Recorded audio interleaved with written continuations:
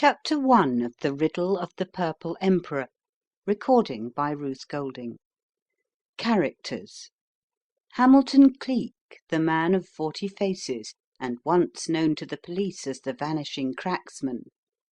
Superintendent Narkom, of Scotland Yard. Leonard, his chauffeur. Hammond and Petrie, detective sergeants. Constable Roberts, police officer at Hampton village. Dollops, Cleek's trusted friend and protégé.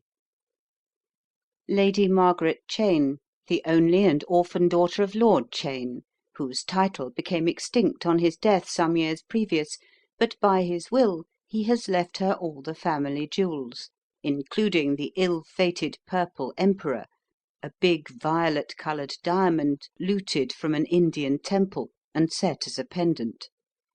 She comes of age at 18, until when she is left in the charge of his eccentric sister, the Honourable Miss Cheyne, a recluse living in a lonely house, Cheyne Court, on the banks of the Thames. She has kept her niece at the convent of Notre Dame in Paris since her childhood. Disappointed in love herself, Miss Cheyne has decided that her niece shall be a spinster also. But Lady Margaret has contrived to meet and fall in love with Sir Edgar Brenton, the son of the man who jilted the Honourable Miss Cheyne, and whose chance visit to Paris with his mother a year earlier led to his acquaintanceship with Lady Margaret, and with whom he is deeply in love. Unfortunately, he is also loved by Jennifer Wynne, the orphan daughter of a doctor who lived in Hampton previous to the present one. She earns a living by teaching, and lives with her brother, Bobby Wynne, a young spendthrift and gambler, in the power of James Blake, the head of the Pentacle Club. Dr. Verrill, the village doctor, loves Miss Wynne. Chapter 1, which introduces a new friend. It was nearly 5:30 on a wild March afternoon, in those happy years before the Great War, and Charing Cross Station, struggling in the throes of that desperate agitation which betokens the arrival of a boat train from the Continent, was full to overflowing with a chattering, gesticulating crowd of travellers, all anxious to secure first place in the graces of that ever-useful personage, the porter. It was the busiest hour of the day, and everyone seemed to be making the most of it. What wonder, then, that tempers were grazed, nerves jangled, and peaceable individuals were transformed into monsters with bellicose intentions. In the yard outside the station a medley of motors chug-chugged unceasingly, crushed in upon each other like closely packed sardines, and presented to the casual individual a maze of intricacies and noise from which he could evolve no beginning and no end. One car, however, somewhat conspicuous as to colour, stood out amongst the drab hues of the others like a poppy in a cornfield. It was the red limousine of Mr. Maverick Narkom, Superintendent of Scotland Yard, and the car in which that gentleman was wont to take his numerous voyages abroad. But at the moment Mr. Narkom was not occupying its roomy interior. It was a youth who sat at the steering wheel, and he was staring with anxious eyes out of his drab cockney countenance, glancing from side to side at the hurrying throng which streamed from the station, as though he were expecting every minute to see the king himself stride from it. But it was no king he waited for, rather indeed a queen, the queen of his beloved master's heart. And as he sat there staring about him, he became conscious of a queer, gnawing pain somewhere in the region of his stomach. The knowledge of the very excellent tea he had missed by reason of this endless waiting swept over him in an overwhelming tide. "Lor' lumme!" ejaculated he as the time sped on and she for whom he watched came not. If she don't come by the next train I shall be reduced to eating of me bloomin' hat to save me life. I'll be a living skeleton, I will, with not even as much to chew at as a winkle or a charcoal biscuit." "But the governor, bless his heart, ain't even had as much as that. He'll be just fit to bust hisself in a minute. And speaking of hangels, here he is." Here he certainly was, the only being in the world who counted to Dollops, and he looked both tired and depressed. Under ordinary circumstances one might as well have expected to meet an uncaged lion in the streets of London as to come across Hamilton Cleek wandering up and down in so exposed a place as Charing Cross Station at any hour of the day, much less when the Paris boat train was expected. This train might debouche any number of Mauravanians or French Apaches, all pledged to kill the rat of a cracksman, the man of 40 faces, who had long ago left their haunts and company for the sake of one fair woman, whose eyes had pierced the depths of his degradation, bidding him aspire to better things. And it was for her, his queen among women, that Cleek waited now. That morning's post had brought a brief scrap of a letter telling him that she was returning to-day from a long visit to the Baron de Carjorac and his daughter in Paris. Only a short, friendly note it had been, but sufficient to cause Cleek to spend his day at the station, not knowing by which train she would arrive. It was little wonder, therefore, that at 5:30 Dollops was growing desperate. A whistle shrilled. There was the sudden excited clamour of many voices, and the boat train, late and overcrowded, had come in. Cleek switched on his heel, forged a way through the waiting crowd, and betook himself to the gates. For a moment only a flow of passengers met his gaze, when suddenly the sight of a slenderly knit figure made his heart leap to his mouth. A mist swam in front of his eyes, blurring their vision momentarily, and he took an exultant step forward, for it was Ailsa Lorne herself. She gazed at him with a look of glad surprise, and a swift rush of colour came to the pure oval face which set his pulses hammering. "Ailsa!" Hand met hand in the warm clasp which there is no mistaking, and then Cleek realized that she was not alone. By her side stood a young girl, not more than 18 if looks counted for anything, evidently so tired and worn with the rigours of the journey that she seemed too dazed to notice anything or anybody. Ailsa, thrusting a friendly arm through hers, drew her forward. "Lady Margaret, this is a very dear friend of mine," she said in her fresh young voice. "Lieutenant Deland, dear." No need to tell Cleek that there was some special reason for this meeting and introduction, for he knew only too well how quick Ailsa Lorne was to lend a helping hand to any one in trouble, and he registered a silent vow to do all he could, should occasion demand, for this tired-looking child. Then Ailsa spoke again, looking significantly at Cleek. "We have both been victims of a terrible crossing, and Lady Margaret has found no one to meet her. She has come from the convent of Notre Dame in Paris, and has to go all the way to Hampton now." "Hampton?" Cleek echoed, raising his eyebrows involuntarily, for he knew Ailsa would go direct to the riverside cottage in that place which she had made her home. "Yes, I tell her we are to be near neighbours. So, dear," she turned again to her companion, who was staring round the station in evident search of some friendly face, "supposing you let Lieutenant Deland drive us both together? He will drop me at my home and put you down at Cheyne Court." The girl's eyes lit up with something akin to real pleasure. "Oh, indeed I will, if he will not mind. am so worried. I felt sure Auntie would have come to meet me. It is all so strange." Her voice died away as if she were too tired to resist, and the eyes of Cleek and Ailsa met in significant understanding. "The limousine is outside," he murmured in a low voice, "and I will run you down myself if that will suit you." "Indeed it will," said Ailsa gratefully, "and I shall just tuck that poor child into the car, then come and sit in front with you so that we can talk."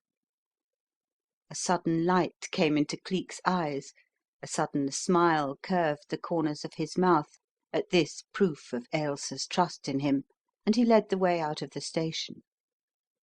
Outside, Dollops was speedily dismissed to get a long wished for meal.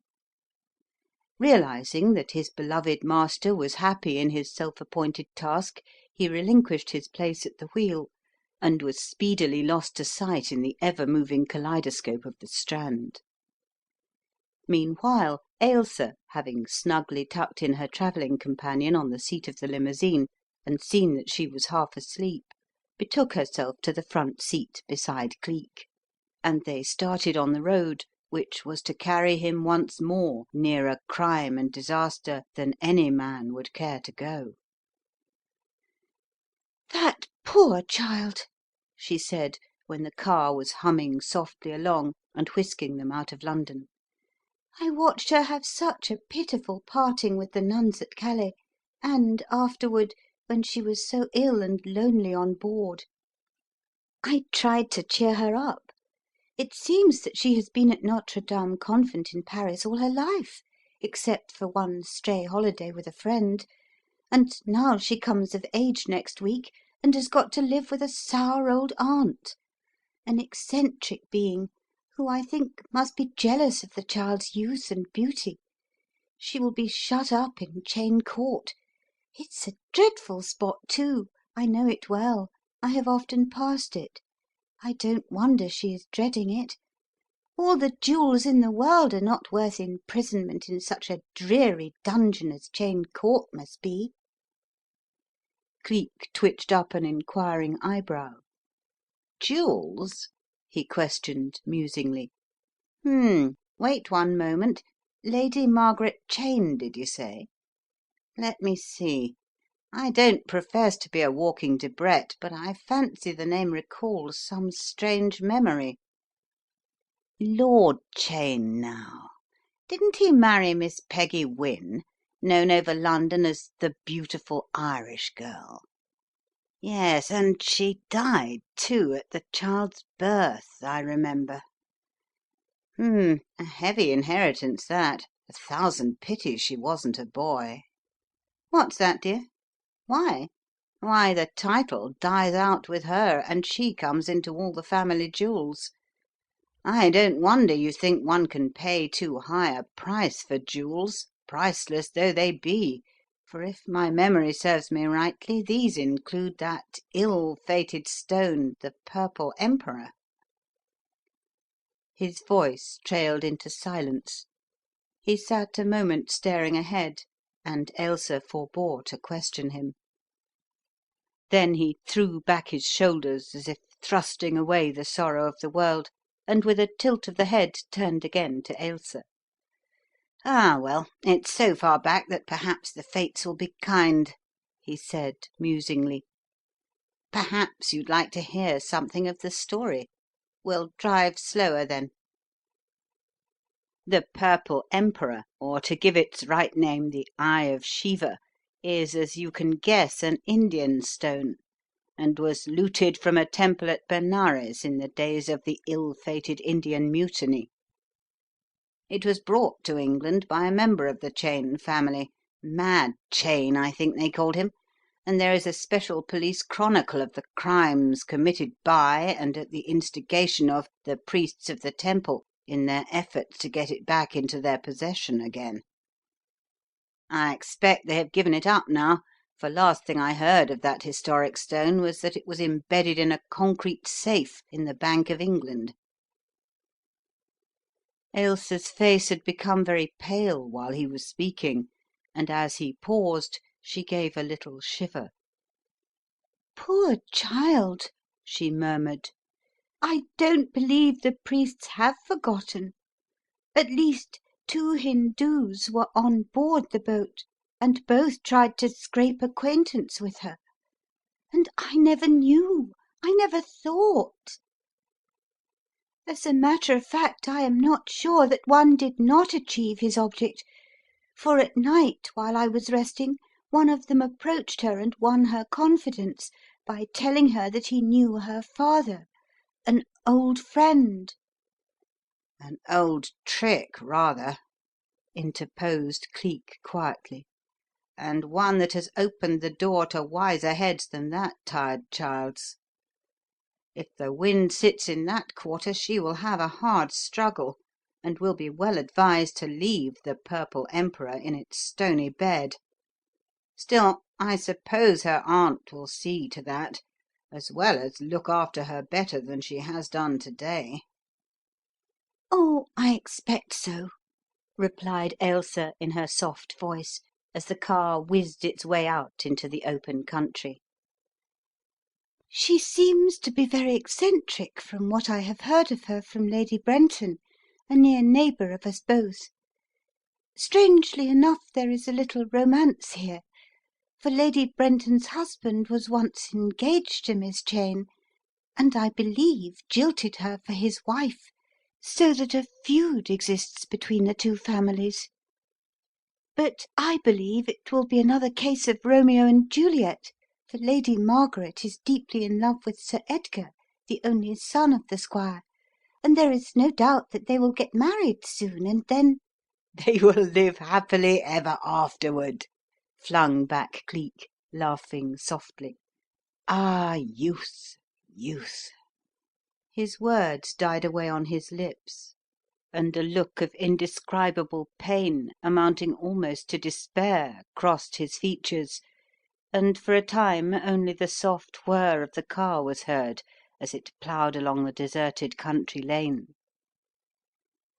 For some time a silence held, a silence which was poignant with memories. The country cottage was nearly in sight when Ailsa spoke again. "I think I will wake her up now, so that I may be assured she knows where to find me in case she's lonely," she said softly, and smiled up into his face. "I have taken a great fancy to that child, dear, and perhaps I may be able to help her." For answer Cleek slowed down the car that she could climb into the back. Lady Margaret was still sound asleep, so sound that not even the opening and closing of the door disturbed her slumbers, and as Ailsa looked down on the delicate upturned face, she gave a little sigh of regret at having to arouse her. Very gently she placed her arm round the sleeping figure and raised her in the seat. The girl gave a little cry of distress. "It is all right, dear," said Ailsa tenderly. "You are quite safe, but nearly home. I thought I had better rouse you." "Oh, I remember now." Lady Margaret shook herself to bring her scattered wits together. "For a minute I couldn't think, but I feel much better, dear Miss Lorne. Oh, it is good of you to have taken so much trouble. I am so glad we are going to be neighbours." "Friends, too, I hope," said Ailsa with a little smile. "Would you like me to come all the way home with you, or do you think you will be all right by yourself?" "Oh, quite all right, dear Miss Lorne," replied the girl, with a forlorn little smile that went straight to Ailsa's heart. "We certainly shall be friends, and I'm sure Auntie will be grateful to you, too, but she has always been undemonstrative, and I would not think of letting you go out of your way if you are sure your friend I forget now." "Lieutenant Deland," said Ailsa promptly. "A very good friend to me, and you may safely entrust yourself to his care, dear. I do not want Miss Cheyne to think us intrusive, so if you are sure you are quite restored by the little sleep, just drive on, and when you get home, do not trouble to thank Lieutenant Deland at all unless you like. And I will call and see Miss Cheyne to-morrow and explain how ill and tired you were. Good bye, my child, and a good night's rest to you." The girl returned her kiss willingly, and as the car slowed down outside the gates of the little riverside cottage, Ailsa opened the door and alighted. "I have roused her now," she said gently to Cleek, sitting sphinx-like at the steering wheel, "and I think she will be all right. I would gladly drive all the way home with her, but I know Miss Cheyne is an eccentric being who loathes strangers at the best of times, and as she has probably seen me walking with Lady Brenton, she would most likely resent my interference. So you see, dear, I must leave the unpleasant task of facing the old lady and explaining matters to you." Cleek smiled down at her tenderly. "I would face greater dangers than that, Ailsa," he said in a low, tender tone. "You know I am only happy in helping you and those you are helping. I cannot see why Miss Cheyne should prove disagreeable. Indeed, she ought to be very grateful to you for rescuing her niece from the dangers that a big city might offer to a young, innocent child." Ailsa shuddered. "Yes, I myself don't mind what she says, so long as I know Sir Edgar's fiancée is safe.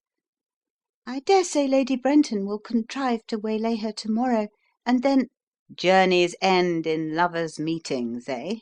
concluded Cleek with a little laugh of pure happiness. "Well, I mustn't complain. I, too, look forward to a to-morrow. Good night, my Ailsa." She looked into his face with tender eyes.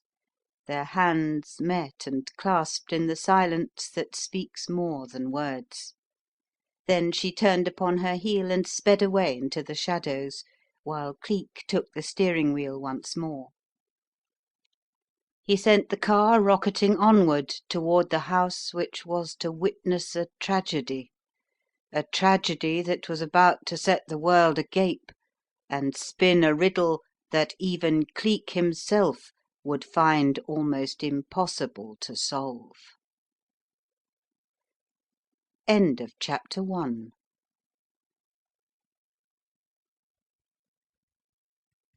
Chapter 2. The Homecoming. A slight mist had fallen, and fields and lanes were gradually enveloping themselves in a grey shroud which rose in thick vapour from the river. Also it was getting dark. Yet to Cleek, whose whole heart and soul were bound up in the neighbourhood that formed the temporary home of Ailsa Lorne, the one woman in the world for him, the way was as clear as though he held a map in his hand and a torch whereby to see it with. He knew that the dark, tree-lined lane ran on for some 1,000 yards, with but 2 curves, until it reached the neighbouring parish where it divided in a fork. Here one road led to the gateways of Cheyne Court and to the river bank. The other proceeded to the rear of the village of Hampton.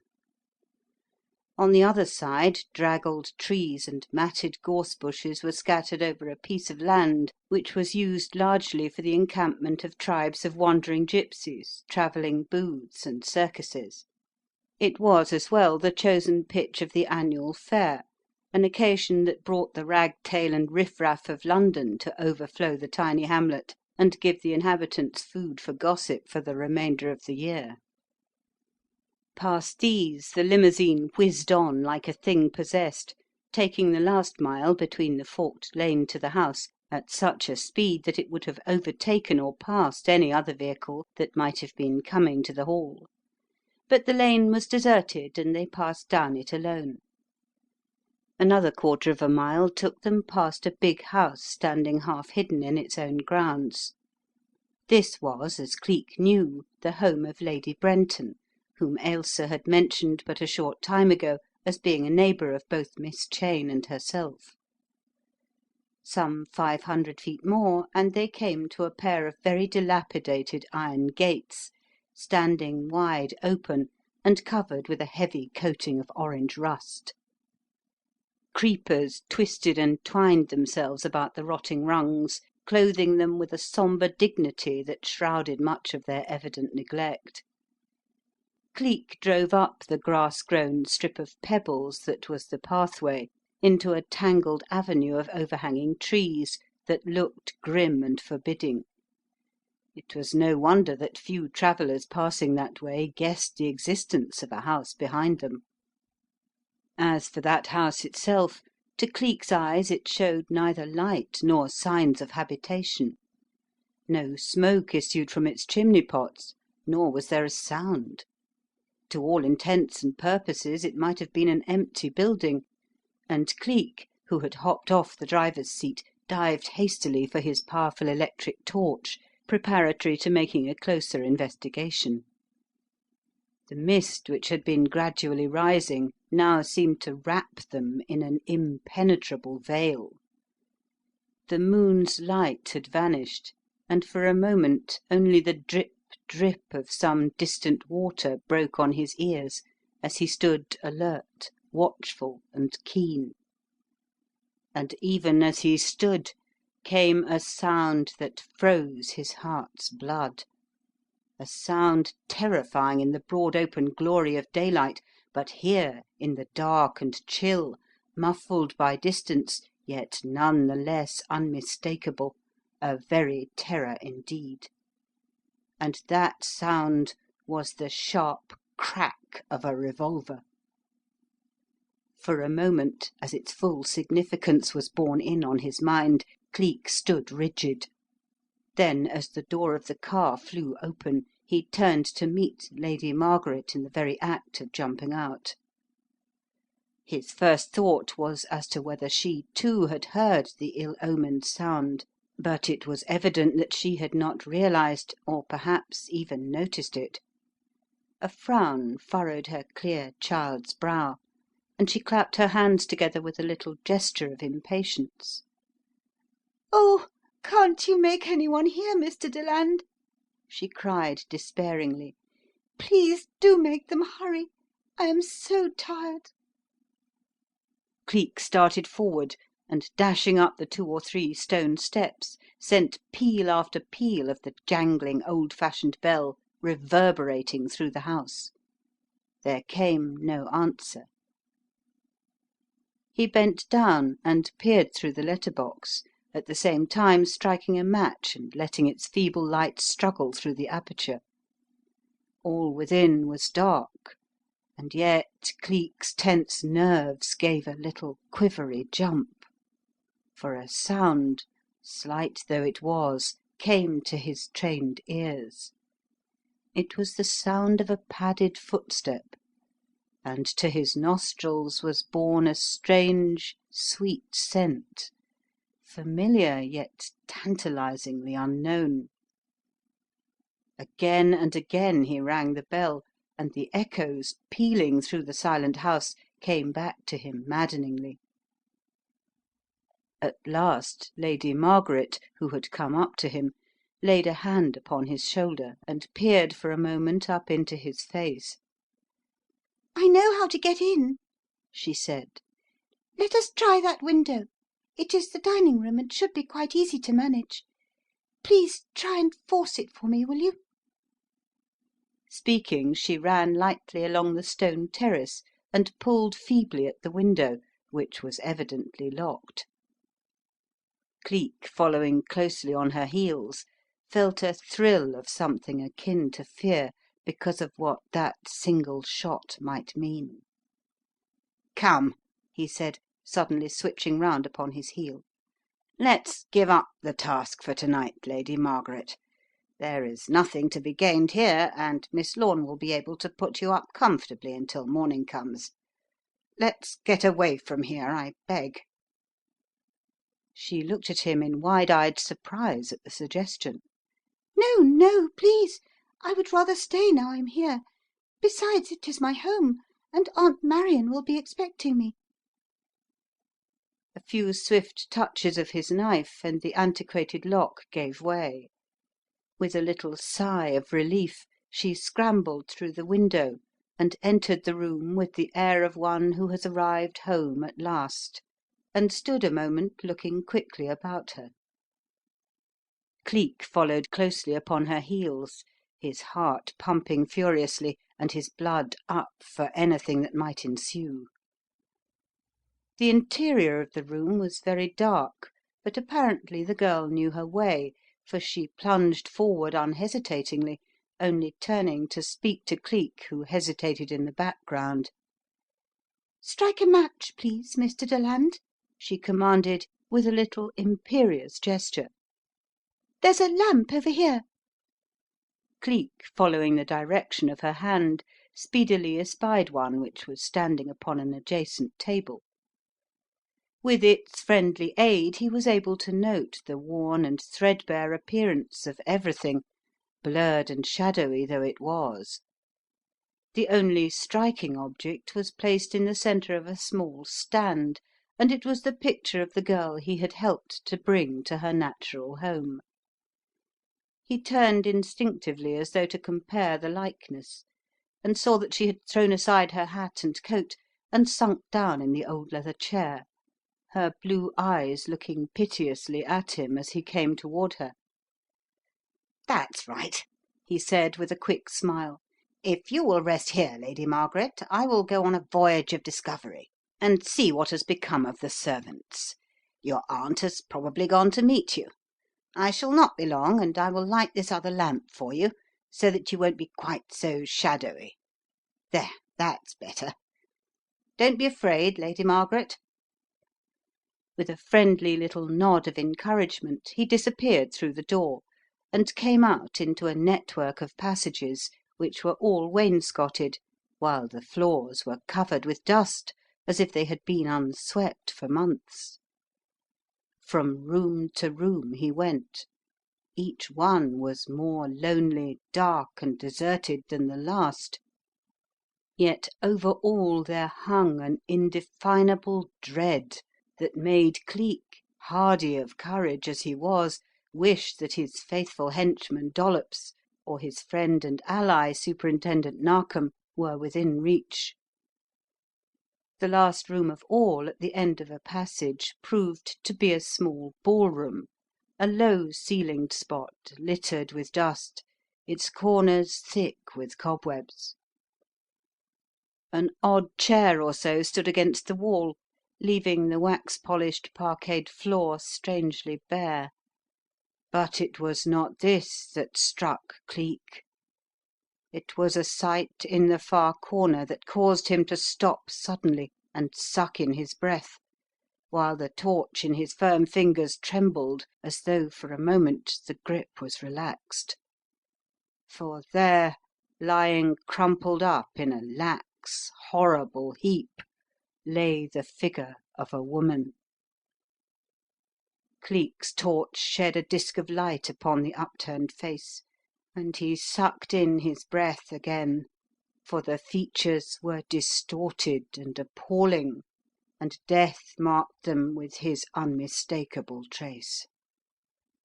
For an instant Cleek hesitated, and his mind went back to that pistol shot such a short time ago.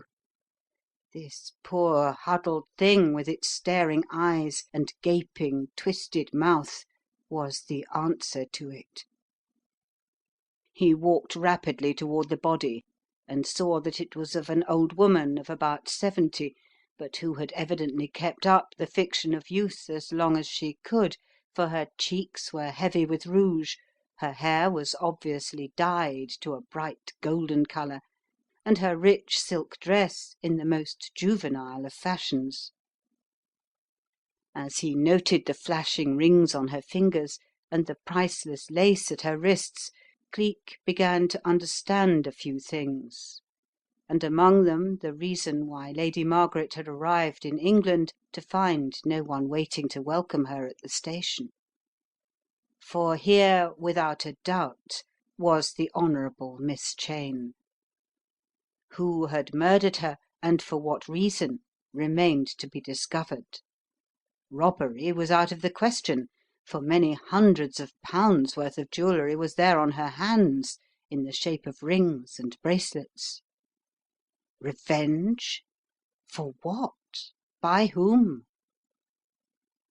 Silently Cleek stood looking down on the body, his chin held between his thumb and forefinger, his brows furrowed. Here was a riddle indeed.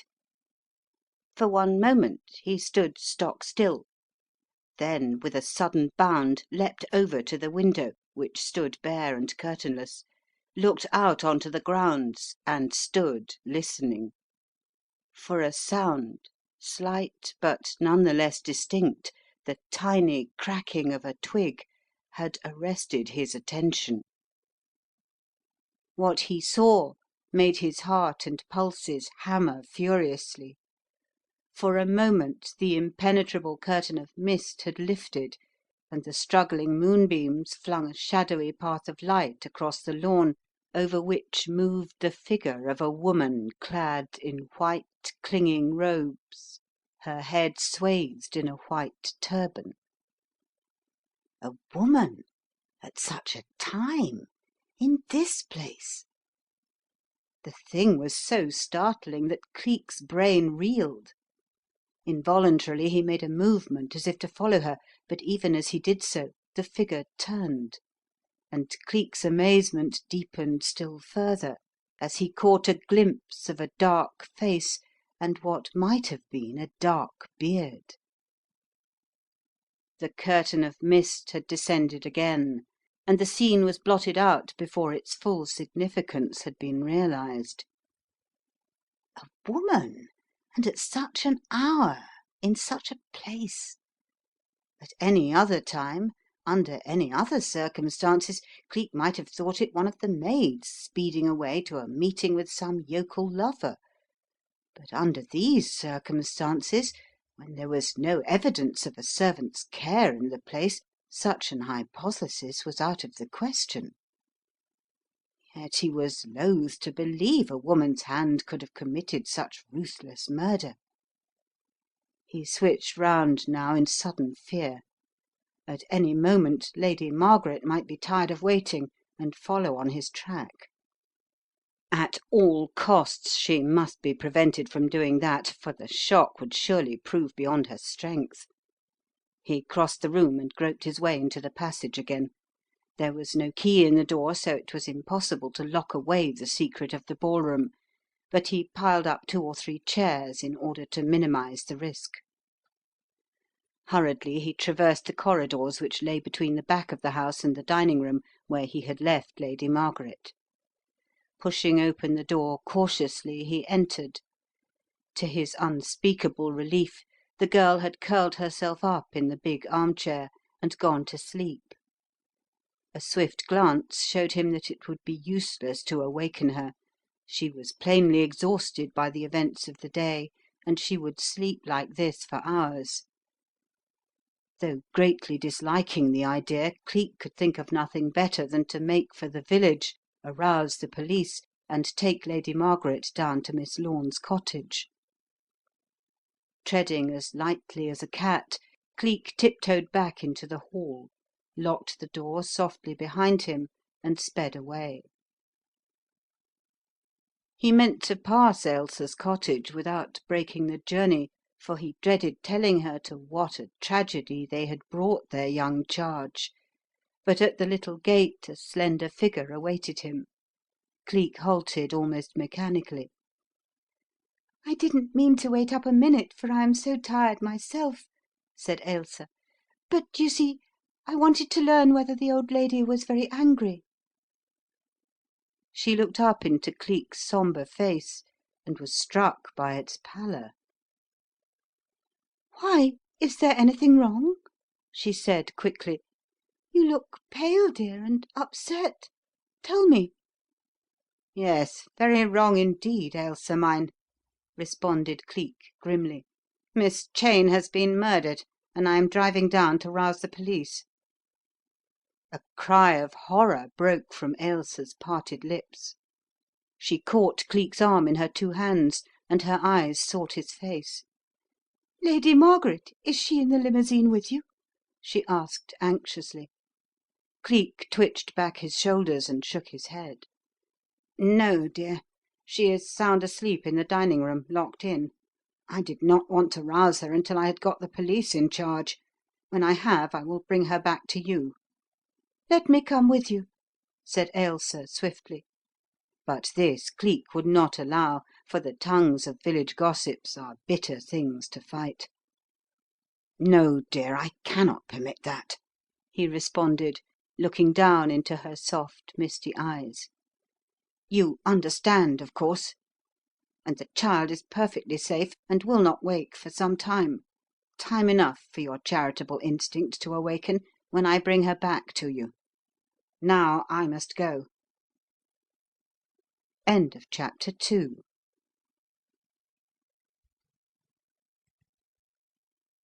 Chapter 3. In the Dark. Cleek drove the car out into the lane with an impetus and speed that would have broken the heart of any police official. "She is bound to sleep," muttered Cleek as he bent his hand on the steering wheel, for his heart was sick at the thought of Lady Margaret. "She won't waken yet, not if I know anything of tired human nature. And I could not take Ailsa there." He found the village police station, which was quite a simple matter. To convince Constable Roberts of the gravity of the situation was another thing altogether, and Cleek's story of the empty house and the murdered woman was viewed with gravest suspicion. "Lor bless you, sir, but her ladyship was down here only this afternoon," said that gentleman with an air of dull finality, which made Cleek, his nerves on edge, long to shake some of the stupid self-satisfaction from his ponderous body. "Quite possible, my friend," he said sharply, "but that doesn't prevent her from having been murdered in the meantime, and by a woman at that, does it? And I want you to come at once." At any moment Lady Margaret might wake and find herself a prisoner. Then the fat would be in the fire with a vengeance. There was not a moment to be lost. Not a single moment. And apparently this fool of a policeman, who didn't know his profession and what it entailed any more than the veriest schoolboy— "A woman, Lord's sake, what makes you say that, sir?" gasped the constable, breaking in on his train of thought. "How does yer know?" "Because I saw her," responded Cleek irritably. "And if seeing isn't believing, then my name's not Lieutenant Deland." He did not add, however, that there was something about the clinging white figure that he had seen that had given him a sudden feeling that it might be a man. Or had that beard been simply a trick of his imagination? It was hard to tell. "She wore a white clinging robe, at least it looked like that, and a kind of turban. I had only a glimpse, but it was not the figure of a servant, of that I am sure," he went on after a pause. The constable stood gaping at him in open-mouthed amazement. "Yes, you may well be sure of that," said he finally, with a little grin. "There's precious few servants up in that house, I can tell you. Why, it would break the old lady's heart to think there was someone in that house eating anything without paying for it first." Close as that, eh? And do you mean to tell me that that Miss Cheyne lived in that deserted barn without another soul to keep her company?" The constable nodded his head with evident relish. Giving information was a great deal more in his line than receiving it. "I do that," he said confidentially. "She used to have old Timms and his wife, sort of combination gardener and housekeeper, as you might put it. But when they dies of rheumatism last year, one following on t'other, she just had one of the village women occasionally. No, it certainly wouldn't be any servant. Talking of turbans, though, it might be one of them Indian chaps what's just come lately in the neighbourhood." The constable continued with a sudden spark of actual intelligence, the first, by the way, he had shown. "Can't abide niggers myself, but there's no accounting for tastes, and—" "What's that? Do you mean to tell me there are Hindoos here?" Cleek's voice trailed away into silence, for fresh in his memory was the recollection of the scent he had noticed when he first entered the house. He remembered what it was now. It was jasmine, of course, and jasmine was the favourite scent of the Calcutta bazaars. So that was it, was it? A shrouded woman, eh? A shrouded fiddlesticks!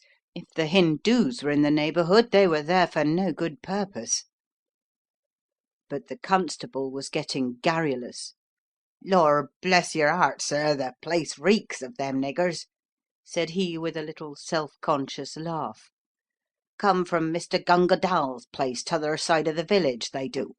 Not but what he isn't a pleasant sort of gent, only as I says—" "Yes, yes," said Cleek. "We'll hear all about that later. We can talk as we go, constable, so long as we do go. I want you to see the murdered woman and identify her, and if it is Miss Cheyne—" "You'll never make me believe anybody's killed Miss Cheyne, not so long as I'm a living," threw in the constable with a shake of his head. "Why, there ain't a valuable left in the place. But I'll come, of course, sir, a matter of duty. So if you'll give me time to put on my coat and tell the missus to keep my bit of supper warm, I'll come along and hinvestigate." Cleek made no further comment. He merely went back to the waiting limousine and took his seat in it, full of a nervous impatience. Again and yet again his mind went back to that shadowy figure that had crossed the lawn, and to the sweet, insidious scent of jasmine that had assailed his nostrils. Hindoos were certainly at the bottom of this murder, and he had left that helpless young girl at their mercy. What a fool he had been! They would come back, that was certain, to finish their hellish work of revenge, a revenge that had taken 200 years to consummate. It was little wonder that his impatience had grown almost unbearable when Constable Roberts, booted, belted, and helmeted in all the majesty of the law, issued from his house and clambered into the car beside him. The constable's air was more civil and obsequious as he took in the luxury of his surroundings, and as they whisked onward into the darkness he gave forth all the knowledge he possessed of the Cheyne family for Cleek's especial benefit. "A bit touched, if you asks me, sir," said Mr. Roberts as he puffed away contentedly at the cigar Cleek had offered him. "Never the same, so I've heard tell, since she was jilted 30 years ago by old Squire Brenton, Sir Edgar's father, that is. Fine proper man he were, too. And when he found Miss Marion had a temper of her own, he up and cleared out. Next thing any one knows he comes back with his wife, a pretty slip of a thing, and our Sir Edgar a crowing baby. Miss Marion shut herself up then and wouldn't have a servant in the place except old Timms and his wife, as I said just now. There's no one to go near her, and I don't think Mr. Gunga Dall would visit her again in a hurry after the way she treated him. Nice old scene he had with her." "Hello, what's that?" said Cleek suddenly. "A scene? How and where? Or perhaps you don't know?" "As it happens, I do," said Constable Roberts pompously. "My young Jim, the little varmint, chose that day to play truant, and at the identical moment that the old girl lady, I mean, begging your pardon, sir, pitched him into the water—" "Into the water?" echoed Cleek incredulously. "A lady pitched a gentleman into the water, constable?" "Well, she did, anyway, and Jim said the way the gent cussed was a reg'lar lesson to him." "Fluent English, eh?" said Cleek.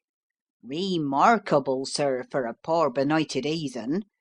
It's wonderful, that's what I calls it, but it all came of him a wanting to go a fishing." "Fishing? A Hindoo go fishing?" Cleek's brows came together in a heavy frown, and his eyes narrowed down to pinpoints at this remarkable statement.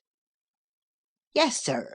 You know the grounds of Cheyne Court slope right down to the river, and there is a fine bit of water there.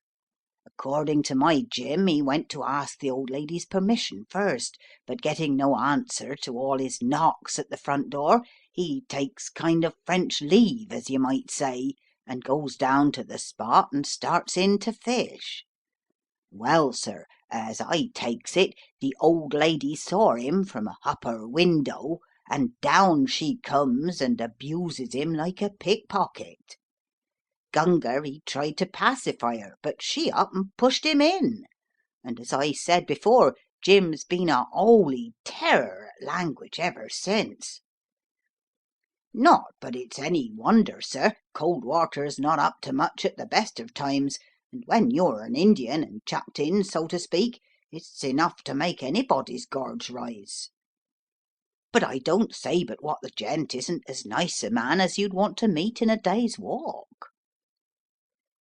Cleek made no reply, but his brows twitched now and again and his mouth tightened as he faced this startling problem. Here was a motive for revenge, sure enough, and something more too. Why on earth would a Hindu, presumably a Brahmin of high caste, to whom the taking of life in any form, however lowly, is an unforgivable sin, why would he pretend to want to fish unless it were to spy on the land, and he be on the track of that ill-fated jewel, the Purple Emperor? That the Indians would go so far as to kill Miss Cheyne, Cleek did not believe. And yet his mind harked back to that dark, bearded face in its white shroud. He said casually. "Fine bearded man, I suppose?"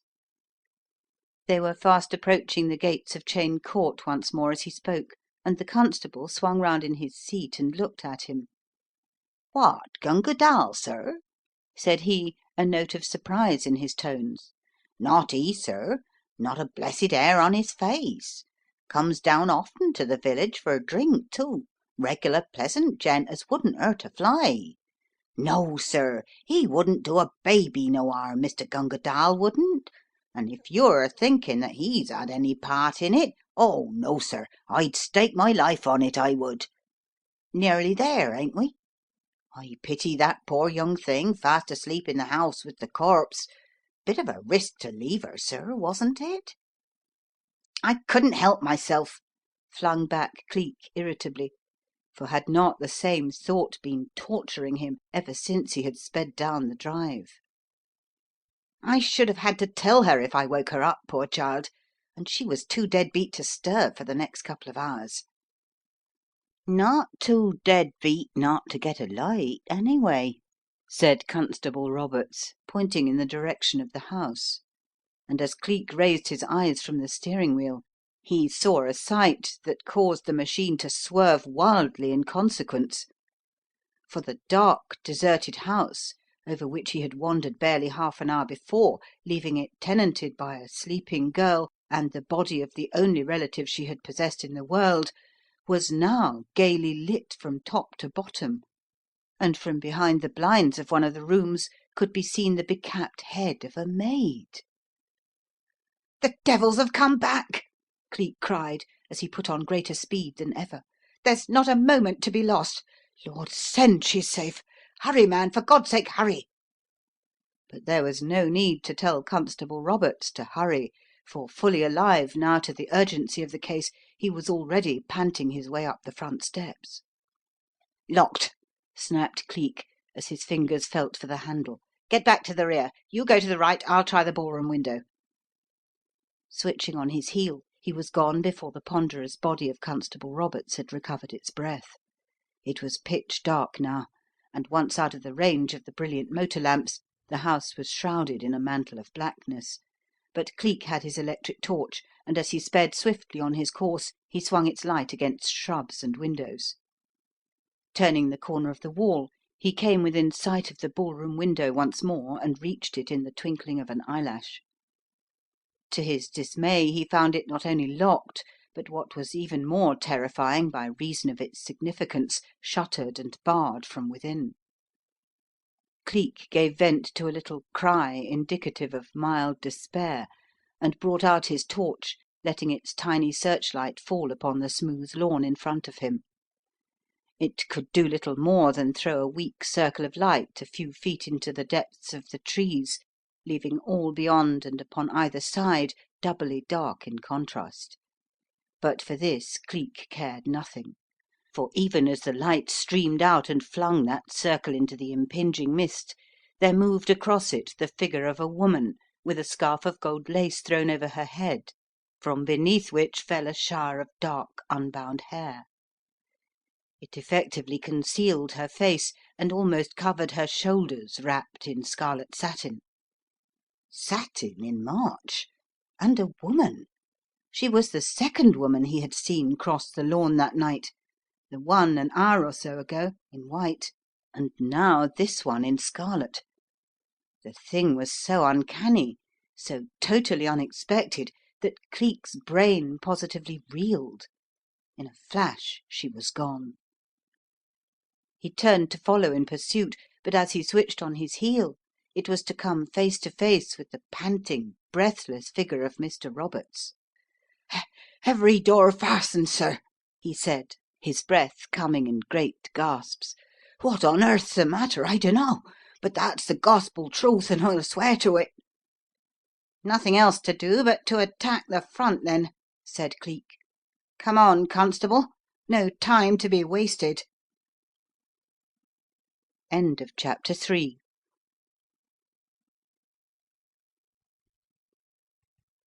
Chapter 4. The House of Shadows.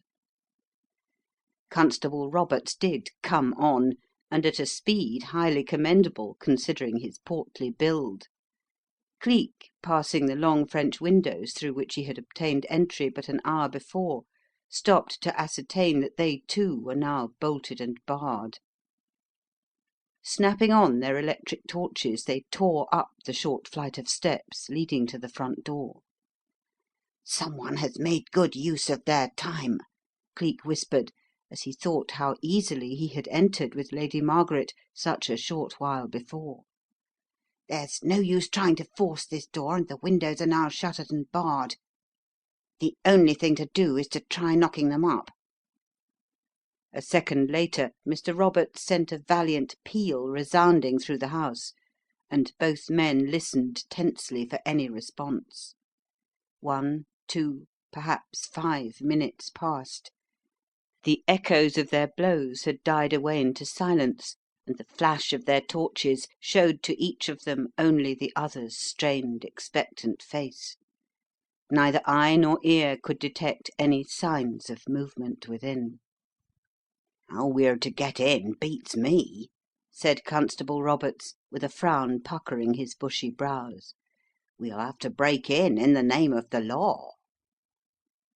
And as though that very name had in itself something of the supernatural, there came a sound, a rustle, a step within the house, and the nerves of both men were near to snapping point.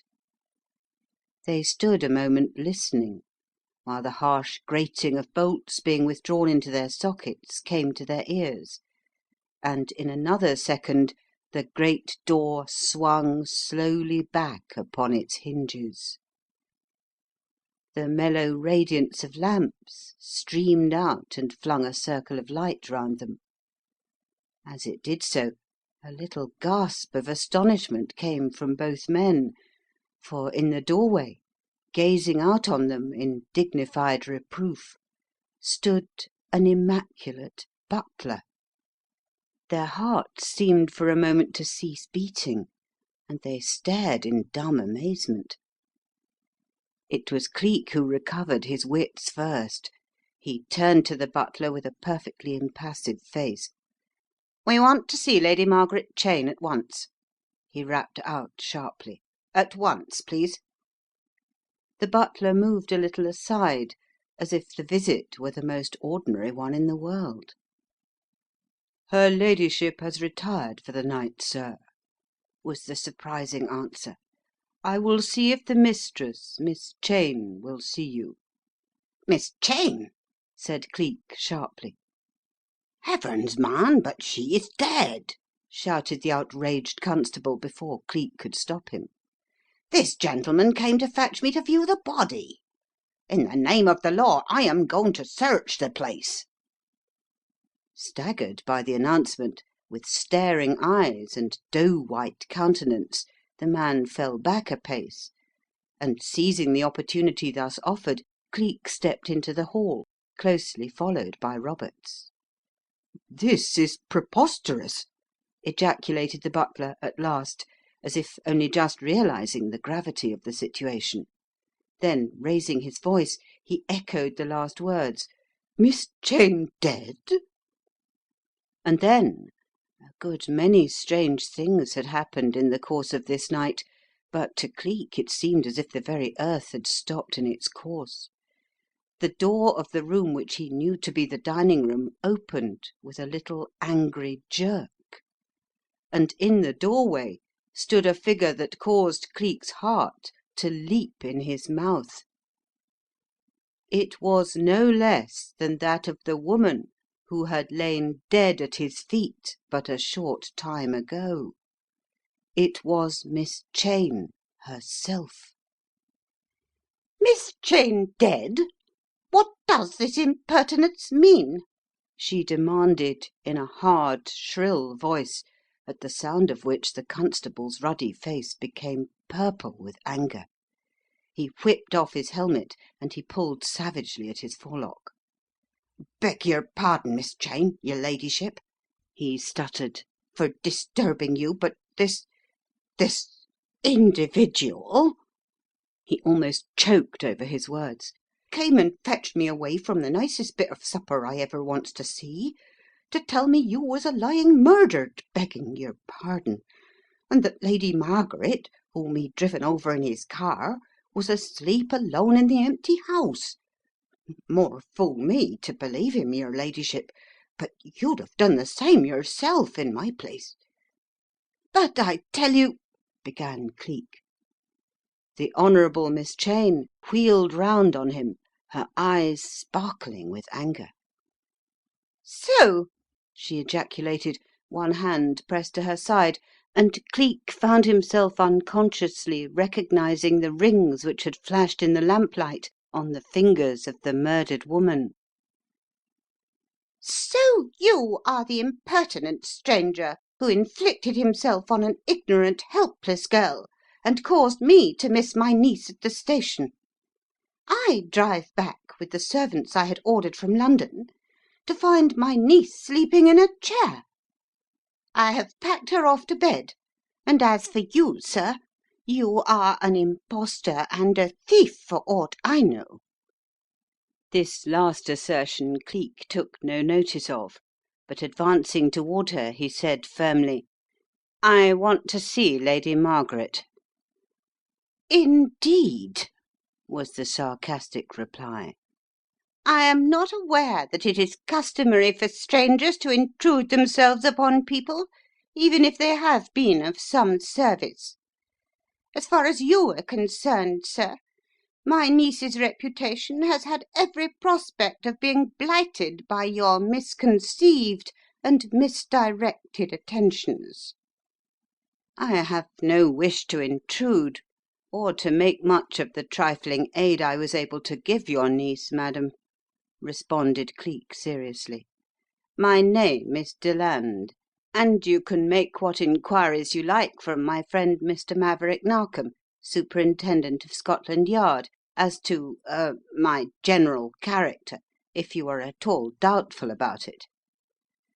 A still angrier gleam shone in Miss Cheyne's eyes, and even as the words left his mouth, Cleek, with that queer sixth sense of intuition, felt that he had said the wrong thing.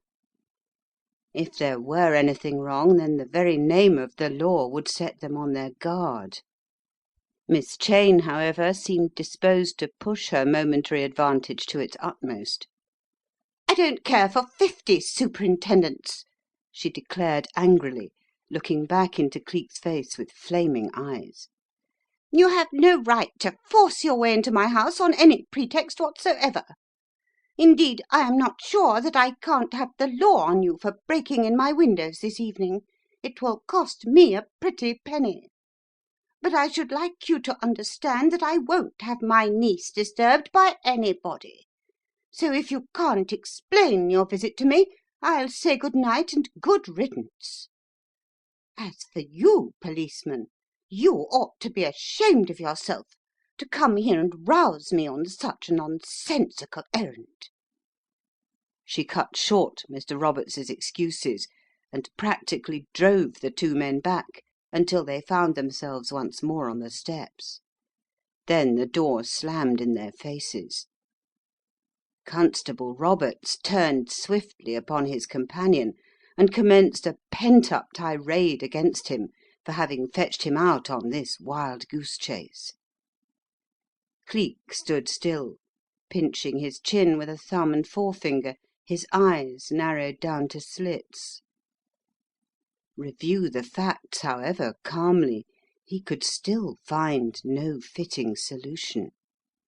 Sure he was that a dead woman had stared at him from the floor of that house, but he was also just as sure that the same woman had driven him out from it. And what of Lady Margaret herself? He had not a shadow of right to insist on seeing her. She was in the hands of her natural guardian. And yet, the shadow of doubt hung over him. He stopped short suddenly and sniffed in the air, much to the open-mouthed astonishment of Constable Roberts, whose grumbling remonstrances died away. "Good Lord, man, sir, I mean," he exclaimed agitatedly, "but what's in the wind now?" "Scent and sense, my good fellow," said Cleek. "There is a distinct odour of jasmine in the air, and an artificial scent, huile de jasmin, at that. It is a woman's scent, too, and some woman has been here to-night. She's been on these very stone steps." "Well, what if she has?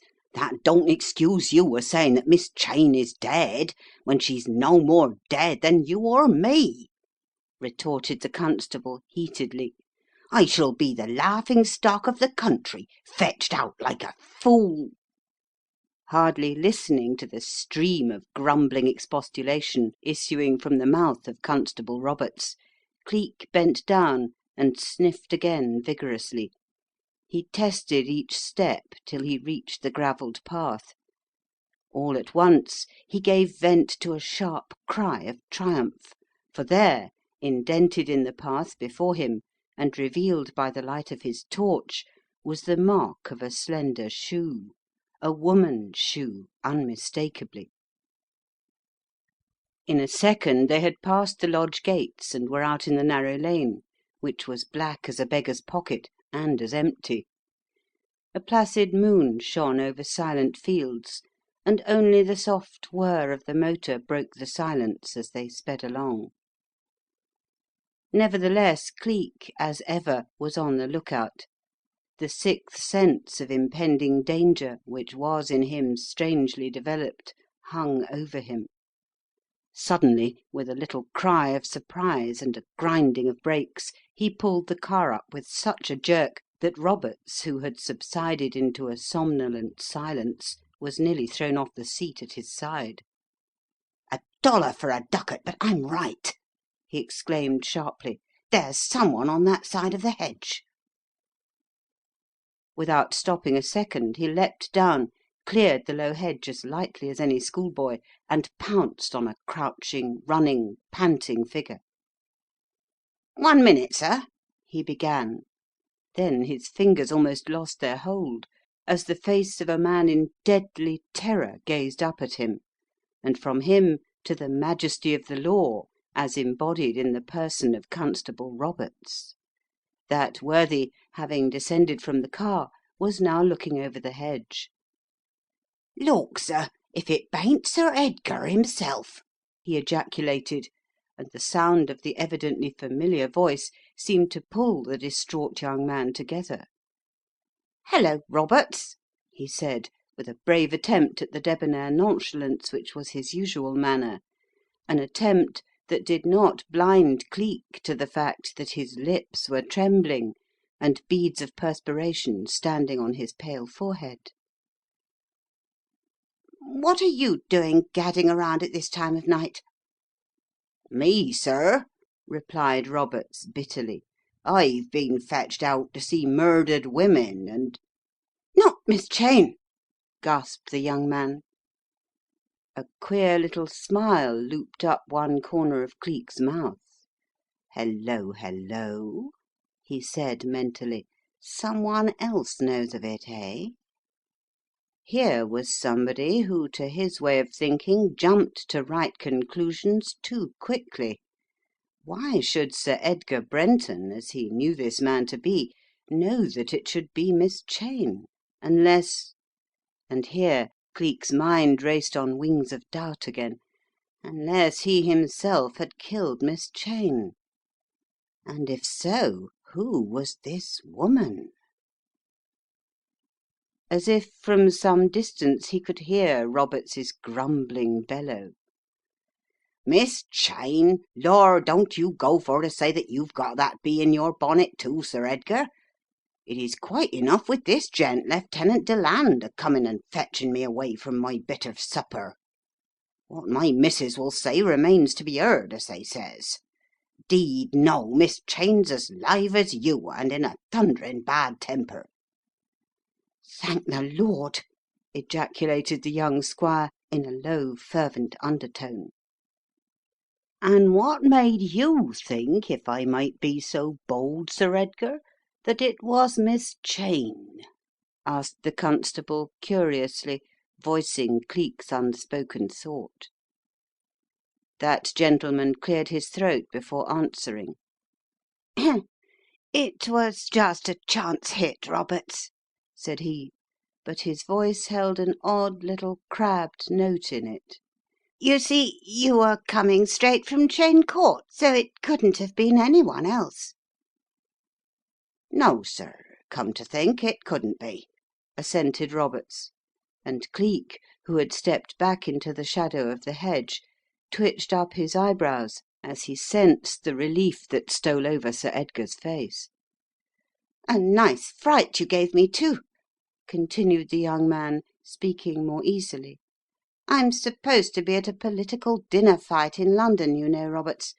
Only just got back, in fact, and I didn't feel up to it, so when I heard that precious motor of yours I was afraid it might be some dashed good-natured friend, don't you know, and so I cut across the hedge." "Quite right, too," assented Constable Roberts approvingly, in whose eyes Sir Edgar could do no wrong. Then to Cleek, "Well, sir, I think we'll be moving, if you don't mind." "Indeed I don't," Cleek replied, and then he addressed Sir Edgar. "Sorry I startled you, sir. Took you for a poacher, don't you know. Perhaps you'll let me drive you through the village, if you're going this way?" He smiled with a well-feigned air of stupidity, put up his eyeglass into his eye, and lurched up against the young man as he spoke. "Pleased," mumbled Sir Edgar, and got into the limousine. Another 2 or 3 minutes' run brought them into the village, and here Sir Edgar insisted on alighting, and continuing his journey on foot. Cleek watched him go with brows on which deep furrows were marked.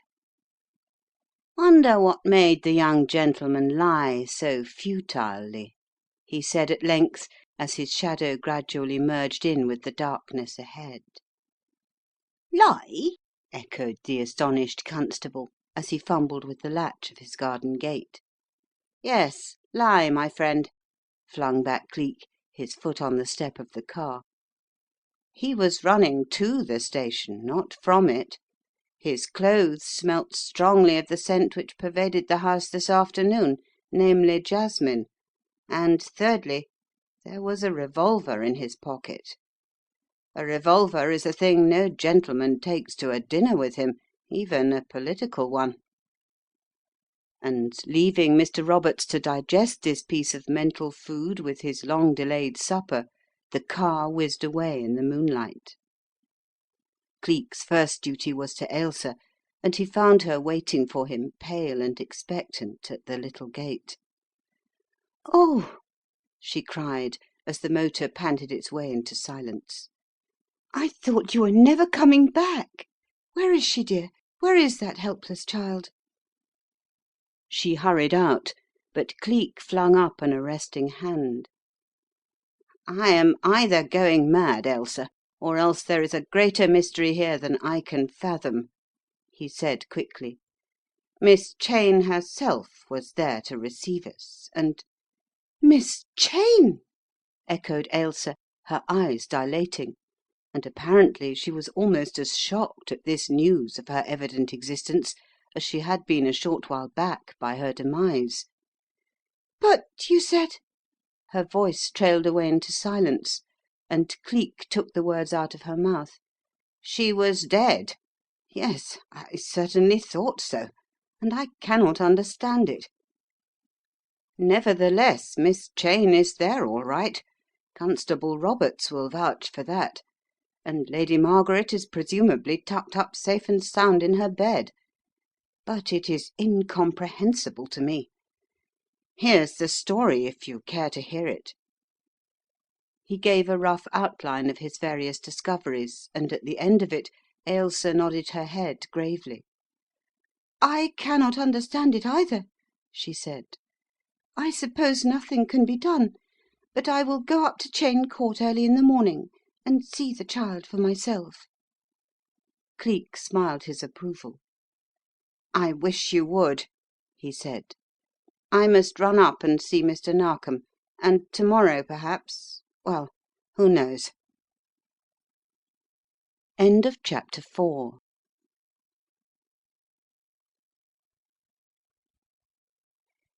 5. The Threads of Chance. It had just gone 9 o'clock on that same eventful evening when the limousine slowed down before Scotland Yard and the car was handed over to its natural owners. Superintendent Narkom, Cleek learned to his extreme relief, was engaged on a special case involving his working at the Yard to a late hour. In the fraction of a second Cleek was ascending the stone staircase and traversing the corridor, at the end of which lay the private room of his friend and ally. He still felt that all was not as it should be at Cheyne Court, and even though he was unable to do anything at the moment, yet he felt he must pour the story of his adventure into the trained and sympathetic ears of the man with whom he had worked so long and so faithfully. It could not have been more than a minute, but the time seemed endless till he at length, after a preliminary tap, threw open the door of the room and saw the figure of Mr. Narkom ensconced in his armchair, his brows knitted and his hands clenched over a sheet of paper lying on the desk before him. He looked up irritably at the evidently unwelcome intrusion. "Now, what the—" he began. Then, as he caught sight of the intruder, he leapt from his seat and fairly hurled himself on Cleek. "Cleek!" he shouted. "Cleek, the very man I was praying for! Come along in and lock the door behind you so we can't be disturbed." Cleek obeyed, smiling a little. He was always willing and eager to give his help to the Yard, and the very fact that Mr. Maverick Narkom so plainly depended on him lent still further zest to his willingness. "Hello," he said lightly. "You look fairly dazed, Mr. Narkom. What's in the wind? It's a case, of course, and a jewel case at that," he added. "Cinnamon! Cleek!" stuttered the Superintendent, falling limply into his lately vacated chair. "How the dickens did you know? Or are you—" "In league with the Evil One himself, eh?" finished Cleek, the queer one-sided smile travelling over his face. "No, it's quite simple, my dear fellow. At your side you have a book, Famous Stones and Their History. In front of you is a lapidary's glass. Clearly you have been examining stones of some kind, real or artificial. See?" "Yes, I do see," muttered Mr. Narkom. "And you're right, Cleek, devilish right. It is a jewel theft. As a matter of fact, it's a series of thefts, all by the same gang, and heaven alone knows how, or from where they operate." "Oho!" said Cleek, with a strong rising inflection. "A gang, eh? Now I wonder if I know. There's the French gang, headed by our old friend Margot, the Viennese gang by Mr. von Henry, and the Lambeth Walk gang that have called themselves the Pentacle Club." "That's the set, but how you knew beats me. Petrie and Hammond will have it they're at the bottom of these cases. There have been one after the other. Jewels stolen from travellers at railway stations, jewels from shops, jewels at balls. There is a constant inrush of fresh cases, and I am almost beside myself with anxiety. In 2 instances, in fact, murder has been done, and the body found marked with a kind of 6-pointed star." Cleek's voice went up and his brows came down. Star, you say?" he ejaculated rapidly. Star? As you know, my friend, the pentacle is a star formed by 2 equilateral triangles intersecting so as to form a 6-pointed star.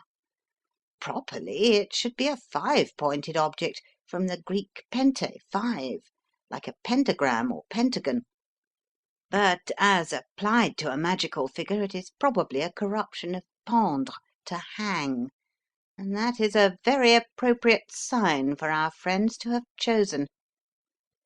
This gang, too, if I remember rightly, used to be led by a man known as Snaky Jim, though I believe James Blake was his real name. At any rate, that was the name under which he served time. All this is by the way, so now you give me such facts as you have to hand, and you may be sure you can rely upon my doing my best to help you." "Well, it will certainly be a hanging matter this time if we catch the culprit, for when it comes to committing murder in broad daylight within an ace of Bond Street Police Station itself, it is a bit too thick. Why anyone should have murdered a harmless old theatrical wardrobe keeper in Drury Lane anyway just beats me." "What's that?" said Cleek. "Do you mean to tell me that a person attached to the theatre has been killed? Or no, no, let me see, a seller of second hand clothes is a wardrobe keeper, is he not?" "Yes," responded Mr. Narkom. "It was my mistake, though in this case it was a woman. As I said before, what they wanted to kill the old dame for is past comprehension. There wasn't an article worth 10 shillings in the place, and yet they took the trouble, to say nothing of the risk, of carrying off all the old wigs and gowns that the shop contained. It was a regular clean sweep, I'm told." Cleek sat up suddenly. "What's that? Murdered an old woman for the sake of a few old clothes? Why, Mr. Narkom, the thieves must have been mad. When did this peculiar outrage take place? At what time and when? But perhaps you don't know." "As it happens, I do," said Mr. Narkom, answering the latter part of his ally's question. "For I happened to be visiting Bond Street when the policeman on point duty brought the case in. The woman, Madame Elise she called herself, though in reality she was as Irish as a Dublin born woman can be, and spoke with a brogue that you could cut with a knife, had lived in this little court in the lane, and carried on business for nearly 10 years. She was known, I believe, to be a tough customer, as we understand the term, but no crook. No 'fence' business, just the buying and selling of old clothes, and mostly theatrical ones. Well, according to the old crony who lodged with her, she hadn't a friend or relative in the world, and such money as she made went to keep a cot at St. Thomas's Hospital, in memory of her son who died as a baby. Poor old soul. Well, according to Mrs. Malone, who goes out for the day, Madame, as they call her, had an appointment with some man who wanted to fit up a small touring company and needed clothes. He particularly mentioned a make-up for an old woman. Cleek twitched up his eyebrows. "How did Mrs. Malone know that?" he asked. She says Mrs. McBride, to give Madame her real name, told her so, and at the same time said she didn't expect the deal to come off, for she wasn't going to lower her price, not if she died for it." "Hmm," said Cleek, rubbing his chin softly with his forefinger. "And she did die for it, poor soul. That looks suspicious. Did she already suspect her customer of sinister designs?" Goodness knows. All we know is that a man was seen to go in. "By whom?" interposed Cleek swiftly. Several people, but the one most likely to be certain is the crippled paper boy who has a stand opposite the shop. He says a man went in, stayed ever so long, and came out finally with a big bag. He then strode off up in the direction of Wellington Street." Like looking for a needle in a haystack to find him," threw in Cleek, with a little gesture of despair. "And when was the murder discovered, may I ask?" "Not until a couple of hours later, I believe, when Mrs. Malone returned and came screeching out of the house with the news that Madame was murdered, having been stabbed to the heart with a dagger. That's all I know up to the present, but that's the case in a nutshell, Cleek." And a pretty tough nut to crack," threw in Cleek, with a little laugh. "If it is not too late, I wouldn't mind viewing the body to night, if you don't mind, unless " "Only too thankful," responded Mr. Narkom, jumping to his feet with alacrity. "For what with these jewel thefts and now this murder, I'm almost beside myself with worry. Going to make any alterations in your appearance?" "Yes. Give me a moment and I'll be ready." "Thanks, Cleek. I knew I could rely upon you. I don't believe you need bother about a disguise, though. It's as dark as pitch, and there's nobody now to see whether Cleek of Scotland Yard is still in the land of the living or not." The curious one-sided smile so characteristic of the man looped up the corner of Cleek's mouth. His features seemed to writhe, and a strange, indescribable change came over them as he made use of his peculiar birth gift. An instant later the only likeness which remained of the dapper lieutenant who had entered the room was his clothing, for the bovine, stupid face above the lieutenant's collar was the face of George Headland, who stood blinking and grinning into the superintendent's amazed and delighted countenance. "I do not think it will matter at all," Cleek said as he smiled into Mr. Narkom's eyes, "but it's as well to be careful, and Mr. George Headland is good enough to take chances on. Come along." Mr. Narkom came along forthwith, and it was not until they were safely seated in the limousine and heading swiftly for the purlieus of Drury Lane that Cleek spoke of his doings. "I only hope the old clothes woman has come to life again, like my corpse did this evening," he said with just a tinge of whimsical humour as he remembered the incidents through which he had just passed.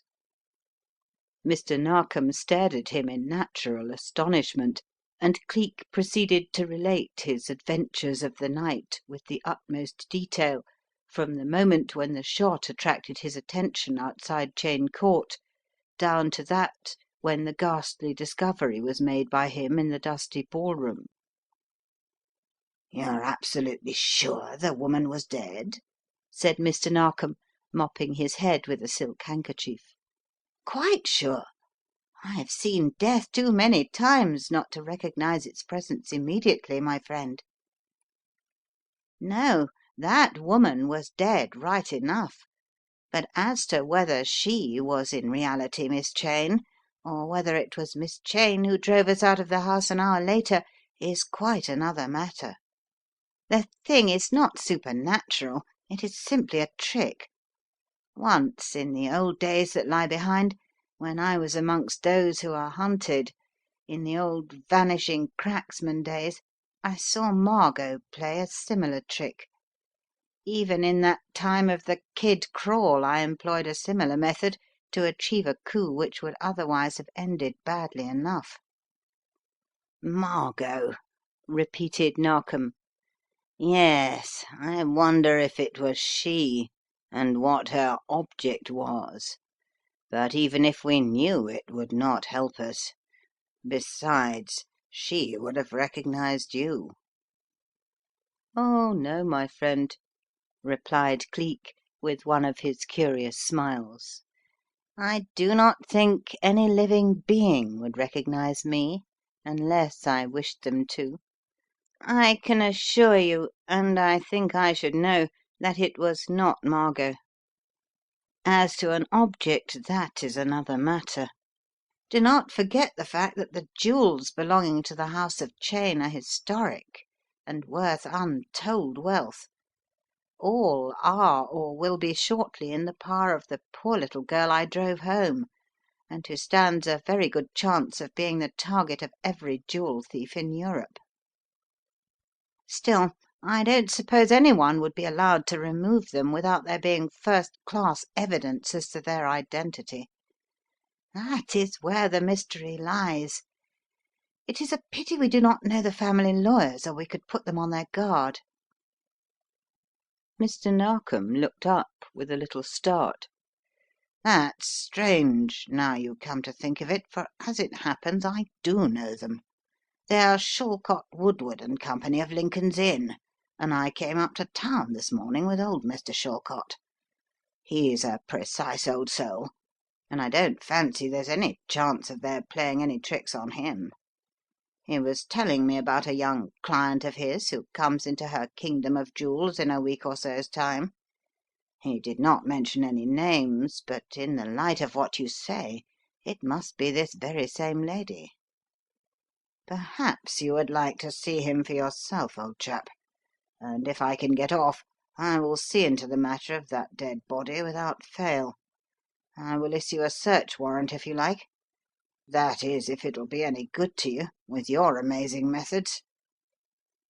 "You never can tell, as the old woman said when she married for the 5th time, and a search warrant is a search warrant when necessity arises.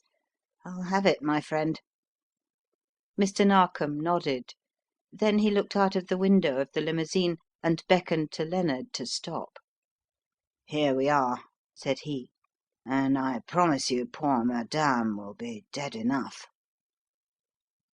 Dead she certainly was, and the cause of death was only too plain. The poor soul had been stabbed straight to the heart as she had stood bargaining over her own counter. Cleek gave a little sigh as he turned away from the gruesome sight. Except for the fact that every wig and article of woman's clothing had been removed, there was no evidence of any robbery in the shop.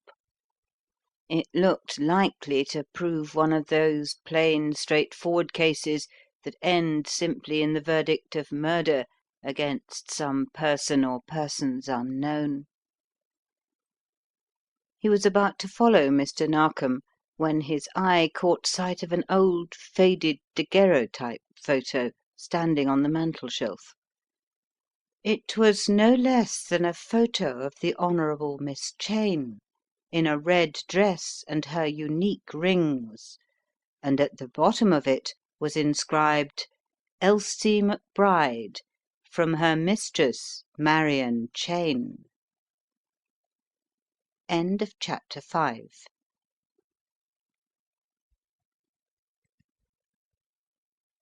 CHAPTER VI. The Cry in the Night. Lady Margaret Cheyne awoke suddenly. As Cleek had surmised, left to herself she would have slept on undisturbed for hours, but the sharp sound of opening and closing doors, the buzz of voices and blaze of light caused the forget-me-not blue eyes to open and stare dazedly round her. For the moment she thought she was back in the seclusion of the convent. "Am I late, sister?" she murmured drowsily. Then, as she grew wider awake, the recollection of the events of the last hours swept over her, and with this came the memory of her journey and all the misery that it had entailed. With a little cry, half mental pain, half physical tiredness, she started up, and her eyes fell on the figure of the Honourable Miss Cheyne, who stood at the side of the chair, a lamp in hand, looking anxiously down at her. "Auntie!" cried the girl joyfully, and grasping at the hand put out to her, she remembered only just in time not to kiss her aunt, for Miss Cheyne had invariably hated caresses. "Oh, you are back at last. I missed you at the station." "So I should think, my dear," said Miss Cheyne grimly. "I have had the servants looking for you, such lazy devils as they are, gobblers all of them. I've been looking for you, and I find you here all the time. I want to know who the person was who brought you." She finished as she turned to put the lamp down on a table. "I don't know who he is, except that his name is Lieutenant Deland," cried Lady Margaret.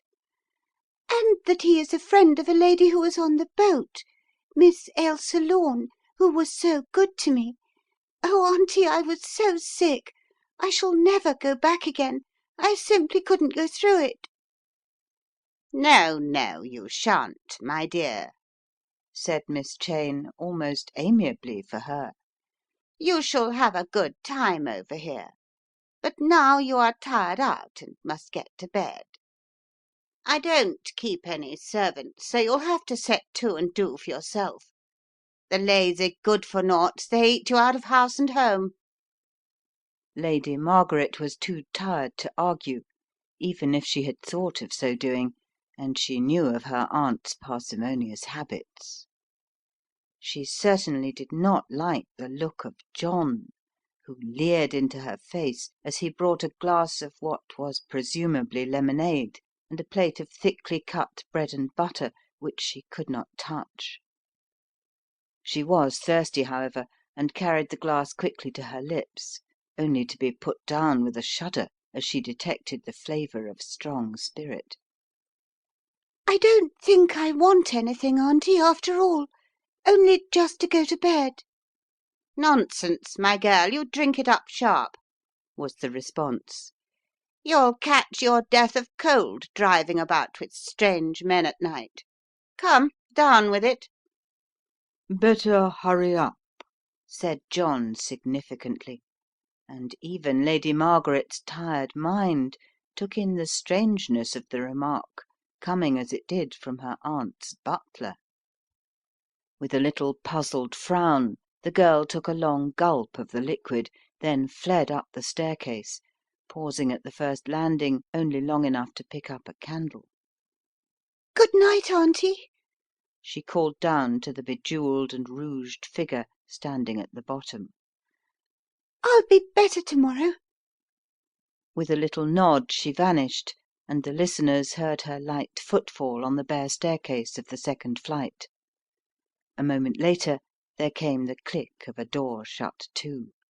Lady Margaret had retired for the night. A sigh of relief came from Miss Cheyne's lips, and she met the peculiar look of her servant with one equally significant. "Send Aggie up to her," she commanded, "and don't forget to lock her in." With this remark she turned on her high-heeled shoes and minced painfully back to the dining room. Whether it was the effects of her journey or what was more likely, the strong spirit in the lemonade, Lady Margaret slept as soundly as the proverbial top till close on midday, when she was awakened by the rough entry of the person designated as Aggie.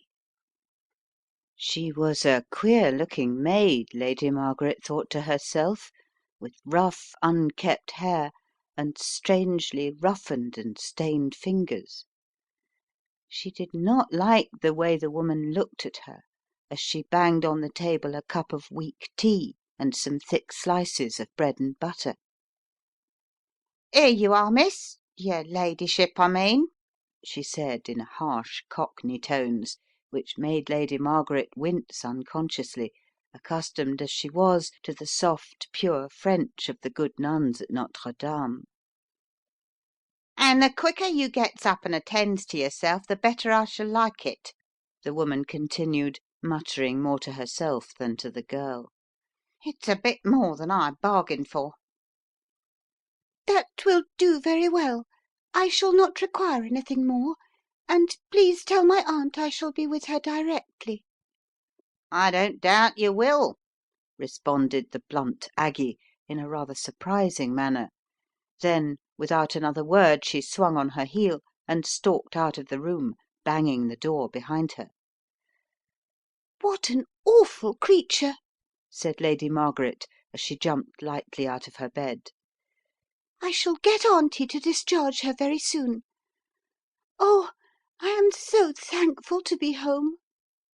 And she ran lightly to the window and looked out. With all the resilience of youth, she seemed a different being this morning from the worn out, fragile child who had been driven home last night by Lieutenant Deland. A few minutes later she ran lightly down the staircase and into the dining room, where she found the Honourable Miss Cheyne deeply absorbed in the morning newspapers. She greeted her niece a little gruffly, but knowing her eccentric ways, Lady Margaret took but scant notice. It was not long, however, before she realised that her future life was not to be entirely a bed of roses. "I am going over to see Miss Lorne to day, Auntie," she said presently, "and to thank her for getting me out of my difficulties." Got us into them, you mean?" snapped Miss Cheyne angrily. "She's a designing adventuress trying to scrape acquaintance with you so that she can say she is a friend of Lady Margaret Cheyne. Oh, I know the breed. She and her blessed accomplice, Beland or Deland or whatever his name is.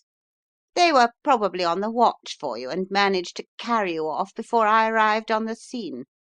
I forbid you even to mention their names again, much less speak to them." "Oh, Auntie!" pleaded poor Lady Margaret, her bright young face clouding at this unexpected ban on a friendship to which she had looked forward with such pleasure. "I am sure you're mistaken. And Miss Lorne said that she was coming to see you to day and explain—" "Well, if she has the impertinence to come here," snapped Miss Cheyne angrily, "she will not be admitted. Don't you dare to argue with me, child, or back to school you'll go. I'm not going to have you drive about with strange men just as you like, so don't you think it—" "I told you last night how it happened," responded Lady Margaret in a little gust of impatience. "I slept in the car all the time till I got here. I don't know what I should have done had it not been for Miss Lorne, anyway, and especially on board ship." Miss Cheyne's thin lips set in a straight, grim line. "Well, the best thing you can do is to forget her, or else send her some money, probably she'll value that more," she retorted with heat, shaking a finger in the girl's face. "Don't forget you have something more important to think of than designing minxes and pert lieutenants, if he is really a genuine officer, which I doubt. Anyhow, I shall take you up to town next week, out of their reach for one thing, and for another to celebrate your coming of age. Then you will have all the Cheyne jewels, don't forget that." Lady Margaret was young enough and human enough to forget temporarily her grief for Miss Lorne's rejected friendship in the idea of seeing, to say nothing of wearing, the famous treasures of her family. "Oh, Auntie!" she cried. "I had forgotten them. Are you really going to let me see them?" "You shall do more than that, my dear," replied her aunt almost amiably. "You shall wear them. I mean to have you presented at court, and you will certainly have to wear some jewellery then. I don't suppose you know anything about the pieces themselves. I myself have forgotten—" "Oh, yes, I do," said Lady Margaret. "Don't you remember the list father gave me in his last letter, in case there was any trouble? I don't remember all of them, but I know there were 3 strings of pearls, a big diamond necklace and tiara, ever so many rings, and, of course, the Purple Emperor." "Oh, yes, I had not forgotten that," said Miss Cheyne dryly. "It is something one is not likely to forget." "But I don't think there's any need to have that out, Auntie, do you?" asked Lady Margaret with a little tremor of fear in her voice. "It's not particularly beautiful. In fact, I don't suppose it looks much different from an amethyst, and father used to say it was best at the bottom of the sea."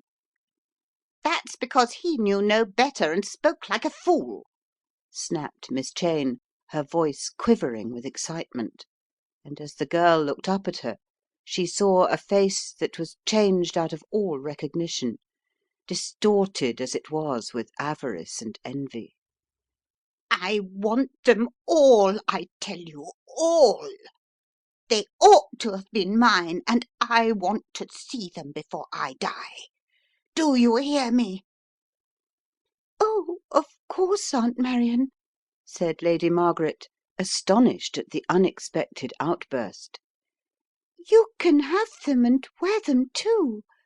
I shan't want them, that is, until—" She broke off, her face crimsoning. "Until what, pray?" demanded Miss Cheyne sharply, switching round and looking at her. "Until— well, until I get married. I meant to have told you before long, but I am going to be married some day to Sir Edgar Brenton."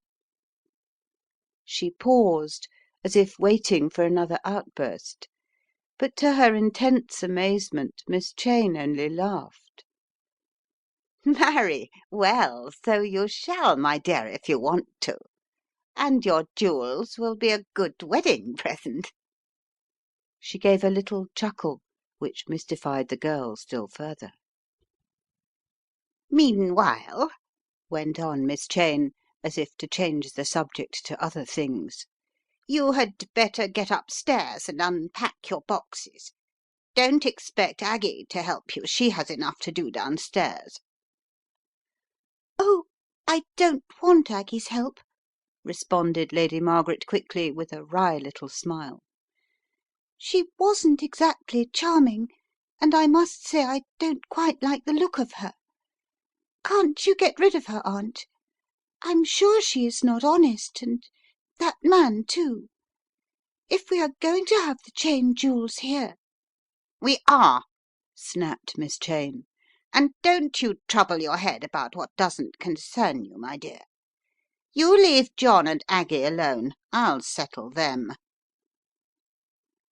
Lady Margaret said no more, but ascended to her room, thinking in her innermost heart of many things.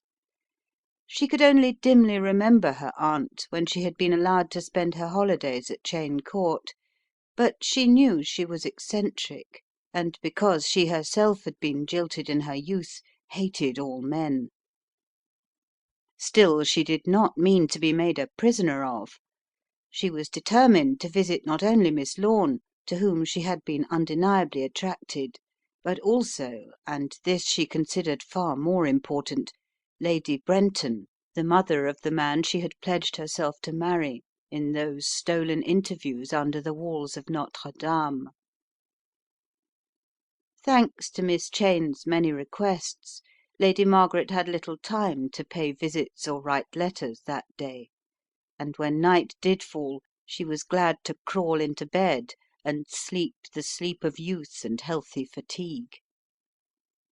She slept soundly for hours, but all at once she was rudely awakened. From the depths below that supposedly sleeping household came a queer bumping noise, and it seemed to the terrified girl as she sat up in bed that the very house was being torn to pieces. Conquering her natural fears, she rose, and donning a dressing gown, unconsciously tried the handle of her door. To her amazement it was locked on the outside. Locked! She was a prisoner in her own house. Burglars were Lady Margaret's first thought, and she pulled vigorously at the door. At first it resisted, but to her delight the old lock, rotten with age, gave way under her vigorous onslaught. A second later she was descending the staircase, bent on rousing Miss Cheyne or obtaining assistance. She had reached the bottom of the first flight amid complete silence, and for a moment she thought she had heard the sounds only in her dream. But at the head of the stairs she stood hesitating when, from all around her, came a sound as of a soul in agony, a horrible moaning cry that chilled her very heart. Startled and terrified, she gave a shriek, and losing her balance, came hurtling down the shallow staircase. Her slim ankle was twisted under her, and she lay there for some time, a little moaning, writhing heap. When Lady Margaret awoke to consciousness, it was to find herself once more in her own room, with Aggie, the pert serving maid, bending anxiously over her. "What was it?" she cried out, clutching feverishly at the grimy, toil-worn hand of the girl. "Oh, what was it? Didn't you hear it?" She struggled to get up, but sank back with a moan at the pain in her ankle. "Hear what? Lawks a mussy, but you gave us all a turn, your ladyship," said the woman roughly. "But the horrible noise!" shuddered the girl. "That? Why, it was one of the dogs. There's a dog ill down in the cellar, and that's what you heard," retorted Aggie. "A nice twist you've given this ankle of yours. It's a good job Auntie, the mistress, I mean, knows something about sprains." "Does she?" asked the girl wearily, her mind still bent on the horrible sound. Appallingly human it was. No dog could have screamed like that, she felt sure. It was the hurt cry of a human being in pain. "Yes, you bet, and here she is." Aggie relinquished her place, apparently only too gladly, to Miss Cheyne, who appeared with lotions and bandages and literally took possession of the patient. Her long, slender fingers manipulated the swollen ankle with the experience and precision of a trained hand. "Now, my lady, you'll just have to be still and patient," she said grimly. To Lady Margaret it seemed as if this eccentric relative were by no means ill pleased at the catastrophe which had overtaken her niece. "I thought it was burglars, Aunt Marion," said the girl, as Miss Cheyne's eye fell on the splintered lock. "And that reminds me, I was locked in. Did you know that? You won't dare to keep that woman now." "You go off to sleep and I'll inquire into it," was all Miss Cheyne would say, and with that the girl was obliged to rest content. But when she fell into an uneasy sleep it was with the profound intention to ask Edgar Brenton's advice at the earliest opportunity. A sprained ankle is not a dangerous occurrence. but it is sufficiently painful and depressing to be worthy of more anxiety than was expended over Lady Margaret. Rendered practically a prisoner, she had only to rely on such books and magazines as Miss Cheyne brought up to her, and the days passed very slowly indeed. She wrote letters to Sir Edgar and to Miss Lorne, bribing Aggie with such coins as she possessed to post them unknown to her aunt. No answer came to them, though Aggie swore that they had been sent to the post, and later the girl was not surprised to find them in the possession of Miss Cheyne, opened and mutilated. At intervals she heard the dull, distant moans, but had schooled herself to believe Aggie's statement. On the first day that she could walk about her room she was almost hysterical with delight. For once, too, Miss Cheyne relaxed her firm manner. "I suppose you know what to-morrow is, my dear?" she said, looking almost furtively at her niece. Lady Margaret thought a moment, then gave a little cry of delight. Why, it's my birthday, of course, and I'm 18. Yes, and what is just as important," said Miss Cheyne, "you are the owner of the Cheyne jewels. We're going up to town in the morning to bring them back." Bring them all here? cried Lady Margaret, startled at the odd look in the black, flashing old eyes. Do you think it's safe enough? Thieves might break in. Why not leave them, at least some of them, where they are, Aunt Marion? It is safer, surely." "Because I want them. I want to see them," Miss Cheyne snapped ferociously. "I'm curious, you know, more curious than you are, and I mean to have them here." Just as you like, Aunt. I want to see them too, only I was thinking of the danger." "There is no danger. I am having special safes made for them downstairs," said Miss Cheyne. "If you have them here you can wear them whenever you like, without having to go up to those thieving lawyers every time you happen to want them." Lady Margaret agreed, but deep down in her own mind she felt that she would prefer to leave the Cheyne jewels in the safe custody of Messrs. Shallcott, Woodward and Company in London. On the other hand, she had gained an unspoken victory in regard to her future marriage. Indeed, it seemed to her as if Miss Cheyne had but one obsession, to see the Cheyne Court jewels. Her inexplicable antipathy even against Ailsa Lorne seemed to have died a natural death.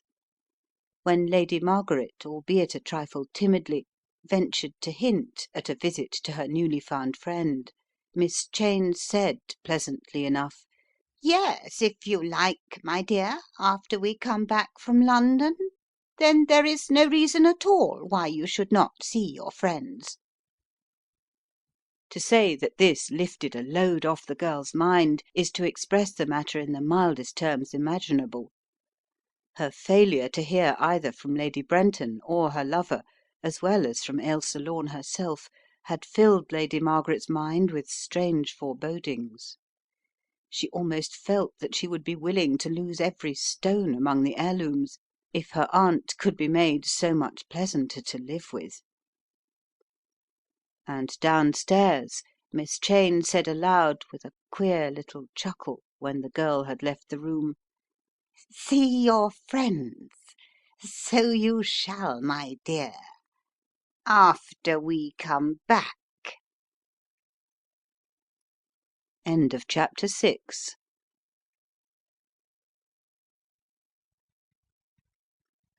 Chapter 7. In the Tiger's Clutches. Despite the mysterious fact that the Honourable Miss Cheyne's photo had been found in the dirty little shop in Crown Court, Drury Lane, Cleek could find no visible connection between it and the fact of the murder. Its presence was also speedily accounted for, owing to the information garrulously volunteered by Mrs. Malone.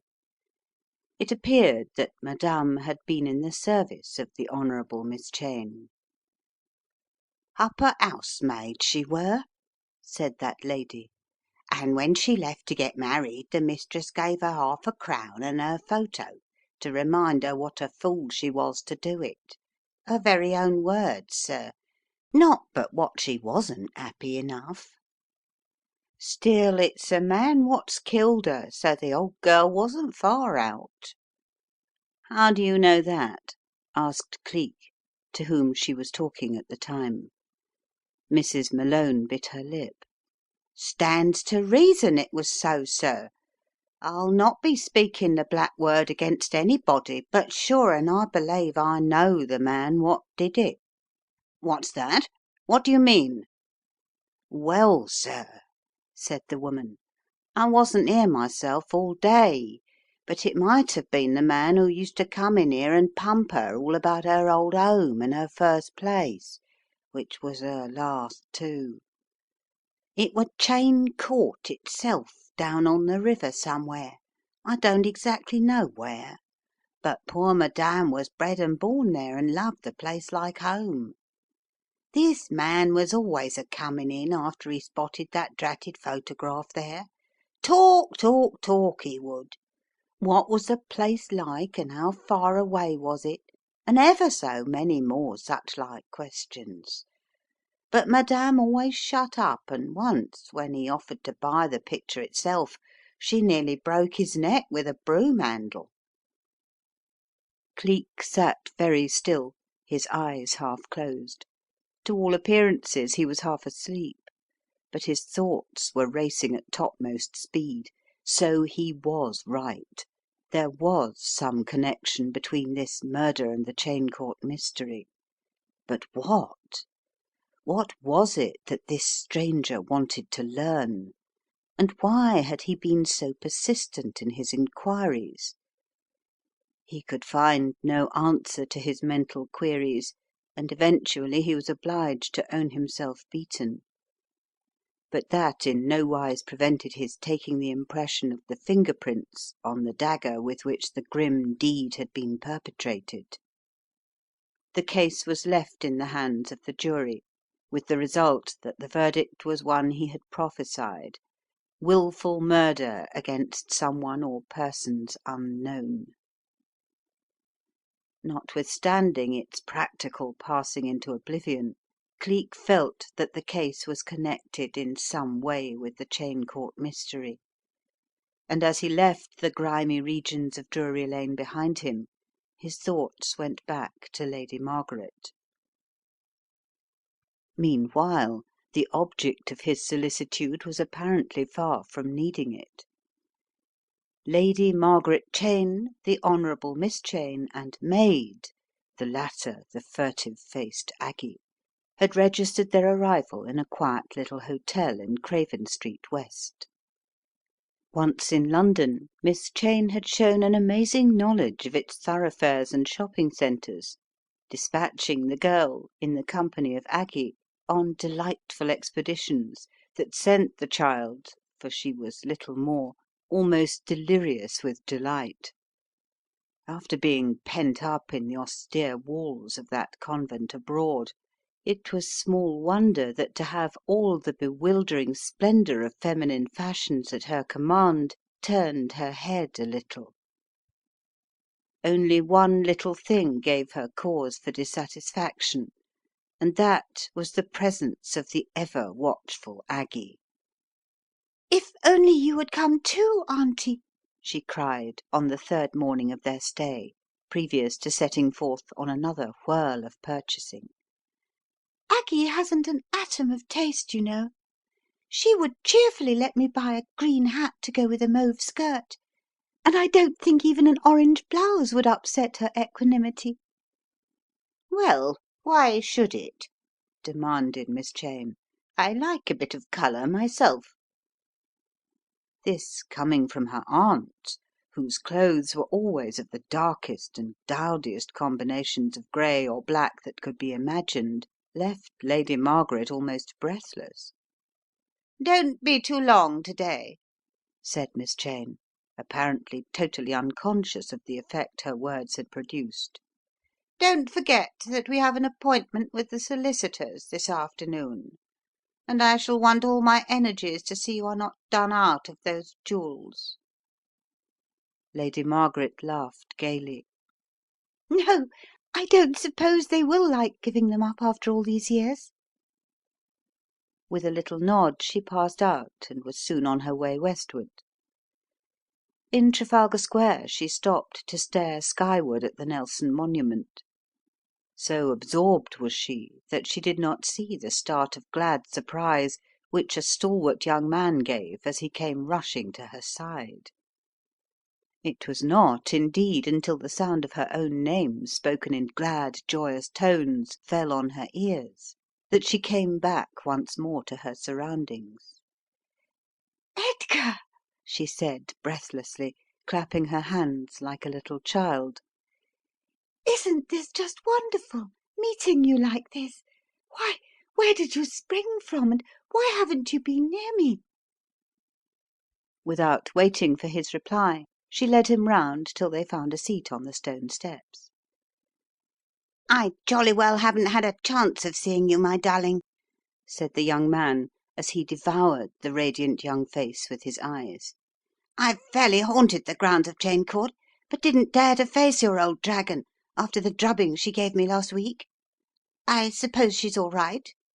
he asked, a little irrelevantly. Lady Margaret looked at him in surprise.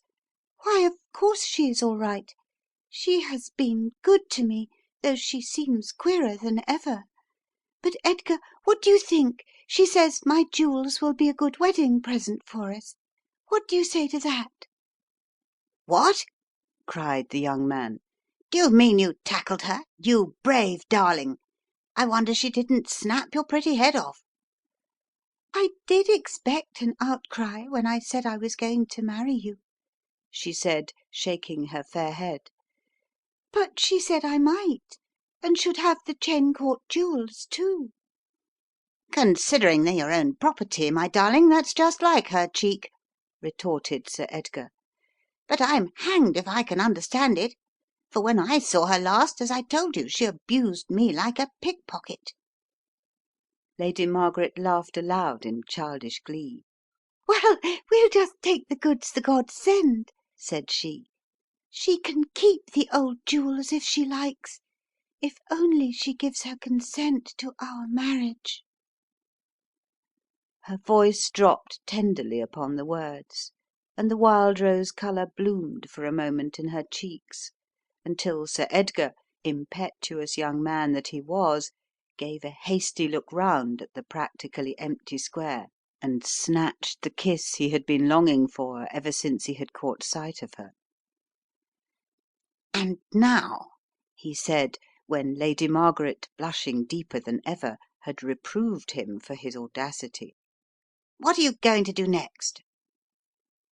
"Go back to the hotel, Maxwell's, in Craven Street, and get ready for those horrid old lawyers," she responded, laughing, as she surveyed Aggie's broad figure some distance away. "Auntie won't rest till she gets those precious jewels home." "Jove, Meg, darling, but you don't mean to tell me you're going to be mad enough to take the Cheyne jewels back to that old rookery of a place?" exclaimed Sir Edgar. "It does seem a bit of a risk," she admitted, "but Auntie is keen on it, and I don't care so long as she lets me see you. I really must go now, Edgar. I shall have to go right back instead of shopping." "I'm coming with you," Sir Edgar said, jumping to his feet. "I won't let you out of my sight if I can help it." "But you must.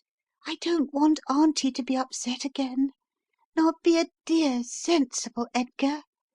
See, here is Aggie.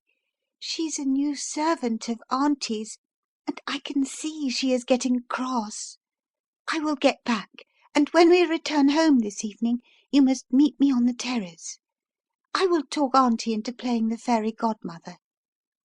There was no gainsaying the wisdom of this line of reasoning, and unwillingly enough the ardent young lover watched the figure of the girl he loved run lightly across the great square and vanish with a parting wave in the whirl of the Strand. Meanwhile, Lady Margaret, back at the hotel, lost no time in acquainting her aunt of this chance encounter with her lover.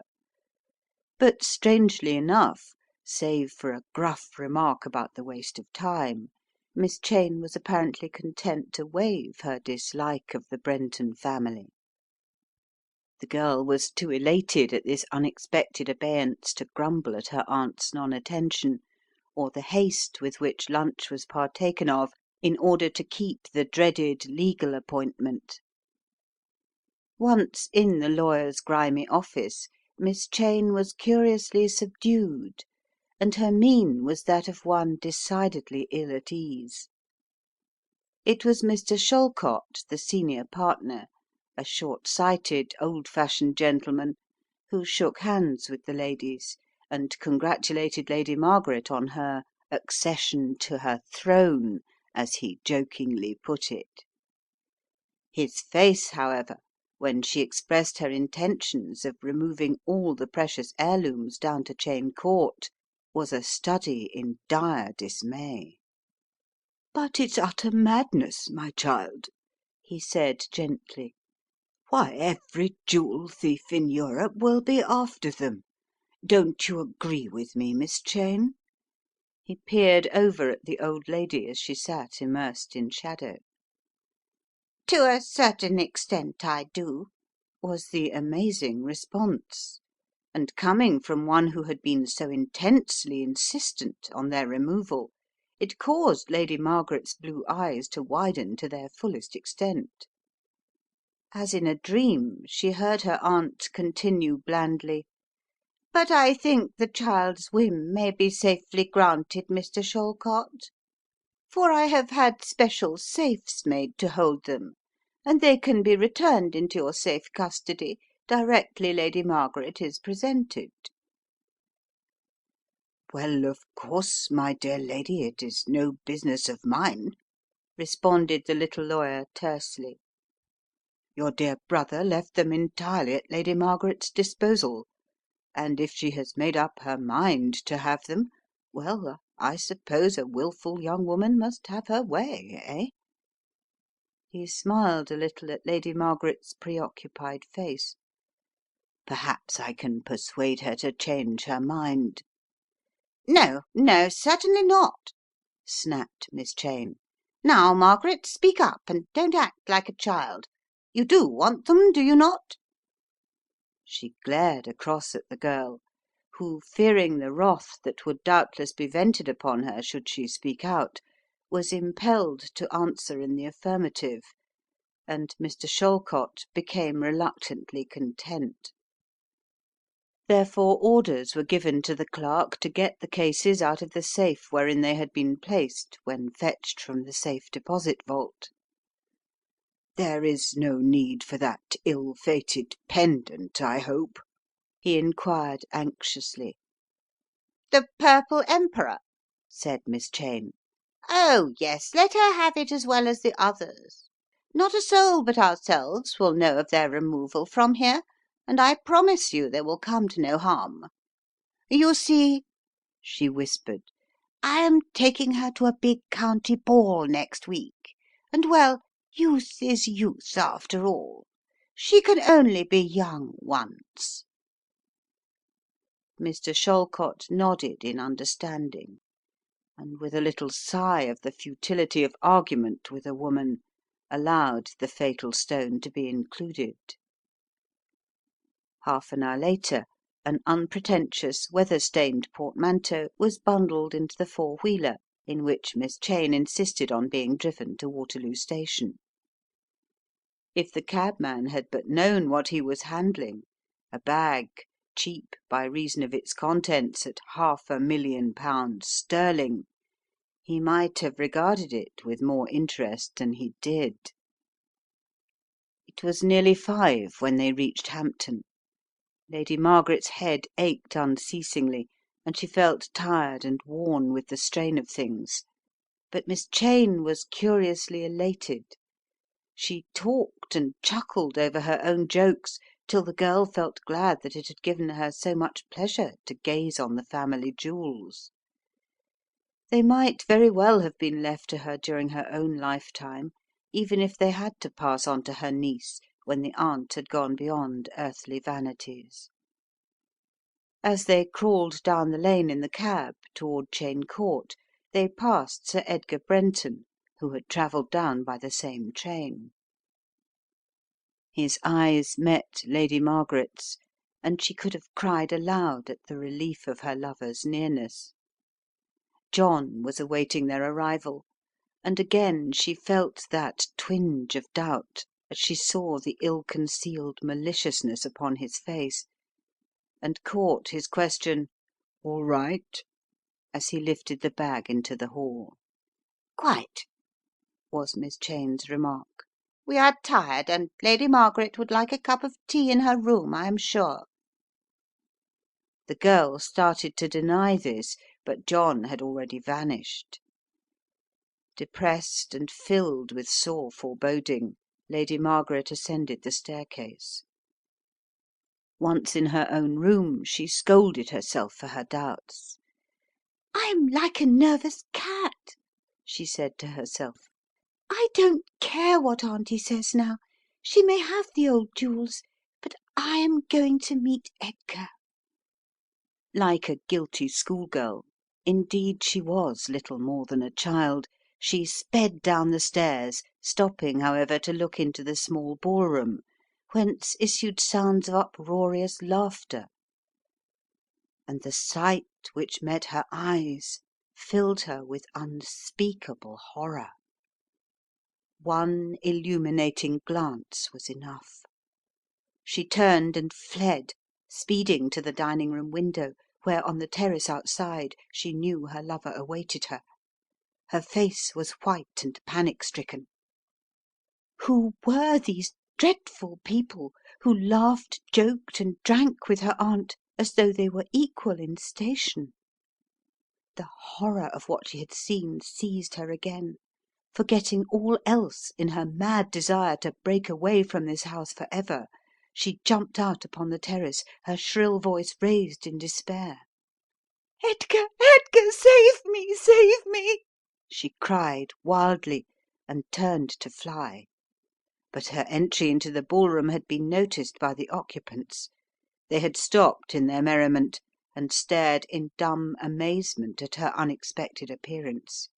Like a flash they were upon her heels out on the terrace, and Sir Edgar himself, startled by the sudden turn of events, was only just in time to see the figure of the woman he loved struggling in the arms of a servant before she was dragged back and lost to his view. His furious assault on the glass took him into the room, but there he was only to find a closed and locked door. End of chapter 7.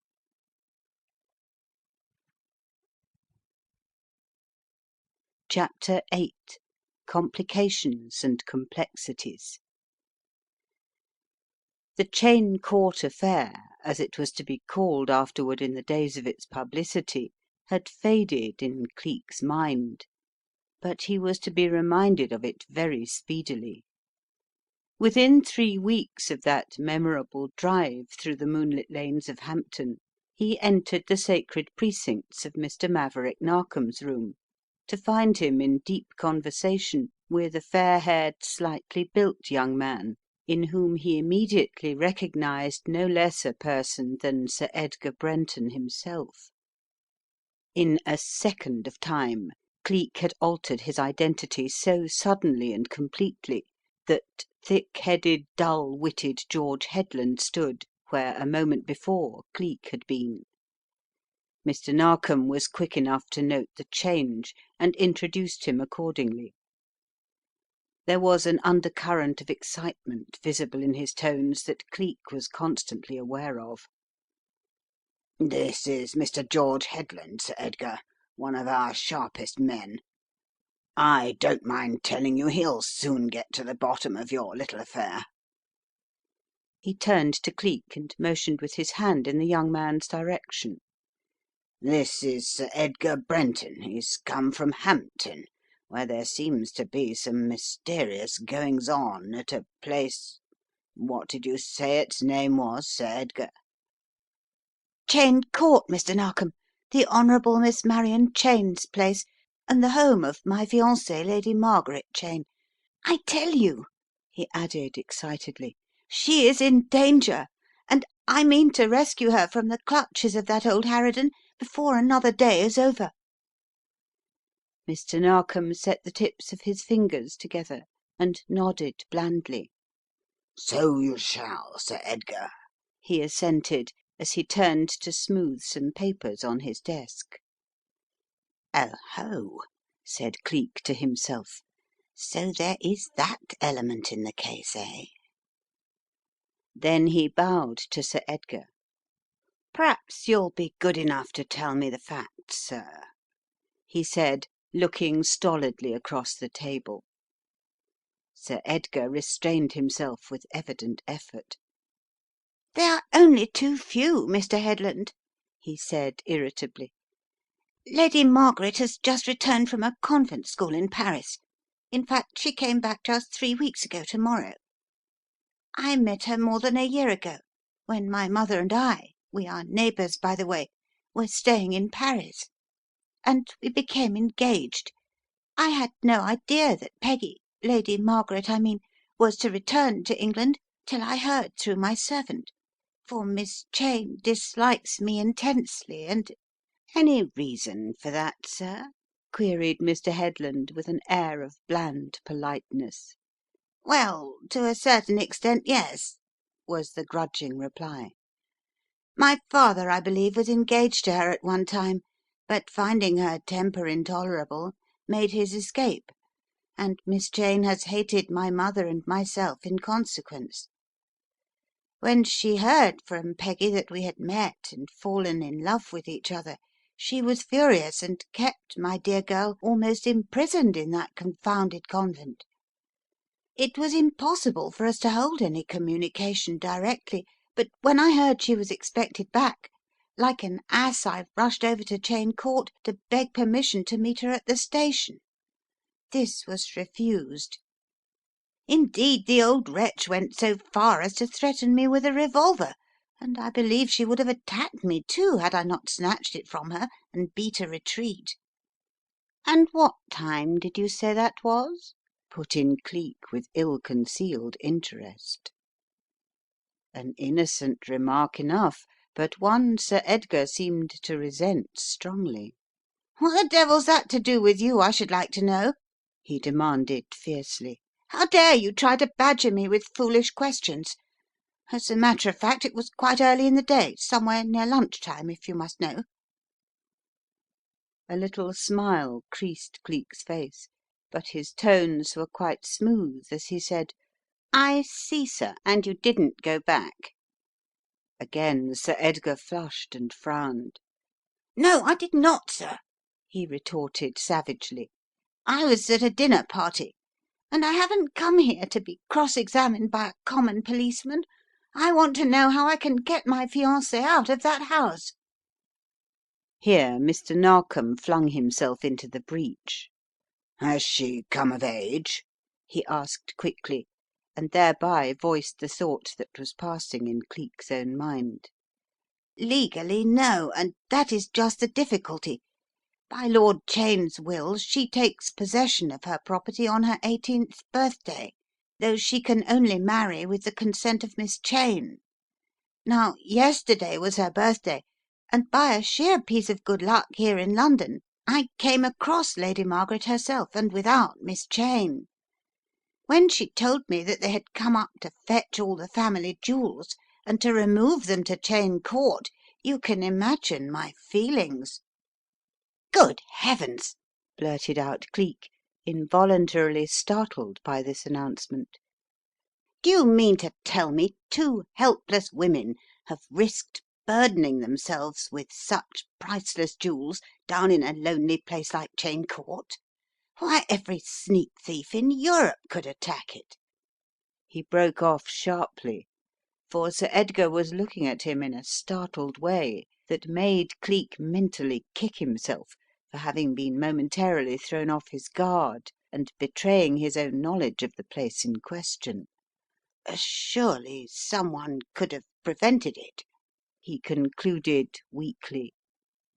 "No, that is just what they could not do," responded Sir Edgar. "I saw the family lawyer, but he told me that Peggy has the right to do what she likes with her own fortune, the only thing Lord Cheyne had to leave her, but I certainly agree with Mr. Shallcott that it was at that old harridan of an aunt's instigation." "What made him think that?" Cleek asked. Sir Edgar frowned. "Mr. Shallcott couldn't define it," he responded, "only he felt that if he had seen her alone he could have persuaded her to have left them, or at least the bulk of them, in safety, especially the very valuable pendant." "Not the Purple Emperor!" blurted out Cleek.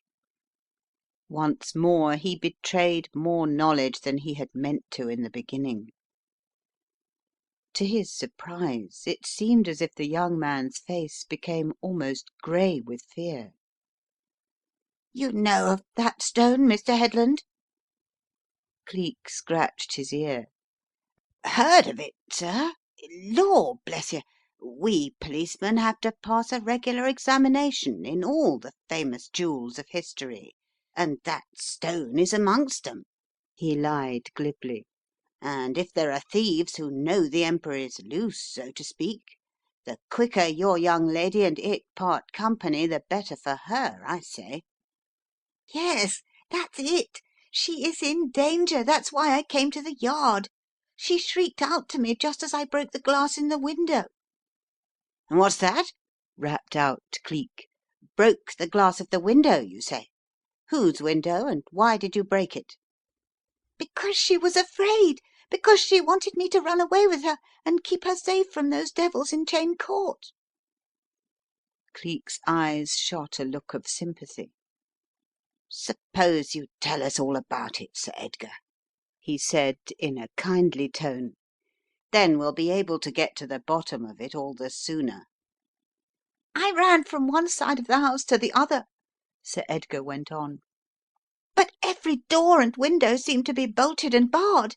At last I smashed in the dining room door with a spade I found outside and rushed through the house, but it was absolutely empty."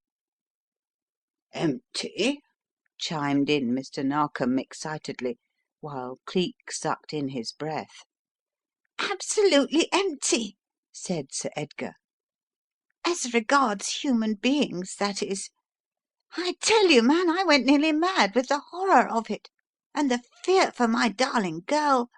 There was not a sign, no trap doors or panels, nothing, and I simply had to give up in the dark, and now I want your help. By heaven, they shall suffer if a hair of that angel's head is so much as touched, the devils! I don't care if Miss Cheyne is killed, she deserves it, but Peggy—" He broke down, turning his haggard face in his hands, and his shoulders shook spasmodically. A brief moment and Sir Edgar pulled himself together with a jerk. "Sorry," he gulped apologetically. "Made an ass of myself. But you can't think what a night I've spent." "That's all right, sir," said Mr. Headland, "but I don't think as there's anything to be done till me and my mates come down and have a peep at the place. That's about it, don't you think so, sir?" He turned to Mr. Narkom, who, though puzzled by Cleek's strange aloofness, still knew his methods too well to do anything else but agree with him. "Certainly, Headland," he returned. "We'll go down to Hampton as quickly as you like." "I think it would be best for the young gentleman to get back to Hampton first, and we'll come down and look round casual like," said Mr. George Headland in an off hand manner. "10 chances to 1 but what the young lady's tied up in one of the upper rooms, don't you know." "Now, I never thought of that," threw in Sir Edgar quickly. Yes, you're right. I will get back and leave it in your hands." "And you may safely do so," said Mr. Narkom, shaking the young man's hand sympathetically as he took his departure. "What do you think about it, Cleek?" he cried excitedly when the door had closed. "Think? I think a good many things, my dear fellow," retorted that gentleman serenely. "And one of them is, why didn't Sir Edgar break the dining room door down at once before he made that fruitless rush around the house? He might have known that the doors would be locked at evening time." "I never thought of that," said Mr. Narkom. "Still, I don't see what that has to do with it. You are not insinuating that the man would harm his own sweetheart? Where is the incentive?" "The Purple Emperor might be, or its value," was the reply. "Mind, I am not saying it is so, but I would like to know the young gentleman's financial status. Secondly, I would like to know why he has made no effort to see the girl this past fortnight since she has been back. Don't forget I met him that night when a murder was committed at Cheyne Court, for I still hold that that woman was dead when I found her in the ballroom. And the young gentleman's story about a revolver which he snatched away from her in the afternoon is all tommy rot. The weapon was lying by her side when I saw her, and I'll take my oath there was a revolver in his own pocket when I lurched up against him in the lane. No, my friend, there are one or two points about Sir Edgar Brenton's tale that I should like to see cleared up satisfactorily, and I think I'll betake myself down to the Hampton Arms, where you can join me." Speaking, he gave a little friendly nod to Mr. Narkom, writhed his features into their semblance of the stolid policeman once more, and strode from the room. Once outside the portals of Scotland Yard, Cleek looked keenly around at the casual people who invariably appear to haunt the precincts of the law. There was the usual street loafer and errand boy, but half concealed by an abutting arch there stood the figure of a man, evidently on the watch for someone. Cleek, with his usual caution, slouched past, then crossed so as to get a better view. For a second Cleek paused, then switching on his heel, turned and walked back, past the watcher once more, and into Scotland Yard. That the man outside was waiting for someone to come out was obvious, but for whom? Cleek gave vent to a little laugh.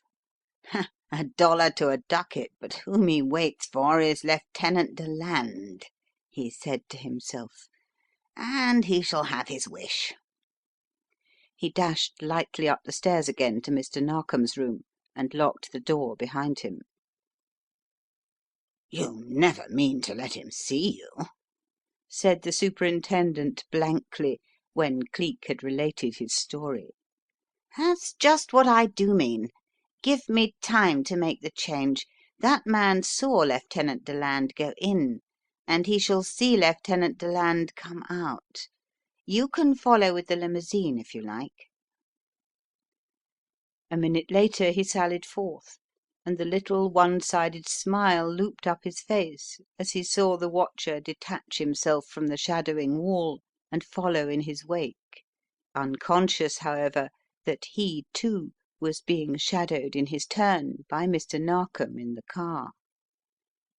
It was not until they emerged upon the open embankment that Cleek turned to see his pursuer. To his supreme astonishment the man had disappeared.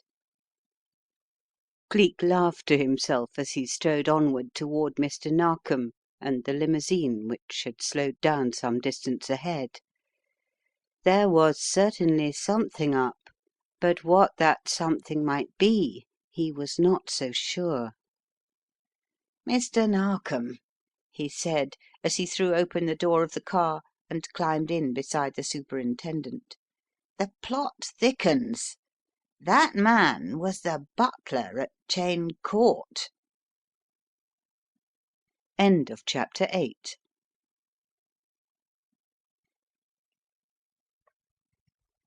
Chapter 9. The House with the Shuttered Windows. Cleek, accompanied by the faithful Dollops, did go down to Hampton that very day, and put up as arranged at the Hampton Arms. He travelled as Mr. George Headland, a commercial traveller for beer from London, with an inveterate taste for gossip. He speedily learned that since the return of Lady Margaret to Cheyne Court the house had been shut up worse than ever, for hardly anybody had seen Miss Cheyne, and no one would go near the estate because of the noise. "What noise?" Cleek's ears pricked up. "A queer moaning noise, sir. It fair beats me to describe it, but it just lifts the hair off your head. You go down the lane past the gates one dark night and hear that sound, I'll wager you'd make for the railway station as fast as your legs could carry you." Now what can that noise be?" Cleek mused. "An old trick to frighten away the superstitious peasants? Old as the hills, that is. I'll hear that noise for myself before I'm many hours older, or I've lost my sense since the Vanishing Cracksman days." But it was not until the next day that his desire was granted, for Dollops, having been left to himself for a few hours, contrived to get a scratch meal.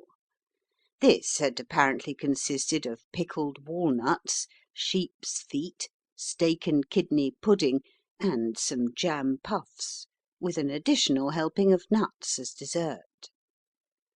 The effect of this startling combination may be imagined.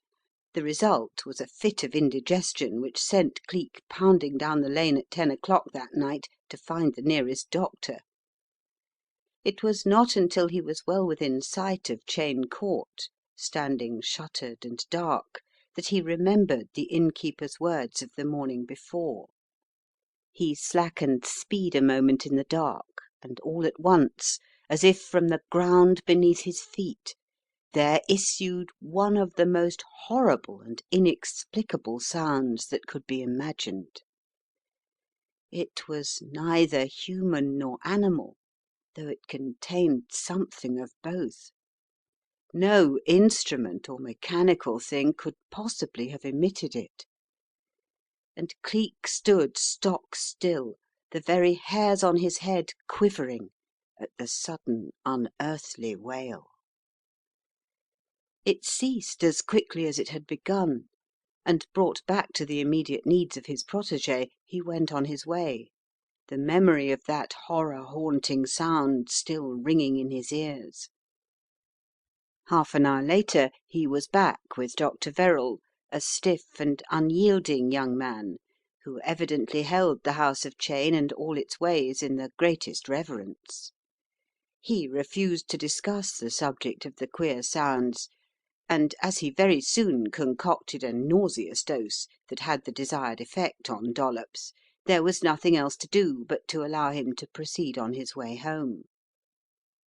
On the following day Mr. Narkom arrived at the Hampton Arms. The presence of the great inspector brought Mr. Roberts, bursting with pride to be allowed to speak on any terms with the great official. He clearly had no recollection of ever having seen Mr. George Headland before, and had anyone told him that he was in the presence of the very man who had fetched him on a wild goose chase that night nearly a month before, he would absolutely have refused to believe the evidence of his own senses. Mr. Narkom, however, listened to all he had to say on the subject of that escapade, and commended him for his promptness in obeying the summons. Another visitor came also to the little inn, and that was Sir Edgar Brenton. "I am thankful you've come," he said, addressing Mr. Narkom, though he had greeted Mr. Headland civilly beforehand. "I cannot fathom the mystery at all. I returned to Cheyne Court to make another attempt on the place, but found that the broken window is now barred and shuttered. So there is evidently still someone in the place. Don't you think you could take the law into your own hands and force an entry? Mr. Narkom, when I think that my dear girl may be kept there a prisoner, I go nearly mad with terror of what they may do to her, the devils!" Mr. Narkom nodded sympathetically and stole a side glance at Cleek's impassive face. "I don't doubt it, Sir Edgar," he replied. "but it's a dangerous thing to break into a house, you know. Still, there is the excuse of a forcible abduction of the young lady, perhaps, and if it is Miss Cheyne who is at the bottom of it, I don't mind trying to bluff her about burglars being in the neighbourhood, etc. We could say how unsafe it was with those jewels about." He looked across at his ally for approval, and Cleek, with a little smile hovering round his lips, nodded.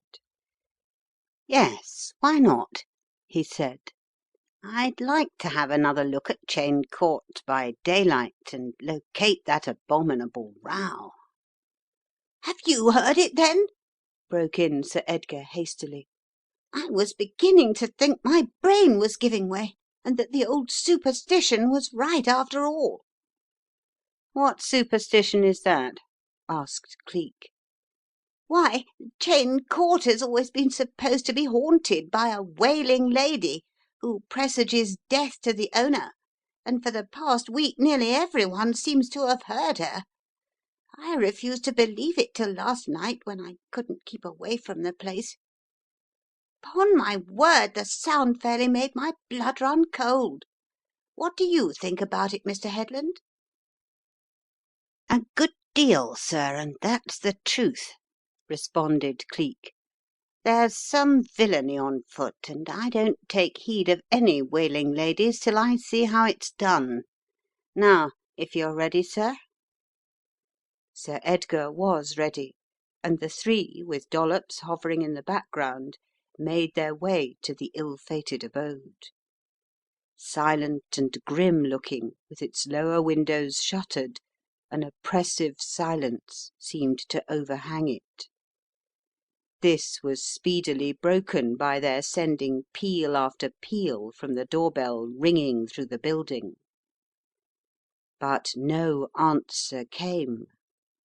There was no sound of approaching footsteps, and Sir Edgar, pale and despairing, stepped back into the gravelled path and gazed up into the windows. As he did so, he gave a cry and pointed upward. Cleek and Narkom sprang to his side just in time to see the wrinkled and malevolent face of Miss Cheyne looking down on them. That she was bitterly angry they could see, for though they could only guess at the stream of invective pouring from her shaking lips, a frenzied fist shaken in their direction warned them that any liberties taken with her abode would be bitterly resented. She disappeared suddenly from view, and Sir Edgar turned upon his companions. "Help me break the door down!" he cried, forgetting all caution. "My dear girl is in there with that harridan, who has perhaps killed her for the sake of those accursed jewels. Some women would sell their very soul for diamonds, and she is one of them." Cleek pursed up his lips and gave forth a low whistle. "That's a fact," he assented. "Let's try the back." Recognizing that at least one emissary of the law was on his side, Sir Edgar darted along the terrace and on his way to the rear of the house. All the windows were shuttered and barred, but a handy brick smashed the glass of one, and their combined assaults on the time-worn shutters behind soon gave them an entry. Cleek left Dollops on guard outside. "Don't let a single person escape, Dollops," he said. "Whistle if anybody attempts to come out, but don't let them go." "Right o, Governor!" was the cheerful answer. "Don't you worrit. I'll put some of my tickled tootsies along here as I follows you, and it'll be a downy old bird what escapes me and them as well, what?" Cleek smiled approvingly and followed his two companions into the house, perfectly content to leave the care of the outside to Dollops. Already he could hear Sir Edgar impetuously racing from floor to floor, making the oak rafters ring with Lady Margaret's name, but no sight or sound of her rewarded his efforts. Mr. Narkom, pulling down shutter after shutter, let in the gorgeous light of day, but it was soon evident that the house was empty. Neither servants nor mistress rewarded their search.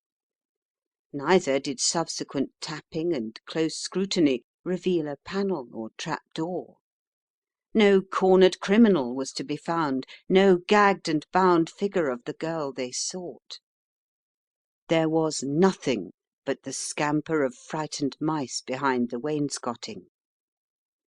Miss Cheyne had disappeared before their very eyes, mysteriously, inexplicably, but disappeared nevertheless.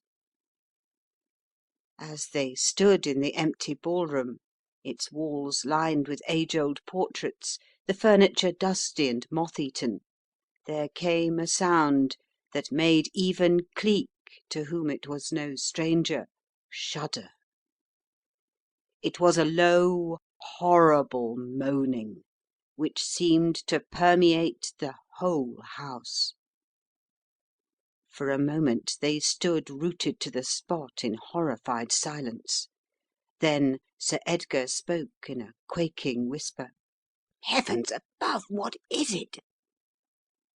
Nobody answered him, for it was a question impossible to answer.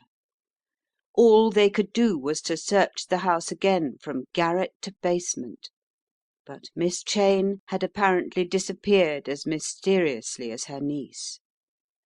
Whether by her own will or not, it was impossible to say. Back once more on the terrace, they were compelled to own themselves beaten, and Cleek and Mr. Narkom looked at one another in sympathetic dismay at this setback to their plans.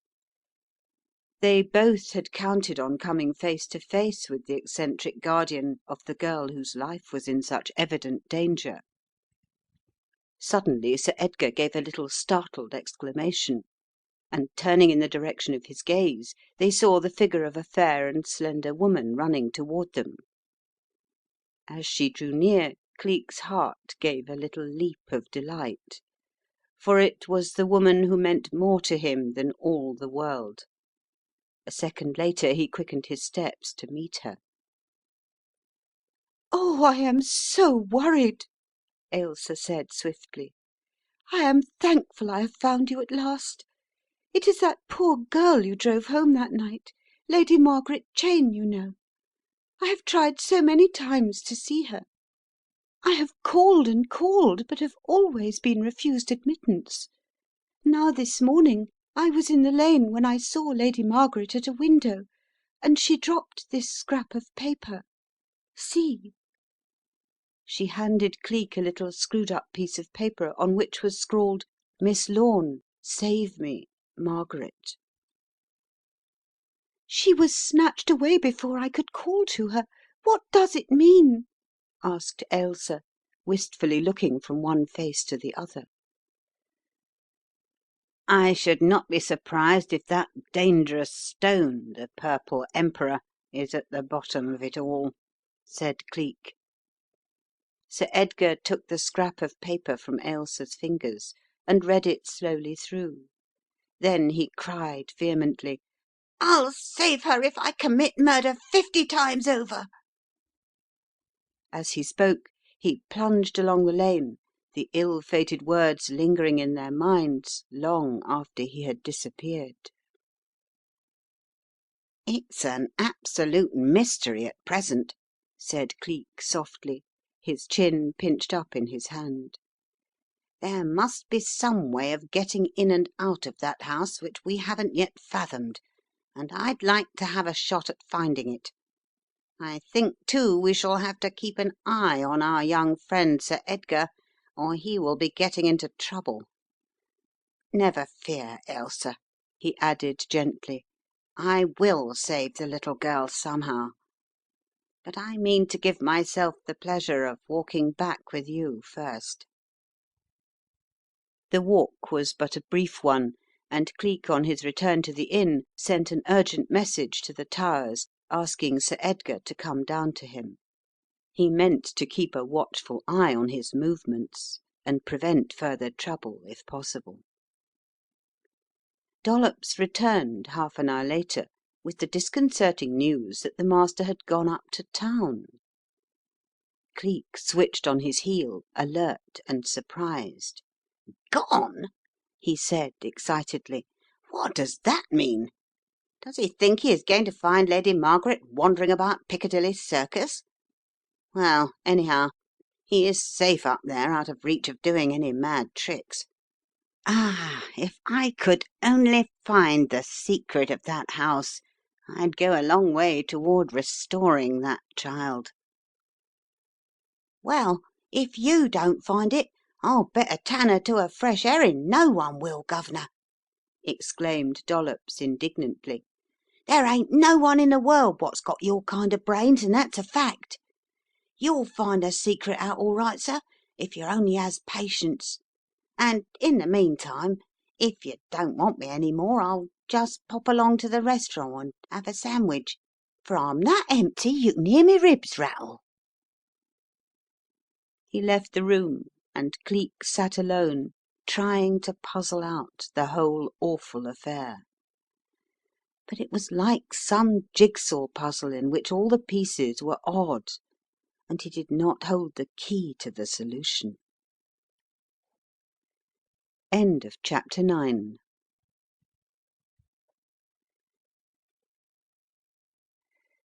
X. A Shot in the Dark. The case was one that fascinated Cleek, and as it seemed absolutely certain that Sir Edgar would not venture back within the precincts of home that night, both he and Mr. Narkom prepared to make another investigation of Cheyne Court. Constable Roberts and Dollops were patrolling the forked lanes, and thanks to the latter's supply of tickle tootsies, as he persisted in terming them, and which were really an ingenious invention of his own consisting of slabs of brown paper well smothered with molasses, there was no fear of anyone being able to approach without being seen. A brisk 2 minutes' walk brought them to the picturesque house with its ivy-wrapped walls, dark Gothic windows, and quaintly carved chimney pots. A medieval appearance was strengthened by a deep moat, long since dried up, but which gave it the air of an old world castle. A ruined drawbridge completed the resemblance, though the actual date of its erection was certainly not in the bygone ages. Cleek and Mr. Narkom had hardly approached the western side, where Constable Roberts had been stationed on guard, when that official came rushing toward them, breathing hard with excitement, his eyes nearly starting from his head. "A shot, sir," he gasped. "As true as I'm here I heard a shot fired from somewhere, and a man rushed by me in the lane down there, waving his arms widely, and then he vanished." "Couldn't you catch a glimpse of him?" rapped out Cleek briskly. "What was he, a labourer, gentleman, or what?" "Couldn't say, sir.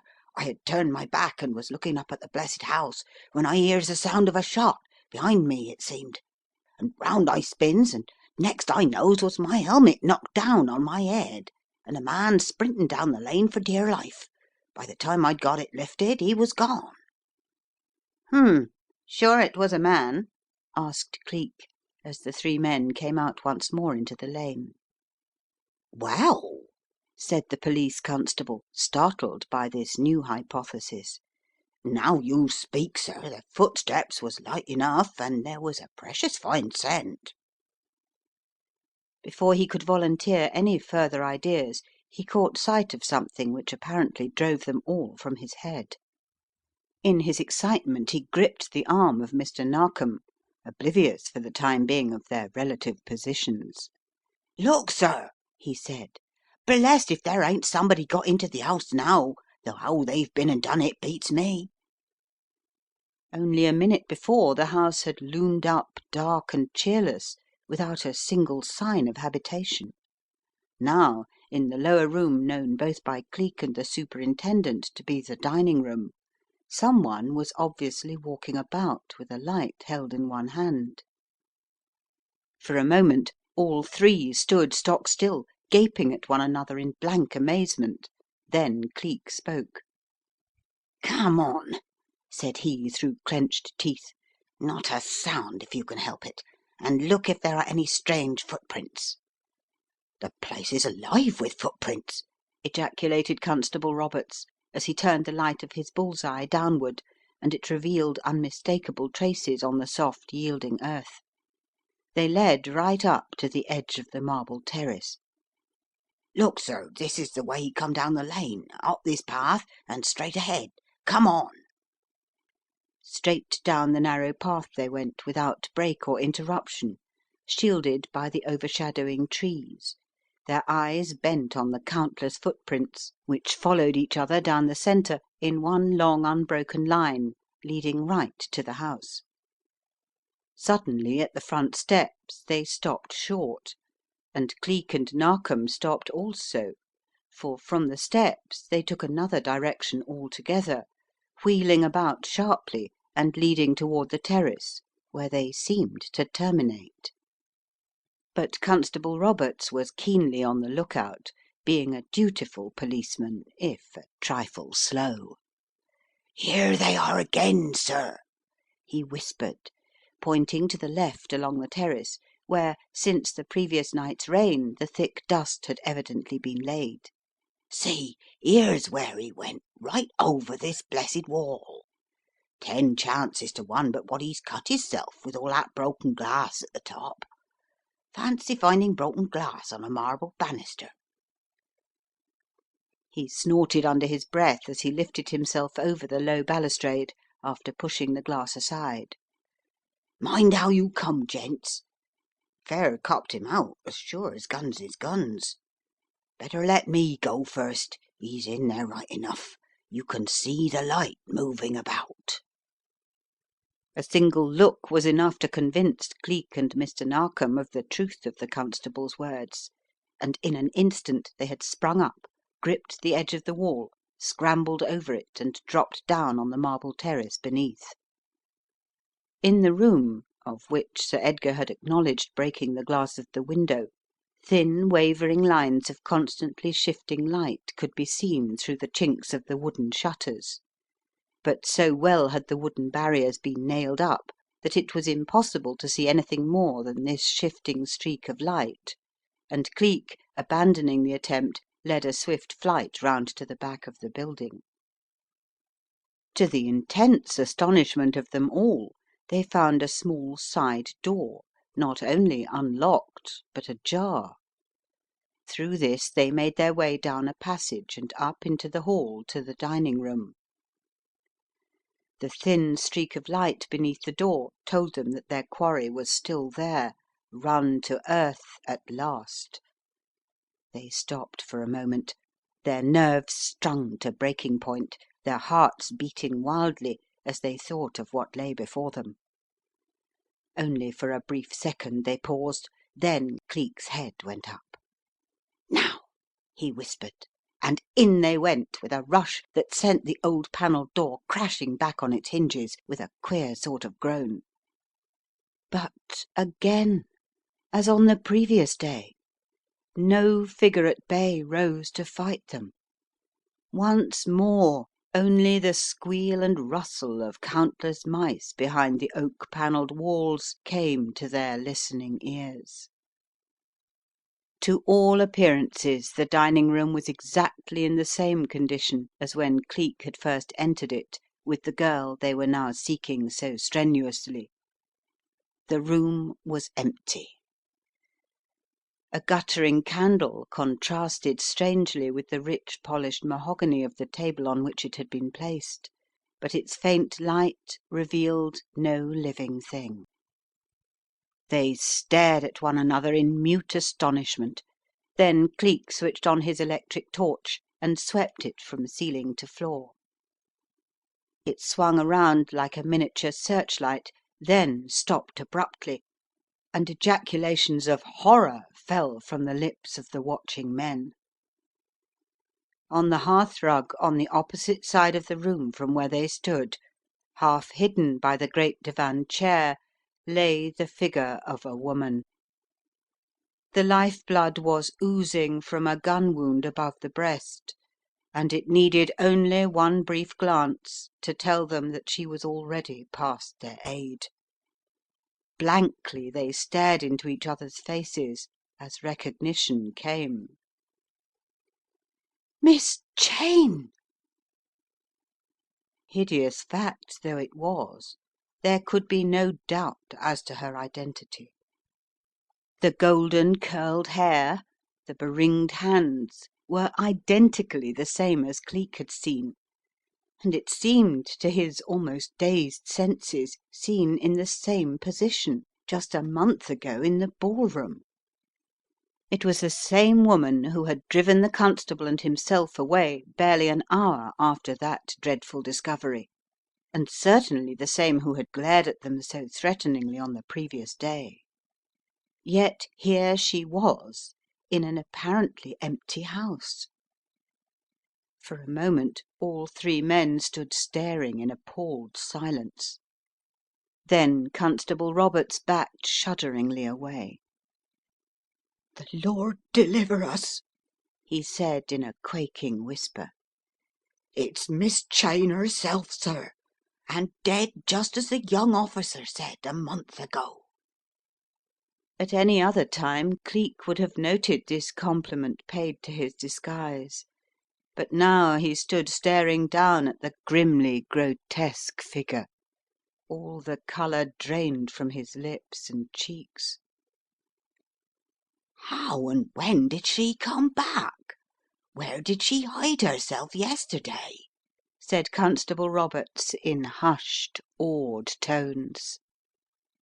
Nobody answered him. Nobody seemed to have heard. For Cleek and Mr. Narkom the discovery threatened to possess an even more tragic importance. In the finding of this woman shot to the heart, they recognized that the deed threatened by Sir Edgar Brenton but a few short hours ago had now indeed been committed.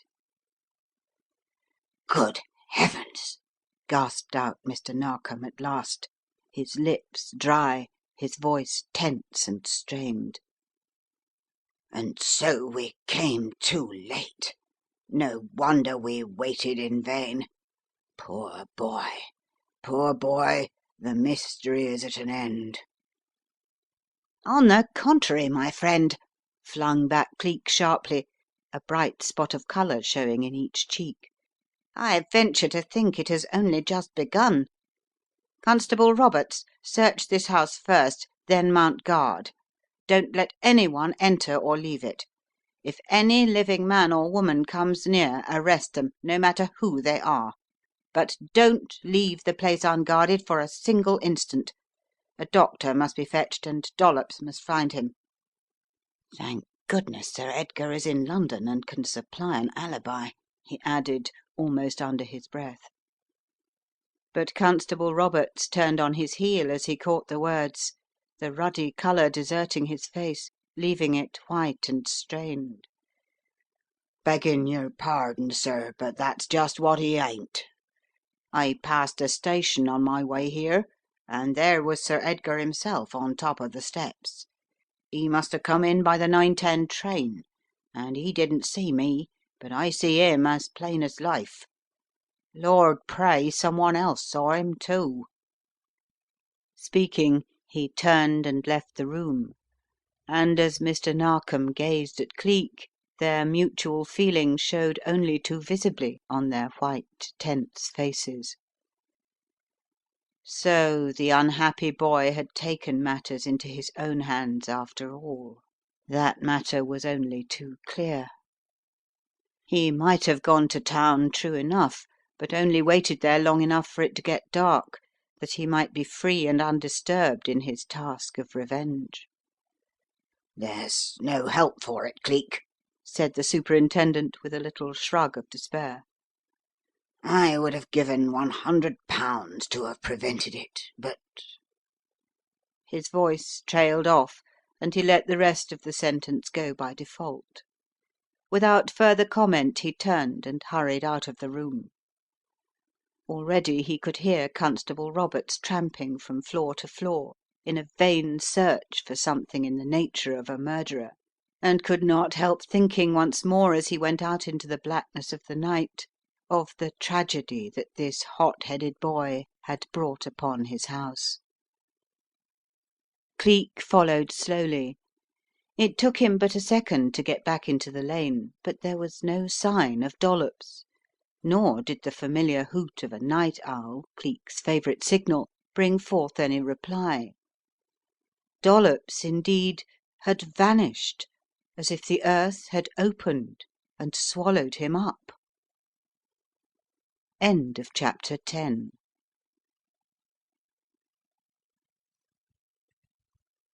Chapter 11. A Terrible Discovery. Meanwhile, Dollops, obedient to Cleek's behest, had been patrolling round Cheyne Court, and was getting exceedingly tired of that proceeding. He had been 2 or 3 times round the building when he saw the figure of Constable Roberts travelling swiftly away from the house, but receiving no signal, like the faithful watchdog he was, he remained at his post, facing the back of the house. 5 minutes passed, and there was no sound of any kind save the rustling of the branches swayed by the wind, and the soft drip of moisture from the trees. Still he stood there, watchful, keen, with every nerve alert for sight or sound. 5 minutes became 10, 15, 20, then, of a sudden, Dollops' nerves gave a sort of jump, and a swift prickle flashed down through the soft down of hair upon his neck. For a sound had come at last, a quick grating sound as of a window being opened. He stood on tiptoe and flashed the light of his latest and most treasured possession, a powerful electric torch, all round him. As the light streamed forth and he flung a shifting circle before him, there moved across it the figure of a woman clad in scarlet, her hair floating over her shoulders, and over the intervening space there stole a strange sweet smell of jasmine. A woman here, at this hour, and under such strange circumstances! The thing was so startling that it was little wonder Dollops stood as if turned to stone. She was gone so soon, just glimmering across the circle of light, and then vanishing into the darkness as suddenly as she had appeared, that for a brief second he lost his nerve, believing that he had seen the apparition said by the superstitious villagers to haunt the grounds.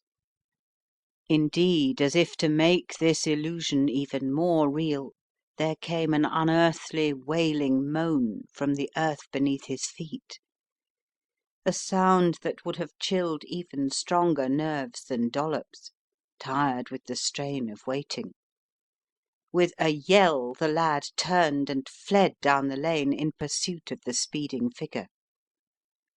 At the end of the path, however, winded and spent, he stopped short, and as his eyes pierced the gloom in search of his prey, for the second time that night his limbs shook beneath him. Looking in all directions he had turned back and had caught a glimpse of the windows of Cheyne Court. Here he saw a sight that caused his strained nerves to tremble like live wires. Something was happening in the old house at last. Over the low-lying porch, half covered with ivy, was a great landing window, one of those which had been kept religiously closed, but was now wide open, and on the sill of it there appeared the startlingly clear figure of a woman. She was young, fair-haired, and clad in white, with a gold lace scarf round her head. Lightly and cautiously she balanced herself on the sill, and as lightly let herself down till she reached the ground. But the terrible sound of a few minutes before had startled others besides poor Dollops. Mr. Narkom, unable to find him, had returned to Cleek, whereupon Constable Roberts, who had found the house empty as regards any human being, had been duly dispatched to the village in the opposite direction to find Dr. Verrall. Left to themselves once more, Cleek and Mr. Narkom proceeded to investigate. The constable had been gone about 10 minutes or so when the sound of that unearthly wail caused both men to falter in their work. "What in heaven's name is it? Supernatural or human?" exclaimed the Superintendent. "Neither," rapped out Cleek. "I'll look into that next, but at present He threw up his head and sniffed violently at the air. "Yes, it's as I thought. That woman's been here again." Switching on his heel, he walked over to the dead woman, made a thorough examination, and the queer little smile fluttered for a moment up his cheek. Suddenly he bent down and sniffed at her dress, the lace ruffles on her sleeves, even the dead finger tips, all of which he subjected also to the closest scrutiny. Suddenly, too, he rose to his feet and stood looking down, first at the body itself, and then at a little shining object that lay nearby. He said musingly. "As I thought. Two people at least, and one of them a woman at that." "Cleek, my dear fellow," murmured Mr. Narkom, who had at last succeeded in lighting a couple of lamps and some wax candles which made the room a little less gloomy. "The scent first," flung back that gentleman quickly. "The place reeks of huile de jasmin, while this," he pointed to the silent figure, "is a speaking witness even though dead." A grim smile flickered over his mobile features as he stood, his lower lip sucked in, his chin pinched hard between his finger and thumb. "If there isn't a very great surprise in store for the good people of Hampton shortly, I'll miss my guess." "Cleek," Mr. Narkom was in a very tremor of excitement. "you have discovered something. Tell me, what is it?" "All in good time, my dear friend. Remember the old proverb, 'Set a thief to catch a thief'? We'll see what our good friend Dr. Verrall has to say, and if I am not mistaken, here he comes." And come he did, for a sound of voices and hurried footsteps introduced him to their presence. "What is this?" said Dr. Verrall to the Superintendent, whose identity had evidently been impressed on him by Roberts, who hovered obsequiously in the background. Of Cleek he took no notice, having apparently taken an unaccountable dislike to the man who had tried so hard to pump him on the excuse of a servant's fit of indigestion but a night or two ago. "What is this the man tells me? Miss Cheyne, the Honourable Miss Cheyne," he corrected himself, as if the dead lady herself had reproved him for thus forgetting her title, "has been murdered? It is impossible." "Not so impossible," interposed Cleek smoothly, his eyes narrowing down to mere slits as he noted the doctor's white face and unconsciously trembling fingers, "as not to be the actual fact, Doctor." He made mental comment of the doctor's agitation. It was strange to find the man so upset over the death of an eccentric stranger, even if she had been a patient of his. And how was it he was so quickly on the spot? Aloud, however, he continued blandly, "She has been murdered some time, too, Doctor." With a little cry of horror Dr. Verrall passed to the body and bent over it for a minute. He said meditatingly. "Dead, but within a couple of hours, I should say." But Mr. Narkom struck in upon him. "Impossible! said he involuntarily, looking over at Cleek. Why, we heard the shot, you and I, not half an hour ago." "The doctor is quite right, Mr. Narkom," Cleek replied, an undercurrent of mockery in his voice.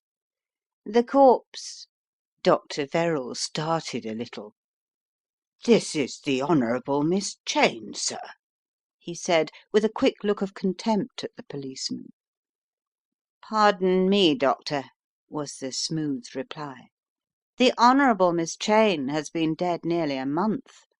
I said she had been dead a long time.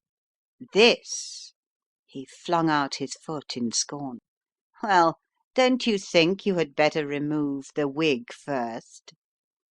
"What do you mean?" gasped the Superintendent. Then, without waiting for a reply, he bent down and touched almost fearfully the mass of golden hair. It moved under his fingers and with one twitch came away in his shaking hand, revealing the sleek, close cropped head of a man, of which the particularly noticeable feature was a narrow, sloping forehead. A sudden smile looped up the corner of Cleek's mouth as he turned to the astonished group about him with a little theatrical gesture. There was a sort of triumph in his eyes. "As I thought," he said. He turned suddenly round on the horrified constable, his voice and features those of the young Lieutenant Deland.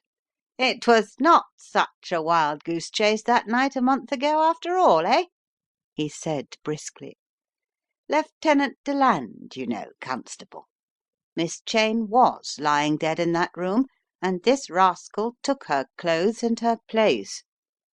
Heaven help that poor girl," he added gravely, while both Mr. Narkom and the constable gazed from him to the grotesque figure, almost dazed by the sudden turn of events.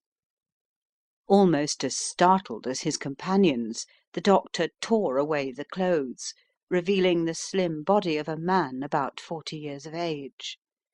Revealing, too, something that caused Mr. Narkom to lay a shaking hand upon Cleek's arm. "You see what that is, don't you?" he gasped. "Look at his arm. It bears the sign of the pentacle. He's a member of the gang, at any rate." Cleek stood still a moment, thinking. "Yes," Cleek replied in a low voice, "the Purple Emperor has much to answer for." "There is something clenched in his hand," said the doctor, who had proceeded with his task. "Bring the light nearer, please." As the stiff ringed fingers were bent back, a little glittering fragment was displayed. Cleek grasped it and, twitching back his head, sniffed violently 2 or 3 times. The doctor started in amazement. "Good Lord, man," said he testily, "you can't tell who it belongs to by smelling it." "I'm not so sure of that," responded Cleek, smiling. "At any rate, find me the person who scents himself or herself with huile de jasmin, and you will be on the right road." "Huile de jasmin!" interjected the doctor suddenly. "Huile de jas— no, no, it is not possible. I will not believe that." He had risen to his feet and was gazing across at Cleek, his face drawn and white. "You know someone who uses that scent?" said Cleek quietly. "Come, doctor, in her interests, clear the ground first of all. Do not delay matters. There may be nothing in it, but " His tones were fraught with significance, and the other man realized their value. "I have known Miss Jennifer Wynne to use it. She is very fond of the scent," he said grudgingly. "But that does not mean she had anything to do with this." He pointed to the floor. It is rarely that a woman fires a revolver, and as this wound has clearly been caused by this weapon here, the first thing we have to do is to find the owner of it." "True," said Cleek quietly, bending as he spoke and pulling the dead man's lips down. "Unfortunately for that theory, my dear doctor, though the man has undoubtedly been shot, he was dead before ever that bullet reached him, killed with prussic acid. See, here are the remnants of a little pellet, and I rather fancy if you have it analysed you will find it consists of nearly pure solidified prussic acid. Then again look at the neck. There are the marks of long, slender fingers, showing that someone must have grasped the man by the neck and forced the pellet into his mouth. Do you see?" The doctor did see, and stood frowning heavily at these signs so easily read by this stranger. Bending down again, he picked up the revolver which lay at the side. It bore an initial, that of the letter B. "Brenton," muttered Mr. Narkom almost involuntarily, seeing one more link in the chain of fatal evidence against Sir Edgar. "Good lud, Brenton!" Cleek apparently took no heed either of the remark or the revolver. "Come," he said suddenly, "we have had enough of this gruesome spot, and there is nothing to be learned from it. Let us lock it up and have a look at some of those interesting footprints outside." They had almost reached the outer gate when the silence was broken by a babble of angry voices, mingled with the sound of a scuffle, and there rang out the shrill tones of Dollops. "No, you don't, my beauty. I've copped you, and I'm going to keep you till my guv'nor's seen you. None of your larks now, none of your larks." End of chapter 11.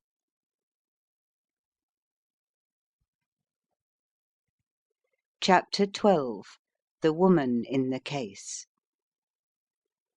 The distance between the door of Cheyne Court and the end of the lane whence the sounds appeared to issue was by no means a short one, but at the first sound of Dollops's voice the four men sped down the centre of the dark drive and round the corner, the bull's eye lantern of Constable Roberts sending a brilliant path of light before them.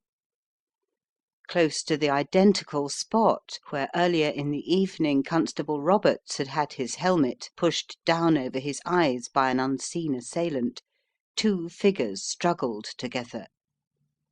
One was vainly endeavouring to free herself from the clutches of her captor, the other was intent on bringing her to the ground. Scattered all about were the drawings and paraphernalia with which Dollops had evidently been carrying out his usual proceedings. The light of the lantern and Cleek's electric torch revealed his prisoner to be a slim, fair-haired girl of about 23, clad in a soft white gown now sadly soiled and torn by the rough usage she had undergone, while over her shoulders was hanging a crumpled but unmistakable gold scarf. It hardly needed the doctor's startled exclamation, "Jennifer!" to tell the detective that this was indeed the girl of whom he had spoken, for even from that distance there emanated the sweet fragrance of jasmine. There before him was the girl the host at the Hampton Arms had gossiped about, and who was a bitter rival of Lady Margaret Cheyne for the love of Sir Edgar Brenton. "Why, Doctor," she said bravely, "this is a lucky meeting. Who and what is this disgusting individual? I was just taking a little stroll when I was seized hold of and dragged along like a sack of coals or a criminal on the way to the police station." Cleek noted her voice and tone and stood watching her. He said nothing, however, merely removed the pressure of his thumb from the controlling button of his torch, slipped that useful article into his pocket, and busied himself with picking up Dollops' papers, on which he had obviously been taking measurements of footprints. "Here, you, whoever you are, just keep your hands off my papers," snapped Dollops, with a wink at the Superintendent, which passed unnoticed by that irate individual. "I say, Mr. Narkom, sir, don't let that new man take off my papers. And don't you be took in neither, sir," he added earnestly. "I didn't do the young person no harm, but she wasn't up to no good a creeping and watching in the dark." "Well, you can take it from me, sir," interposed Dr. Verrall heatedly, "this lady is a personal friend of mine, and had a perfect right to be strolling down the lane. She was probably on her way home from Lady Brenton's, were you not, Miss Wynne?" Yes, yes, that's just where I had been," the girl answered, her dark eyes flashing gratefully at the doctor. "but I refuse to say another word till you send away this enterprising youth who has bruised my arms nearly black and blue." "Certainly, Miss Wynne," said Mr. Narkom. "Dollops, get along back to the station." "But, sir, Mr. Narkom—" "Not another word. Do as I say." Dollops gave a swift glance at Cleek's impassive face, then sullenly picked up his papers, the bundle of famous tickle tootsies without which he never budged when on a case, and lounged away into the shadows of the trees. "We are anxious to get on with a very important task, Miss Jennifer," said the Superintendent. "A very horrible deed has been committed within the last few hours, and I and my friend and ally—" "Mr. George Headland," interjected that gentleman blandly. While appearing to have been absorbed in dispatching Dollops, Cleek had been quietly taking in every detail relative to the girl's appearance, and had decided off hand that he liked the look of her, despite her suspicious behaviour. She was just the type of womanhood that to connect with such a thing as murder was simply impossible. "Surely, Mr. Narkom, it is hardly necessary to explain if the details are already known. Perhaps Miss Jennifer had come down to learn any fresh news?" "That is just what I have done," she said gratefully, a note of agitation sounding in her rich voice despite an effort to keep it calm. "I was just going for a stroll. I had a splitting headache, and only a good walk in the open air ever does it any good. All at once I met Constable Roberts. I stopped him, and he told me dear Miss Cheyne had been murdered. Of course I did not want to be caught, and I was just trying to get back home when that young beggar set on me, mistaking me, I suppose, for an accomplice." "Well, it's very deplorable," put in Cleek mildly, "but you see, miss, he'd been told to arrest anybody who came along, and under the circumstances—" His voice trailed off into silence, and the rest of the sentence went by default. Miss Wynne nodded her head vigorously. "Yes, yes, I suppose so. Still, it has all been a mistake, and now I think I had better be going home. You will be suspecting me of the actual murder next." "Nonsense, Miss Jennifer.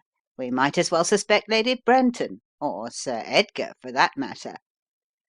"Why, yes, indeed," said the girl quickly. "But as Lady Brenton was confined to her room, also with a headache, and Sir Edgar is not expected back till the morning, I think we are all quite safe." The curious one sided smile moved up Cleek's left cheek, then vanished as quickly as it had come. "Quite so, Miss Jennifer," he said blandly. "Besides, it is not with women we are concerned, but the owner of this revolver that we found on the spot." She saw the revolver and whirled upon him like a madwoman. "My God! He did Edgar, he said it had been stolen." Realising the effect of her words, she then turned fiercely on them. "If you dare to suspect Edgar, you are wrong. He was never within miles of the place. You shan't drag him into this wretched mess. You shan't, I say, you shan't." "Calm yourself, my dear young lady. There is every proof of its being a woman as much as a man," put in Cleek gently. "You are absolutely sure you have no knowledge of the murder? No suspicion?" For the briefest second she seemed to hesitate. Then she spoke hysterically. "Why should I? I shouldn't have come if Roberts had not told me it was Miss Cheyne." "There is no more to be said, then," returned Cleek. "We will all say good night, and perhaps you will let one of us see you home." "I will take Miss Jennifer back myself," responded the doctor with a pathetic alacrity which Cleek noted, and with a last good night the two turned and set off down the lane. "Hmm," said Cleek, rubbing his chin. "And so a fresh element of mystery enters. She knew all that had been done this night, I'll swear. There was no surprise, was there, Roberts, when you told her?" "Come to think of it, sir, she never turned a hair. Might have been a dead cat I was talking about." "What do you make of it, Cleek?" Mr. Narkom asked in a mystified manner. "Nothing as yet. Roberts, get a guard round the house and then turn in. We'll wait here till relief comes. Good night." But after the burly policeman had tramped thankfully away, Cleek turned to his companion. "For a liar commend me to a woman every time," he said. "Miss Jennifer does know who it was. She knew that it had already been committed, and every blessed thing of hers smelt of huile de jasmin strong. Did you notice the gold lace scarf also?" "Good Lord, surely you do not believe—" Mr. Narkom's voice was full of anxiety. "I never believe anything till I get proof. I may have my doubts, and I do think at the moment that the young lady is either in the possession of dangerous knowledge, or else she is bent on throwing the blame on to Sir Edgar." "Good heavens, Cleek! How? Why? What makes you think that?" "First, because she was so evidently on the spot to be caught. Secondly, her remark about the revolver was not so unstudied as it looked. No, my friend, you will find that Miss Jennifer knows a little more than you imagine, and means to turn that little to account in winning the man she has set her heart upon, much to our good doctor's dismay. I wonder now what poor young Dollops has got to say." A shrill whistle speedily brought the boy along, and his face, when he saw that they were alone, was a veritable picture of disgust. "Lor' lumme, sir," he exclaimed, "you never went and let yourself be taken in by that young woman's soft soap? Taking a stroll, indeed! Not she! Why, she climbed right out of one of those windows there, and dropped to earth like a first class burglar born." In the house itself, did you say? "Yes, I did, Mr. Narkom, and I would have told you if you hadn't pitched into me. In the room over the porch she was, and she slid down the ivy right in front of my blessed eyes, and then made out what it was me that had torn all her things. I was running full tilt after another female when I sees her, so there." Another woman? Narkom looked at Cleek significantly. "Are you sure it wasn't the same woman in the dark, Dollops?" asked Cleek suddenly. "You might have made a mistake, you know." Dollops gave vent to a little snort of disgust. "Certain sure, sir, but the other lady wasn't near the house, she wasn't. Sort of floating about under the trees in a kind of red dressing gown." "What's that? Red? Do you mean scarlet? Was it scarlet satin, Dollops?" Do you think you know?" "That I do, sir. Shining stuff it were, and when I got near she smelt something heavenly, like a garden full of flowers." "What's that?" rapped out Cleek suddenly.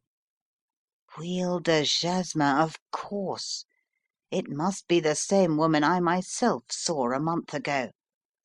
And yet how does Miss Jennifer come to be there? If she is innocent, what was she doing in that room? And she was wearing a gold scarf, a piece of which I have here, and which was clenched in the dead man's hand."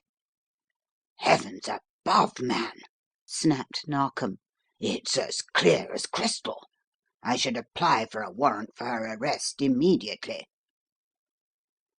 And yet it was a revolver that had also been used, and one belonging to Sir Edgar. Miss Jennifer would hardly go so far as to murder the only obstacle that stood between the man she loved and his marriage to her rival. What, too, has become of that poor girl? "Don't ask me, Cleek," returned the puzzled Superintendent dolefully. "It's the most infernal riddle I ever came across, and my head's aching with it. I'm off to get additional help, if you don't mind, or else we shall have crowds surging into that room before we know where we are." "Right, Mr. Narkom, and as I still have a few threads to collect, Dollops and I will be off too. We'll meet at the Hampton Arms. Come on, Dollops, we'll take a few impressions of those footprints before they're trodden out of existence to morrow." "Righto, Governor." Cleek took out his electric torch, and the two set forth on their appointed task, leaving Mr. Narkom to set a sufficient guard over the silent figure of a dead man on whose face there rested an inscrutable smile. It was as if he were smiling over the secret he held, and which was to puzzle many minds, and was one of the greatest riddles Cleek had ever attempted to solve. Meanwhile that gentleman and his zealous assistant worked silently and surely. Not a depressed blade of grass was left before it was subjected to the keenest scrutiny, while exact outlines were taken of the clearly defined footprints with which the lawn was fairly alive. To recognize the unmistakable imprint of the Government regulation boot worn by Mr. Narkom and Constable Roberts was a simple matter. The footprints of Cleek and Dollops were also distinguishable, for both had early in their companionship decided to wear boots which would always enable them to tell their own footprints from any they might be tracking, a precaution that had stood them in good stead on more than one occasion.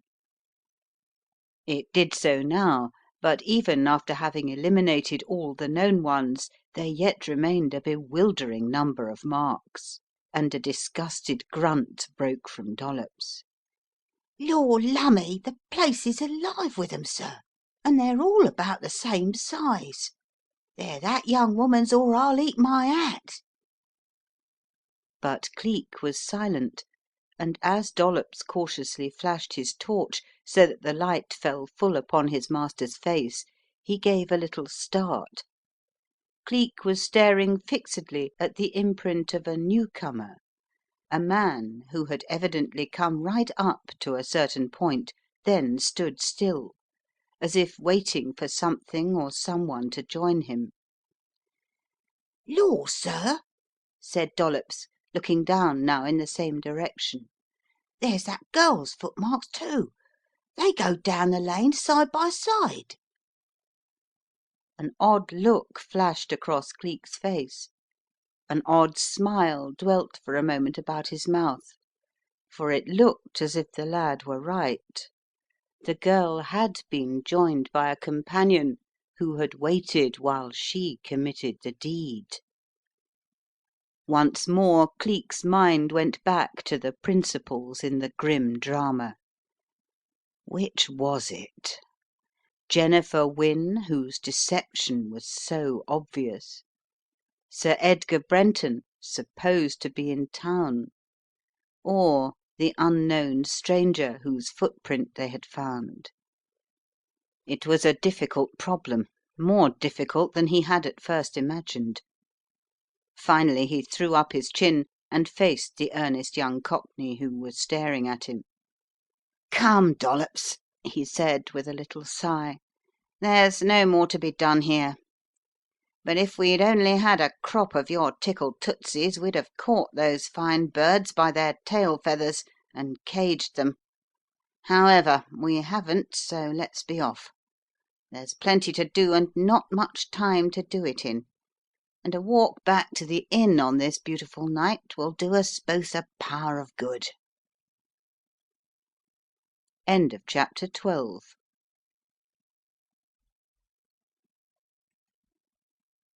Chapter 13. Tightening the Strands. It is not often that it falls to the lot of any village to revel in such abysmal depths of excitement as did the village of Hampton when the news leaked out. And once the affair was known to the local police and their respective wives, the news of the tragedy spread with the velocity of a hurricane. By 9 o'clock the next morning there wasn't an inhabitant within a radius of 10 miles that had not heard of the murder of Miss Cheyne and the mysterious disappearance of Lady Margaret.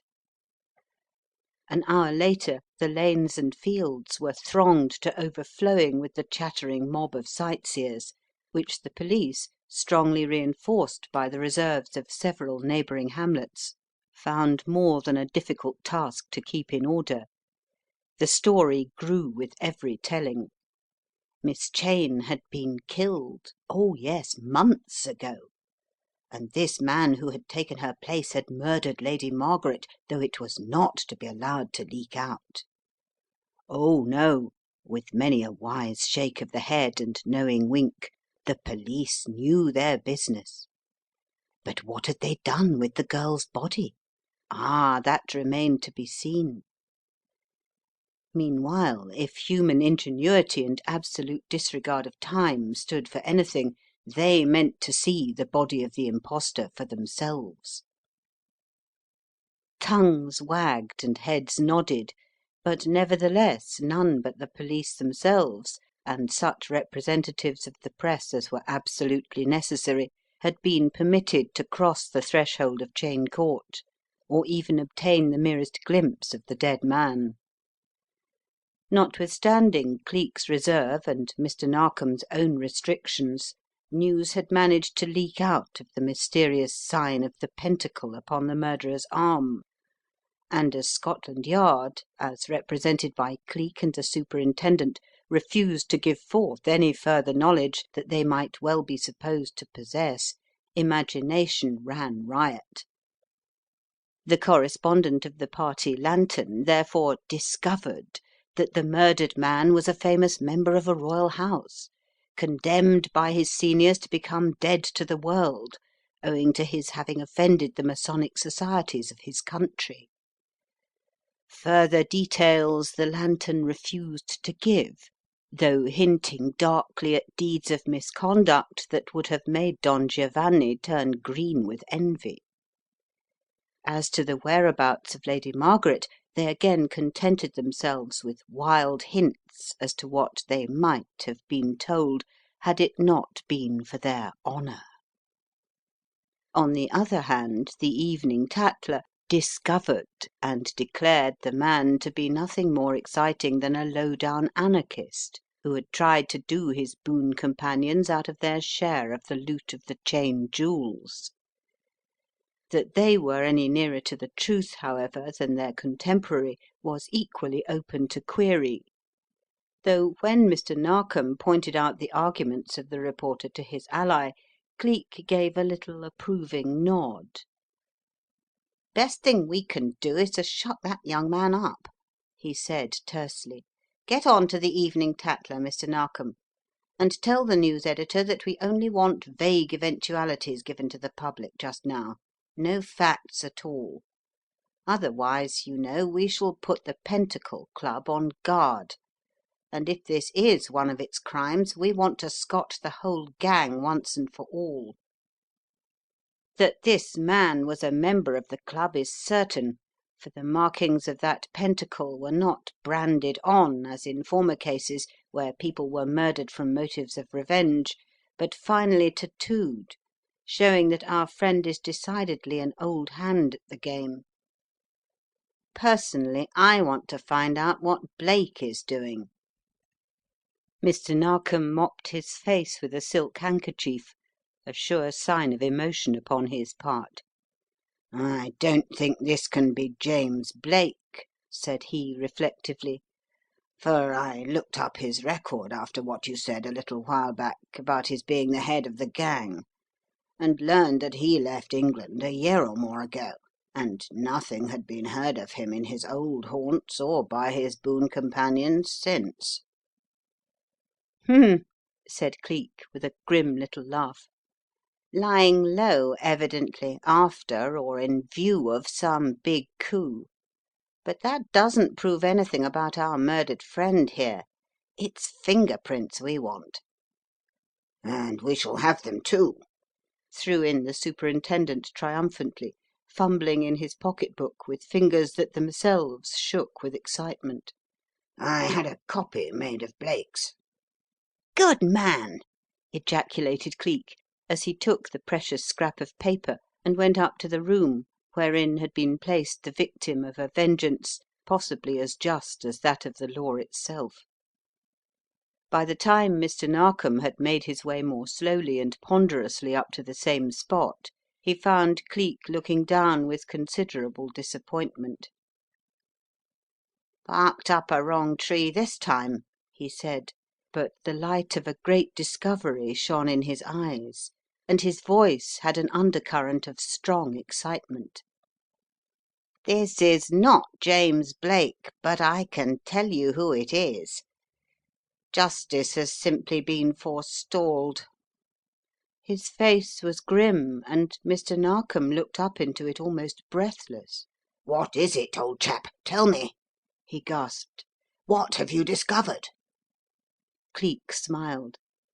"This man is the murderer of Elsie McBride, the old wardrobe seller of Crown Court. So her murder will not have gone long unavenged." "But how? Are you sure?" said the startled Superintendent. "Quite sure, my friend," was the reply. "Whatever other disguises a man may assume, as we know, there is no escape from the irrefutable proof of finger prints. Here." He lifted up the dead hand, and with a magnifying glass in his own, brought the thumb before Mr. Narkom's gaze. "Now compare these thumb and finger marks with these, which are a copy of those found on that dagger with which the poor woman was killed. You will see that they are identical. I'll nip off to town now and see whether I can get the other old woman down here to identify this man.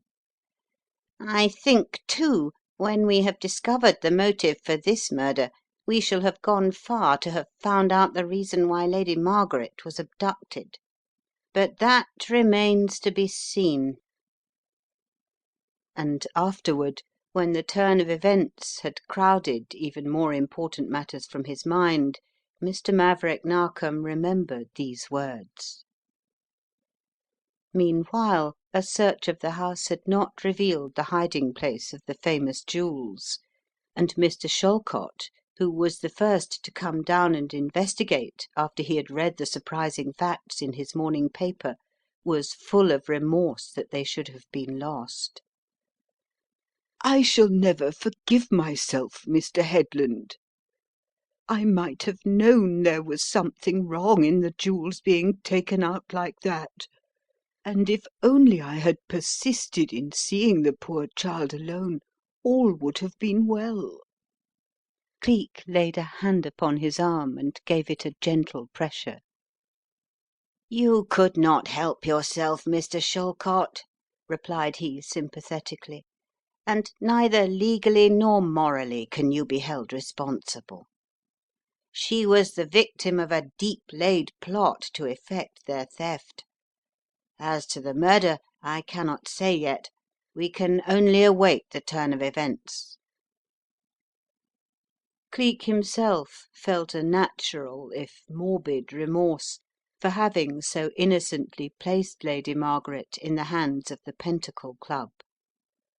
Accordingly, on the following day, when he was immersed in collecting his facts at the Hampton Arms, preparatory to going down to meet Mr. Narkom at the police station, he was greeted by the voice of Sir Edgar Brenton himself. He jumped up with pleasure and excitement in his voice.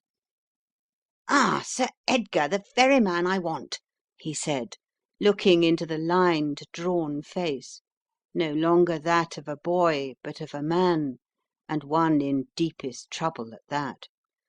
"What have you been doing with yourself since last night? I expected you to have joined us in watching Cheyne Court.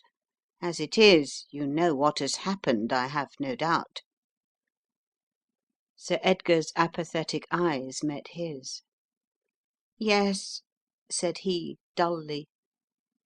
"Miss Cheyne was murdered by those devils after all. I thought they would. I was sure of it. But what I want to know is where Lady Margaret is, Mr. Headland. What has become of her? Surely there is some trace of her by this time." His haunted, anguished eyes watched Cleek's inscrutable face, and notwithstanding the almost complete chain of evidence that was being slowly but surely welded about him, Cleek felt the same instinctive liking for the young man as he had when they had first met.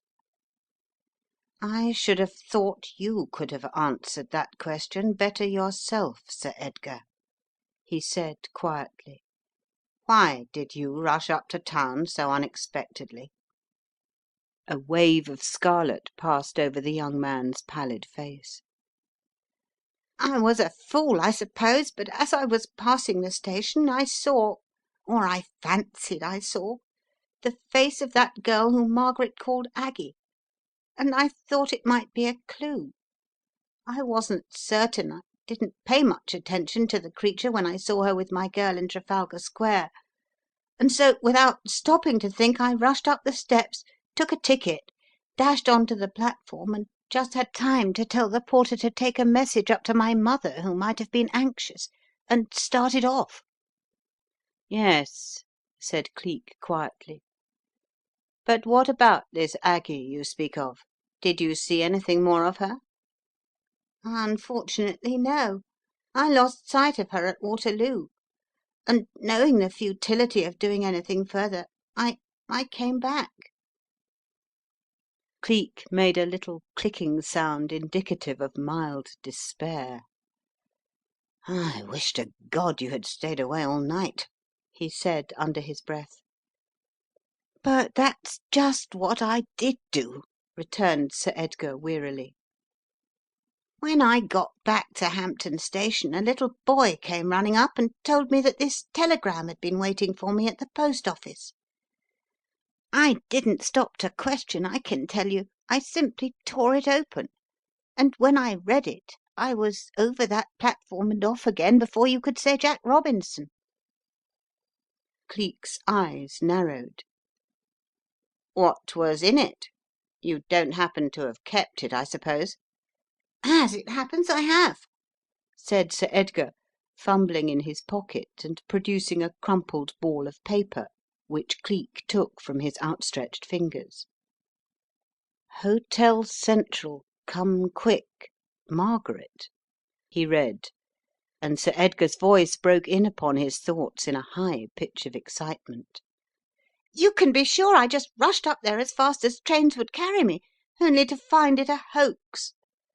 I waited about all night and came back this morning none the worse, but I'd like to lay hands on the man who sent me on that wild goose chase." Cleek looked at him for a brief second in silence, his face set, his chin cupped in the palm of his left hand. If this thing were true, it put Sir Edgar out of the affair altogether. But was it true? Was it not rather an attempt to establish an alibi, and thus throw dust in the eyes of the police. The hotel? Oh, yes, that part was easy. Simplicity itself. He would go there and register, wait about for a girl whom he knew couldn't possibly be there, and then, after going up to the room, it would be the easiest thing in the world to step down unnoticed, thus getting back in time to have committed the deed. He recalled Jennifer's words. Edgar, so he did leave. Leave may be, but what about the revolver? As for Constable Roberts' hypothesis that the young man had just arrived, why, he might well have been just leaving. And now this telegram. Cleek looked at it again, then gave vent to a low cry of astonishment. "Hello," he said. "Here's a pretty kettle of fish. This is an old telegram. Look, here's the date, last Friday, by Jove." He held it before Sir Edgar's astonished gaze. "All the original words have been rubbed out," he continued as the young man stared at it. "You can see the roughened paper." Then he turned on him suddenly. "Now, my friend," he said, "considering that your revolver was found just near the body of the murdered man, I think you will agree that this will take some explanation. Don't you think so?" Sir Edgar started as though someone had stabbed him. A wave of colour suffused his face for a moment, then left it waxen white. "Good God, you don't attempt to suggest that I " he began, then appeared to lose the power of speaking altogether as he gazed into Cleek's stern eyes. "I am not in the habit of suggesting," interrupted Cleek. "I am simply stating a fact which, as you know, is one that is in itself suspicious. It is useless also to blink at the fact that the real Miss Cheyne was murdered on that night when I found you wandering up and down the lane with that same revolver in your pocket. Perhaps you can explain that also." "Heavens, man, but you don't think I committed still another murder?" said Sir Edgar, incredulously. "I say, that's going a bit too far, you know. I can understand a joke, but as to your thinking for one moment that I should do such a low down, dirty thing as to murder a woman, and an old one at that." Cleek laid a hand upon his shoulder. "Not so fast, my friend, not so fast," said he with a little laugh. "There's an old French proverb which says, 'Qui s'excuse s'accuse.' Perhaps you know it. But the evidence is strong against you. What about that revolver with the B on it? Perhaps you'll deny that?" "I do, most emphatically I do," responded Sir Edgar with a little snort of indignation. "That belonged to the old woman herself. I snatched it from her and " "Cheyne does not, to my knowledge, begin with a B," threw in Cleek quietly. "The revolver bears your initial, and a jury is a difficult thing to convince when facts are strong." "Stuff and nonsense!" spluttered forth Sir Edgar, red with anger. "You can have me arrested straight away if you like, but whatever happens I mean to find Margaret, and to find out why I was lured away last night. You know where to find me when you want me." Turning angrily on his heel, he walked out, leaving Cleek smiling quietly to himself, and rather liking this young spitfire for the way in which he had risen to his fly. "So he knows there is no danger of being convicted for a revolver shot, does he? Now, did he administer that prussic acid or did he not?" was the next thought that passed through his mind. He picked up his little bag and started toward the police station, where he hoped to meet Mr. Narkom. It was a gorgeous spring morning, and at the top of the lane he could see a little group of people advancing toward him, in the first and foremost of whom he recognised Ailsa. She had been nearly heartbroken over the catastrophe which had overtaken the girl in whom she had hoped to have found a lifelong friend, and her first act had been to visit Lady Brenton. She had done her best to raise Edgar's mother from the fit of deep depression which seemed to have settled over her like a cloud. At that lady's request Ailsa had consented to stay at the Towers, and accordingly had seen but little of the man to whom she instinctively turned for help and guidance. Suddenly she caught sight of him, and her little start and the rose-red colour which suffused her face caused Lady Brenton, a woman still in the early 40s, to look quickly in the same direction. "My dear, is this another reporter?" she inquired anxiously.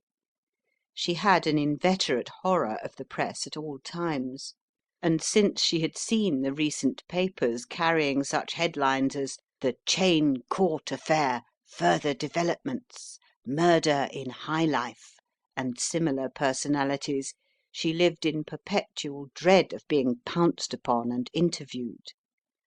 "No, dear," responded Ailsa with a happy little laugh. "This is not a reporter, but a dear old friend of mine, Mr. George Headland. He was an old friend, too, of my uncle, Sir Horace Wyvern, in the days before his second marriage. I think he will be the only man who can explain this mysterious catastrophe. I wonder if you would think it a liberty if I asked to be allowed to introduce him to you?" "Far from it, Ailsa," answered Lady Brenton impetuously. "I wish I could persuade him to visit us. It might cheer us up. Not that I want to be cheered exactly, but the thought of that child and the sight of poor Edgar's face almost breaks my heart. And I am so tired this morning." "I dare say you are," put in Ailsa quietly. "You did not sleep well, did you?" Lady Brenton looked at her with a little angry flush. "As it happens, I did, Ailsa. That's a strange thing, for you know what bad nights I have had lately. But what made you ask?" "Well, I thought I heard your door open and shut in the night, as well as the night before that. I thought of coming to see whether you were ill, and fell asleep myself first." "Indeed?" Lady Brenton's face was a little pale, though her voice was quite calm and steady. "It must have been imagination on your part, my dear child, for I slept splendidly. But don't let us talk over last night." She turned impulsively, her voice shaking with emotion. "It's no use, I ought to be sorry for any human death, and to think of that poor old woman being murdered more than a month ago is too terrible. But I can't. I can only think that the obstacle to my boy's happiness is removed if we can only find Margaret. I know it is very wrong of me to say so." Ailsa pressed her arm in tender sympathy, but before she could reply, Cleek had advanced to within speaking distance, and Ailsa was greeting him. Another minute, mutual introductions having been made, Cleek found himself looking into the eyes of a handsome woman, with hair but slightly grey, and with a purely cut patrician face faintly lined, now pale as though from a sleepless night. It did not take Cleek long to note that she was suffering from some intense anxiety, though her smile was none the less genuine, especially when a minute later she was joined by Sir Edgar, who was apparently by no means pleased to see the man who but a brief half hour ago had practically accused him of murder. Suddenly the sound of light footsteps fell on their ears, and turning, Cleek saw Jennifer Wynne running after them. "Dear Lady Brenton," she said rather affectedly As soon as she had got within talking distance. "I am so thankful I found it. See, you left your scarf behind." In her hand she held a long gold lace scarf, totally different in texture to that which Miss Wynne had worn herself on the preceding night, but alike in colour to the scrap which rested in Cleek's pocket book. As he noted this fact, and saw the sudden unconcealed terror showing on Lady Brenton's delicate face, he sucked in his breath sharply, switched round on his heel, and grew silent. It was only for a brief second that her face showed any trace of that ill-concealed terror. Then Lady Brenton was profuse in thanks, and begged the girl to come back with her to the Towers. "It is so sweet of you, dear Lady Brenton," purred Miss Jennifer softly, "but I feel sure both you and Sir Edgar are too worried to need poor little me. I only thought you ought to have your scarf in safe keeping. So much depends on it now, you know." And with this parting shot, Miss Wynne turned and went back. "Do come back to the house with us, Mr. Headland," Lady Brenton said impulsively. Cleek, only too willing to accept, soon found himself at Ailsa's side, swinging down the long leafy lane. Lady Brenton was a tactful woman, and after having glanced once or twice in their direction, she smiled significantly at her son and dropped behind, on the plea of the narrowness of the lane, whispering a minute later in carefully lowered tones to Sir Edgar: "A most distinguished man, Edgar, and if I know anything of love affairs, we shall be parting with our pleasant little neighbour for good and all before the summer is over. Did you see the man's eyes? Positively worshipping her. Ah, well, it is good to be young. And once this is over—" But her own heart was like lead within her breast. End of chapter 13.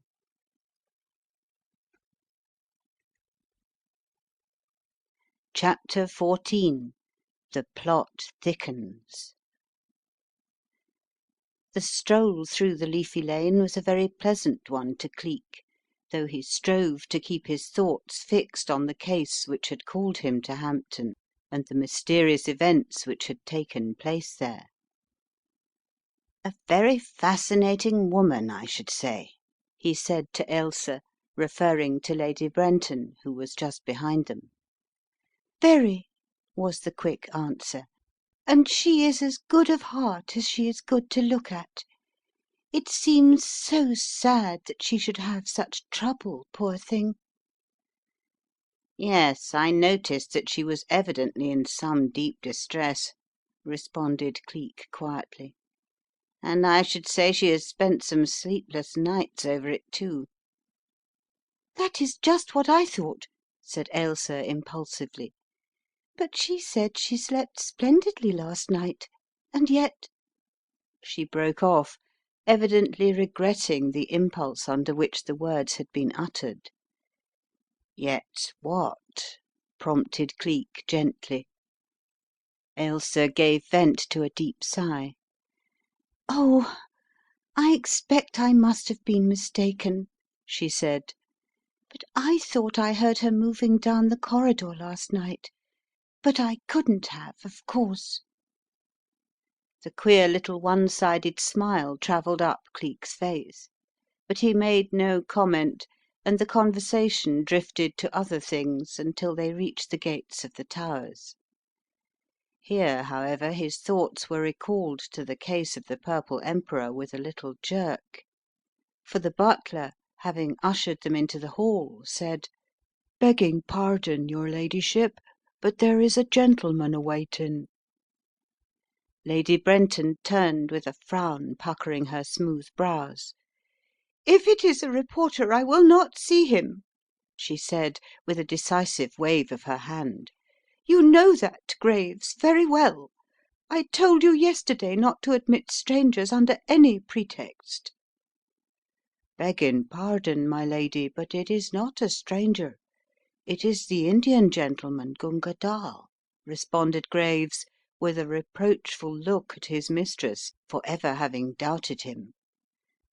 "He was most anxious to see your ladyship, and is waiting in the drawing room." The exclamation that broke from his mistress's lips upon receipt of this statement was one of mingled relief and pleasure, but a deep frown gathered on her son's face. "That nigger here again, mater. I can't think how you can bear him about you," he said irritably. "I should have thought you had had enough of them out in India." Lady Brenton's face showed signs of evident displeasure. "Gunga Dall is not a nigger, Edgar. How can you say such a wicked thing?" she expostulated angrily. "He is a most charming man, and the only one who has ever cured my headaches for me. I haven't had such a night's rest for years as I had last night." Cleek's eyes were quick enough to note the expression on Sir Edgar's face as Lady Brenton turned to lead the way. It showed such open-mouthed, intense incredulity that he could not resist a little smile on its behalf, nevertheless, as he followed his host and hostess into the room where awaited with Eastern patience the Hindoo whom Sir Edgar had so contemptuously designated "nigger." If Cleek had expected to find the usual obsequious, cringing half breed so familiar to many travellers in India, he was destined to be agreeably disappointed. Gunga Dall was a Brahmin of high caste and ancient lineage, and his greeting to Lady Brenton was a model of grave reserve and courtesy. A splendid specimen of the East was Gunga Dall, for his face fairly radiated good nature and a general belief in humanity, which was still more clearly displayed in his conversation. It was no wonder, therefore, that Constable Roberts had said, "He wouldn't hurt a fly." He truly looked that meek part to perfection. Cleek noted his very apparent admiration of Lady Brenton, and wondered a good deal as those familiar lines, "East is East and West is West, and never the twain shall meet," came into his mind. The ball of conversation rolled leisurely until the topic that was uppermost in almost every mind found its way to them at last. But at the first mention of it Gunga Dall's dark face turned a sort of dull ivory hue, and he threw up his hands. "It is all so terrible," he ejaculated, "and we of the East cannot view death as phlegmatically as you English. Such things as murder we cannot so easily discuss. I must beg to be forgiven if I withdraw myself from your discussion." A short while afterward Cleek arose to depart, and Ailsa went with him. "Don't you think Lady Brenton is a dear woman?" she said impulsively as they turned into the lane. "And this awful business has completely upset her.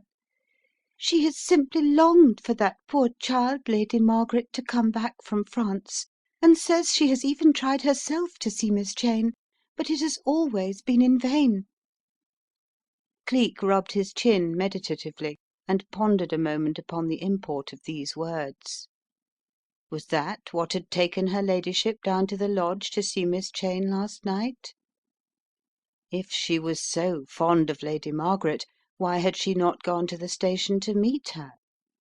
Why had Sir Edgar himself taken the foolish trouble of asking Miss Cheyne's permission when he knew it would be refused? These were but a few of the thoughts that passed through his mind, but chiefly he could not drive away remembrance of the gold embroidery which decorated the turban of Gunga Dall, the only outward sign as regards clothes that the Hindoo gentleman wore to mark his Eastern origin. "Lady Brenton is a very sensitive woman, I should say," he said finally, "although she bears herself so well after the shock of Lady Margaret's disappearance. I see that you are very much attached to her." "I am, dear. said Ailsa enthusiastically. "She has been a very good friend to me in every way, and that was why I was so glad you happened to come along at that psychological moment." No gladder than I, said Cleek reflectively. Mr. George Headland does not perhaps fit in with my attire, but who's to know the difference? I was afraid you would make it Lieutenant Deland, and I meant to have written you a little note and sent it up by Dollops. I do not want Sir Edgar to have any suspicions that he is being watched." Ailsa looked up at him with grave, sweet eyes. "I am afraid I do not understand. Oh!" with a sudden cry of fear. "Do you mean that you suspect him, Sir Edgar, of being concerned? Why, his whole life is bound up in Lady Margaret. I can see that now, and it is hardly likely that he would harm her only living relative." "And yet," said Cleek slowly, "he certainly had a revolver in his pocket when I met him in the lane on the night I drove to Hampton. And you yourself heard his threat of murder the day before yesterday." Ailsa looked at him, her eyes wide, the colour draining slowly from her lips and cheeks.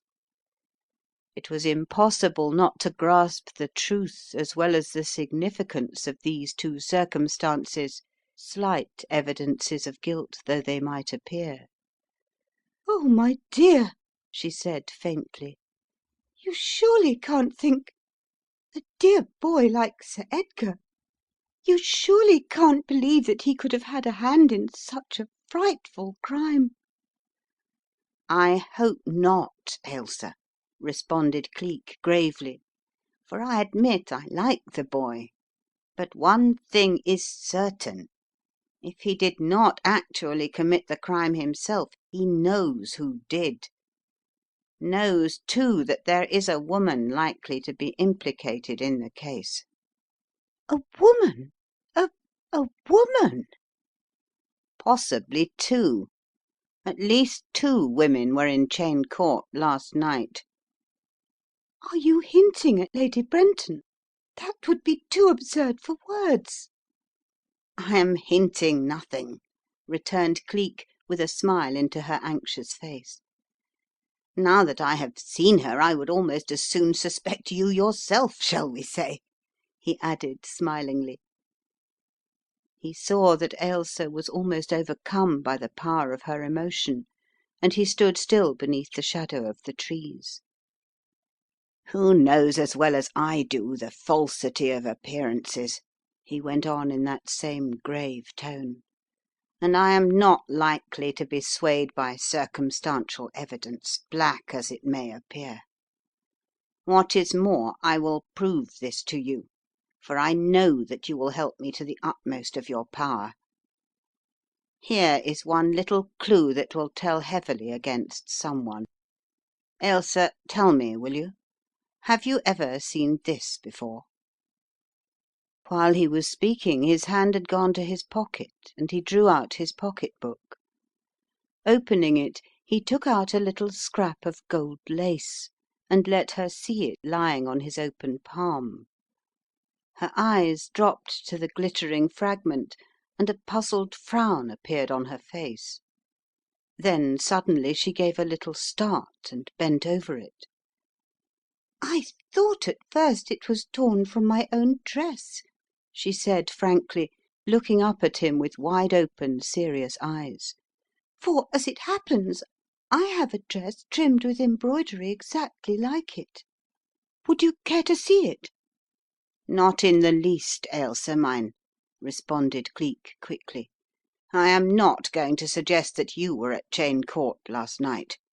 Anyway, this fragment smells too strongly of jasmine to belong to you." She laughed up into his face for a moment. "Fancy remembering that," she said softly. "It is a scent I detest, though strangely enough a favourite one with Lady Brenton.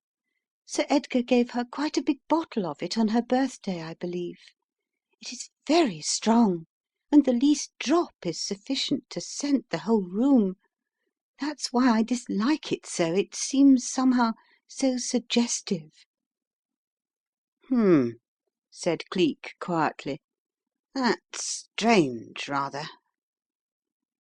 Huile de jasmin, eh? And it was Lady Brenton's favourite scent." He fell to musing again.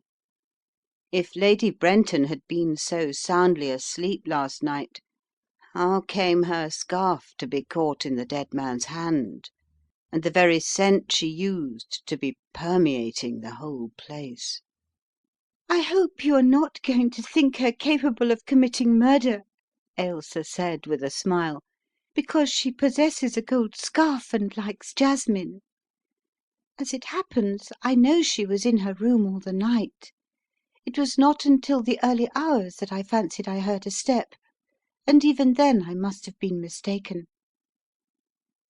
"Nevertheless, she certainly visited Cheyne Court last night," persisted Cleek calmly. "I know that beyond all possible doubt, for Dollops saw two women with gold scarves, and as we caught Miss Jennifer—" "What?" Ailsa turned sharply as she spoke, and Cleek told her of the little incident.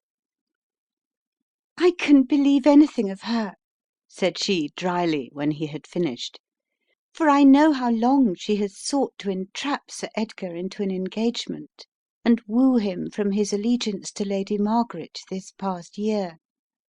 But that Lady Brenton was there at Cheyne Court, I will not, cannot believe. I'm sure she never left the house." She paused abruptly and grew very pale at the recollection of that swift step that had sounded on the polished floor of the corridor when all the house was still. In her innermost heart she knew that she had not been mistaken. And yet— and yet— "Oh, but she is the soul of honour," she said, looking up at Cleek with frightened eyes. "And she told me herself that she slept soundly all night.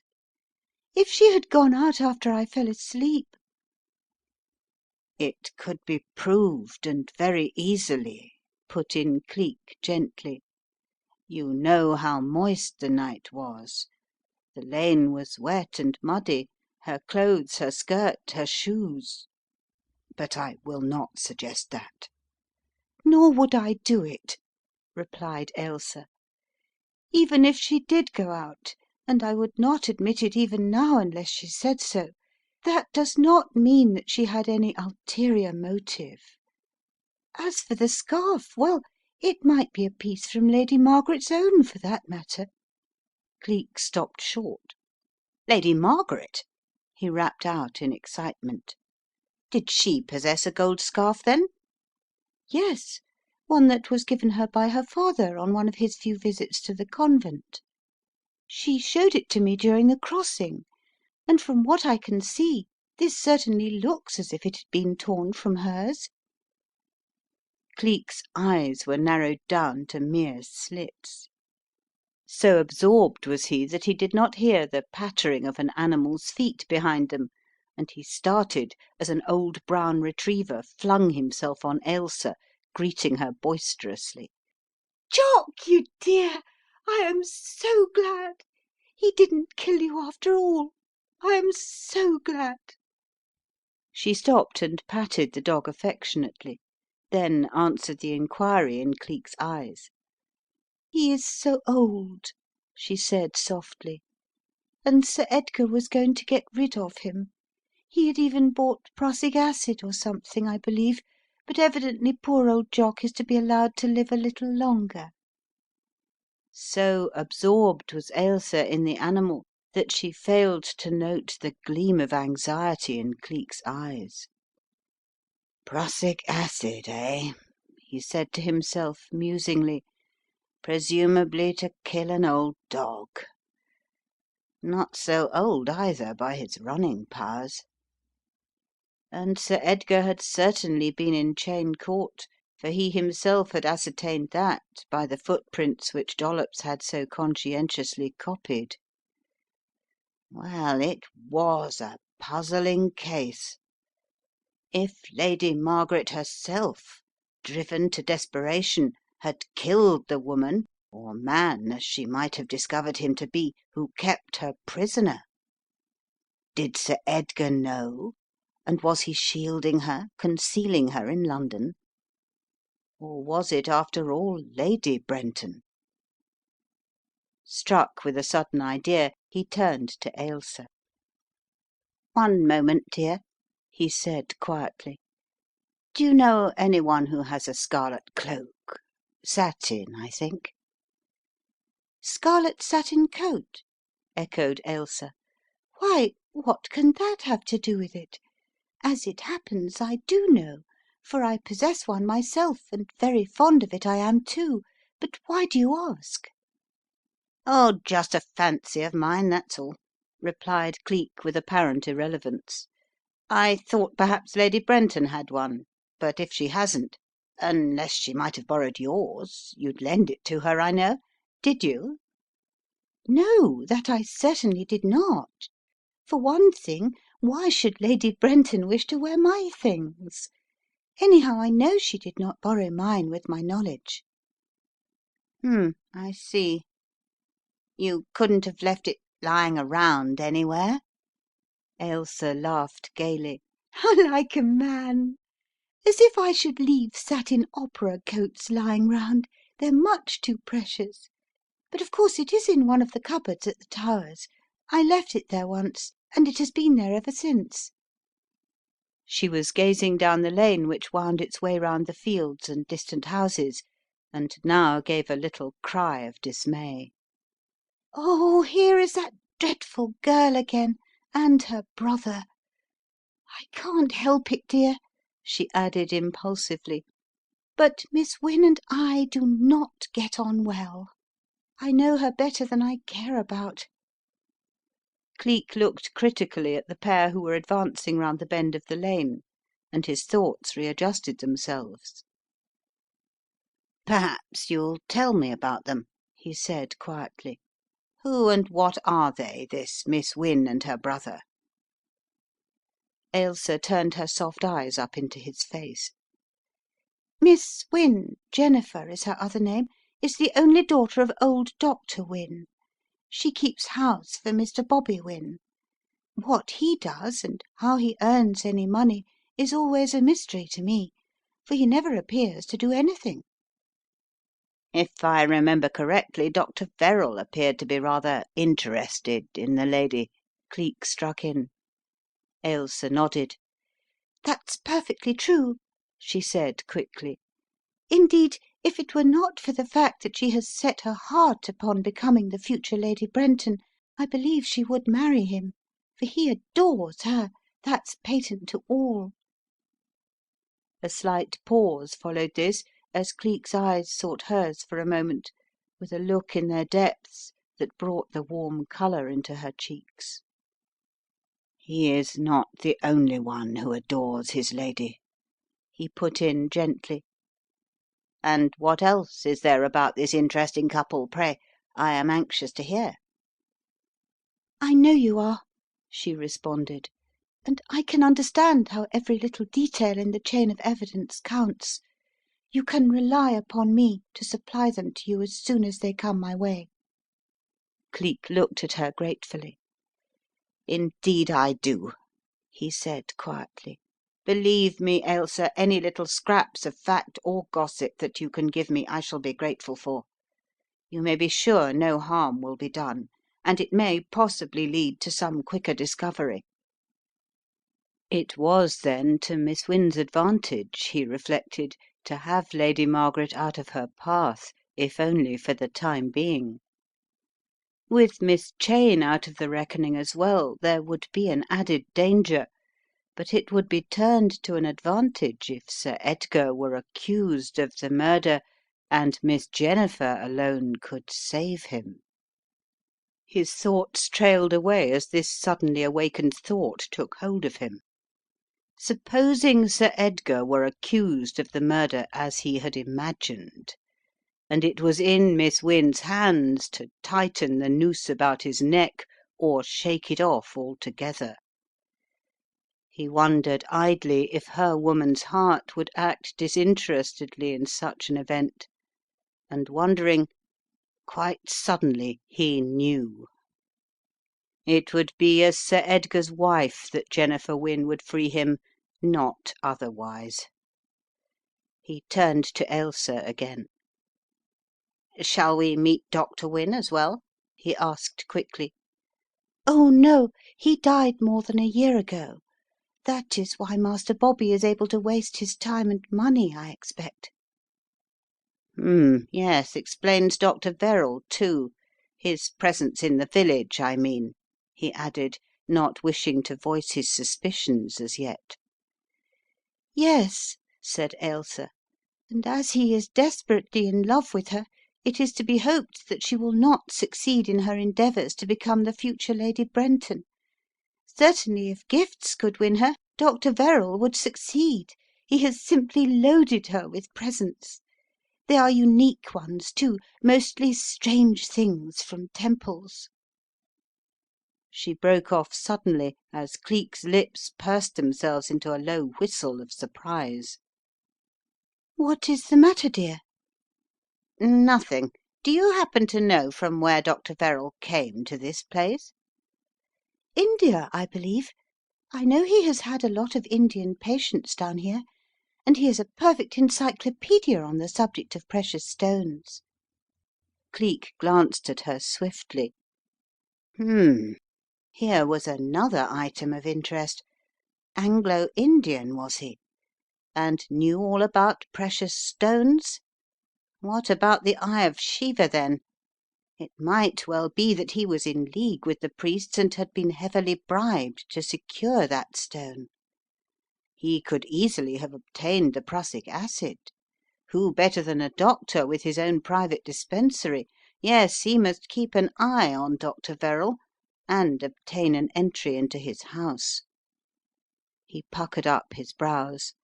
Obviously the easiest way would be to become a patient, though it would be useless to expect that the doctor would not speedily see through his fraud and know that he was an object of curiosity.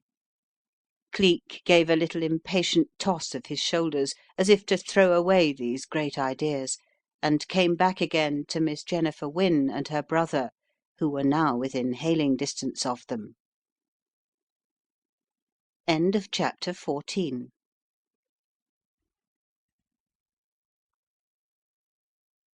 Chapter 15.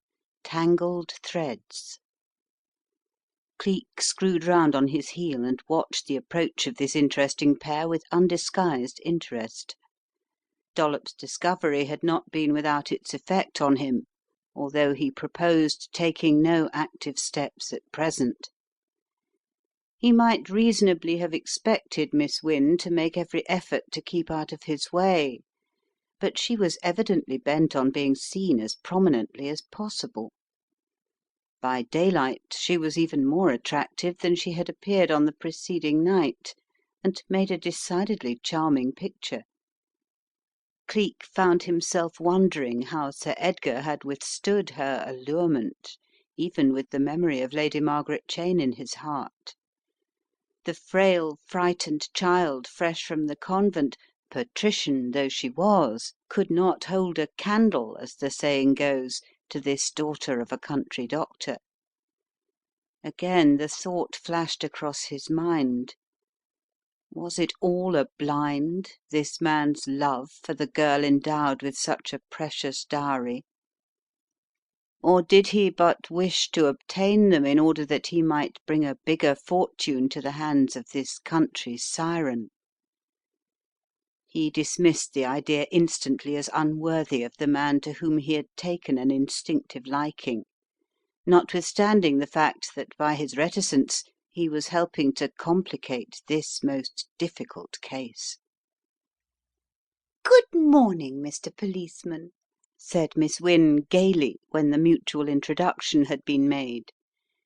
"I hope you have come to the conclusion this morning that I am not a suspicious character. Last night he wanted to arrest me for murder, Miss Lorne," and she gave a little shiver so obviously artificial that Cleek glanced at her quickly through half-narrowed lids. "I should hope so, Miss Wynne," he said with an air of elaborate carelessness which only Ailsa recognised at its true value. "No one would think of connecting so gruesome a thing as murder with you. I think we shall probably find it a case of suicide after all, don't you know." Miss Wynne eyed him in open-eyed astonishment, mingled with something that was closely akin to relief, and then gave another affected giggle. Miss Lorne had ignored her completely, knowing that Cleek was but posing for some purpose of his own. But now, in order to give him an opportunity to tackle Bobby Wynne, she engaged Jennifer in conversation. Cleek did not take much liking to this exuberant young gentleman. About 22, the evident idol of his sister, he was of a type who is to be found studying every sporting paper, and anxiously awaiting the arrival of each edition of the Evening News to discover his gains or losses. It was not long before Cleek had him sized up, and a casual remark about waiting for a tip for tomorrow's Windsor 2:30 race, and a promise to pass it on to the young gentleman directly it came, made him his friend for life. It's all very well for silly girls like Jennifer to go on against racing. It's the finest sport in the world," said young Wynne to Cleek as he edged him farther up the narrow lane, and spoke in a confidential whisper, lest his voice should reach the sharp ears of his sister, though she was apparently deep in conversation with Ailsa. "I can do with a good tip," went on this refreshing youth, "for I don't mind telling you that I got pretty badly hit at Newmarket last week. Newmarket always plays the deuce with me. Luckily Jenny sold some of her precious flowers and pulled me out of the hole. More than £50, you know. Pretty bad little hole, eh, what?" He gave a fatuous little giggle that made Cleek feel inclined to shake him. "But I don't mind, I'll win it all back next week, and I'll make it up to her," he went on hopefully, with a wink at his companion.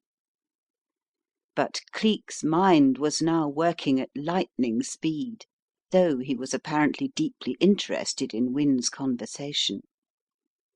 £50 paid for flowers. What flowers could this girl raise in a riverside cottage that would produce such a sum? Somebody must have paid heavily for something other than flowers, that was certain.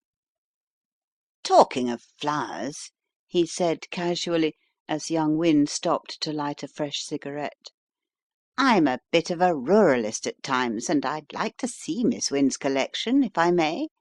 I go in for dahlias myself, but I suppose Miss Wynne's flowers are pretty valuable, orchids and such like."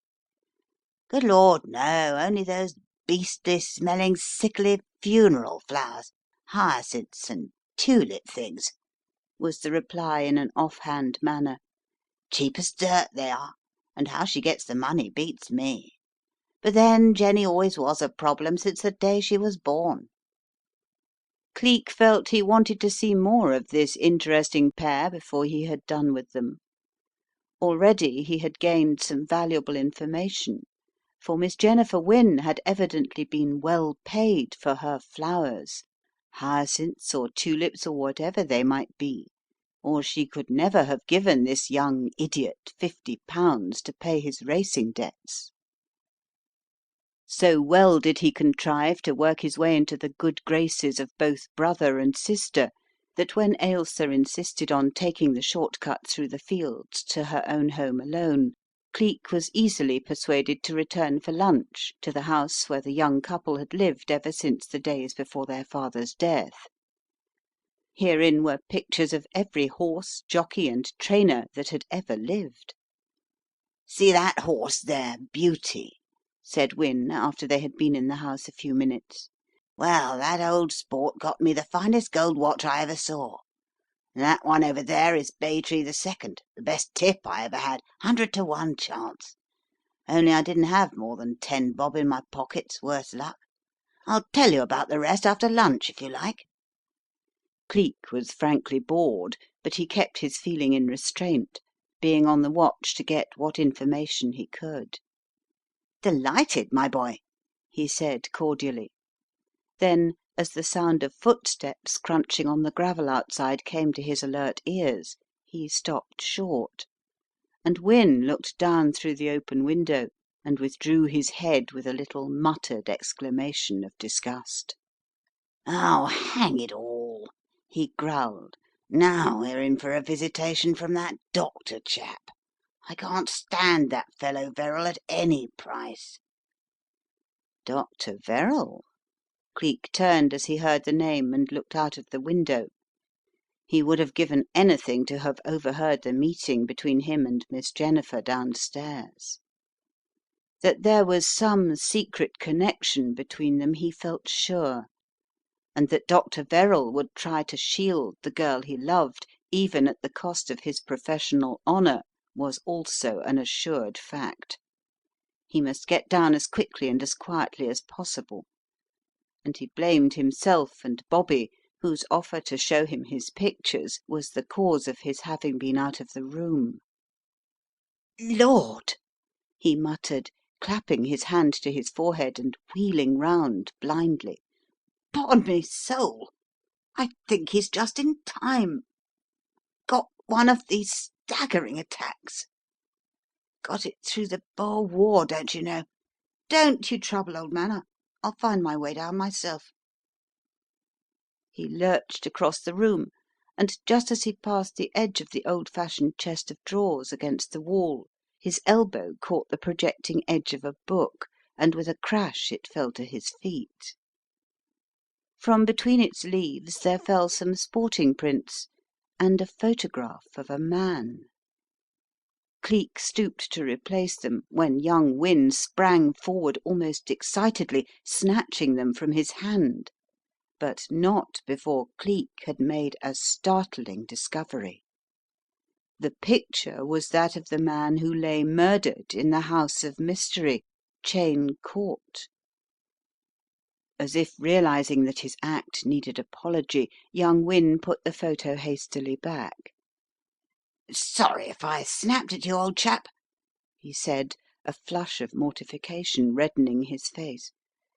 "Don't think me an ill-bred pup. Fact is, I was a bit excited and forgot for a moment. But that chap's a pal of mine, first-class tipster he is, too. Jenny can't bear him, and if she knew I still get tips from him, she'd carry on like a wildcat. So mum's the word, old man." "Of course," replied Cleek hastily, a trifle shaken, it must be confessed, by this astonishing discovery. "'Tisn't likely I'm going to betray secrets. Men of the world, both of us." He winked broadly, and young Wynne, his fears allayed and highly flattered at this man of the world's appreciation of him, winked back. "Besides, I shouldn't be surprised if that gentleman and I are not old acquaintances, if I remember rightly." Wynne fell into the trap as neatly as a mouse after a piece of cheese. "What, Blake?" he ejaculated involuntarily. "Ah, yes," Cleek nodded. "I thought as much. I knew I was right," he exclaimed with well-simulated enthusiasm. "That chap Blake did me a good turn once. Bit of a tipster myself, but not a patch on him, don't you know." "Don't think any one could beat that old sport," agreed Wynne complacently. "Why, he was the one who gave me the tip for Baytree. But I've had rotten luck lately. I don't know how I shall ever pay him." Pay him? So that was how the land lay, was it? The boy was heavily in debt to Blake, and if he had been at Cheyne Court that night— No, that was wrong too, for there had been no trace of Bobby Wynne up to the present. Meanwhile, that young gentleman was obviously waiting to lead him downstairs, and Cleek hesitated, trying to make up his mind what to do for the best. He would have liked to stay in this racing den, try to trace the connection between Blake the tipster and Blake the head of the Pentacle Club, and to find out whether Master Bobby Wynne had had any suspicions as to the real identity of the mistress of Cheyne Court. But other things called. There was that Verrall chap downstairs with Jennifer Wynne herself, and the question of those utterly priceless flowers that could fetch as much as £50 for their grower. Silently he followed his host downstairs, still looking a bit hangdog about the mouth, for he was far too careful in his methods to cast any doubt regarding the genuineness of that sudden attack of a moment before by pretending that it was already over. Nor did he fear that he had lost all opportunity for pursuing the subject of Bobby Wynne's acquaintance with the murdered man. The mere fact that the young man feared discovery of his connection with this Blake proved conclusively that he knew his danger, and that at any moment inquiry might be made, even though there was no actual proof that he had been in the vicinity of Cheyne Court that night. "Fearfully groggy, old chap," he said in answer to Wynne's inquiry as to whether he felt any better. They were passing down a dark, narrow passage at the moment, and a little door stood ajar toward the end of it. A quick glance showed Cleek that the room beyond this door was lined with shelves on which stood numerous rows of bottles. Bobby Wynne's face seemed to whiten with unwonted anger. He gave a sharp exclamation and ran back to close the door quickly. "The old guv'nor's surgery," he said in explanation. "I wonder who's been in. The door's been kept locked ever since the old man died. Hello, Headland, you're not going to have another attack, are you?" For Cleek had suddenly lurched against the banister at the head of the stairs and swung round until his back was resting against it. He lolled his head back, gave a sort of hollow groan, and then, under cover of this, began swiftly to count the doors in order to make sure of the location of that surgery. "No, it's only just a passing spasm. I was just wondering whether your old dad had anything in his surgery to pull me together. Clever chaps, some of these doctors, don't you know?" Bobby Wynne groaned. For once he was disposed to be cautious, and there was evidently some reason why he did not wish any one to look into that surgery. And that was just why Cleek wanted to get into it. He felt tolerably sure that it would contain a quantity of prussic acid, and a stab of memory brought up the sight of long, slender finger marks.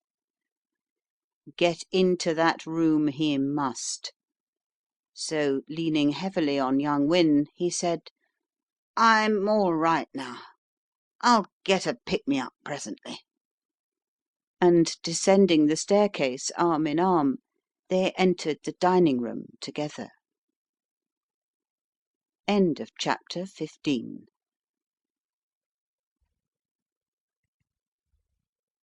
Chapter 16. In the Doctor's Surgery.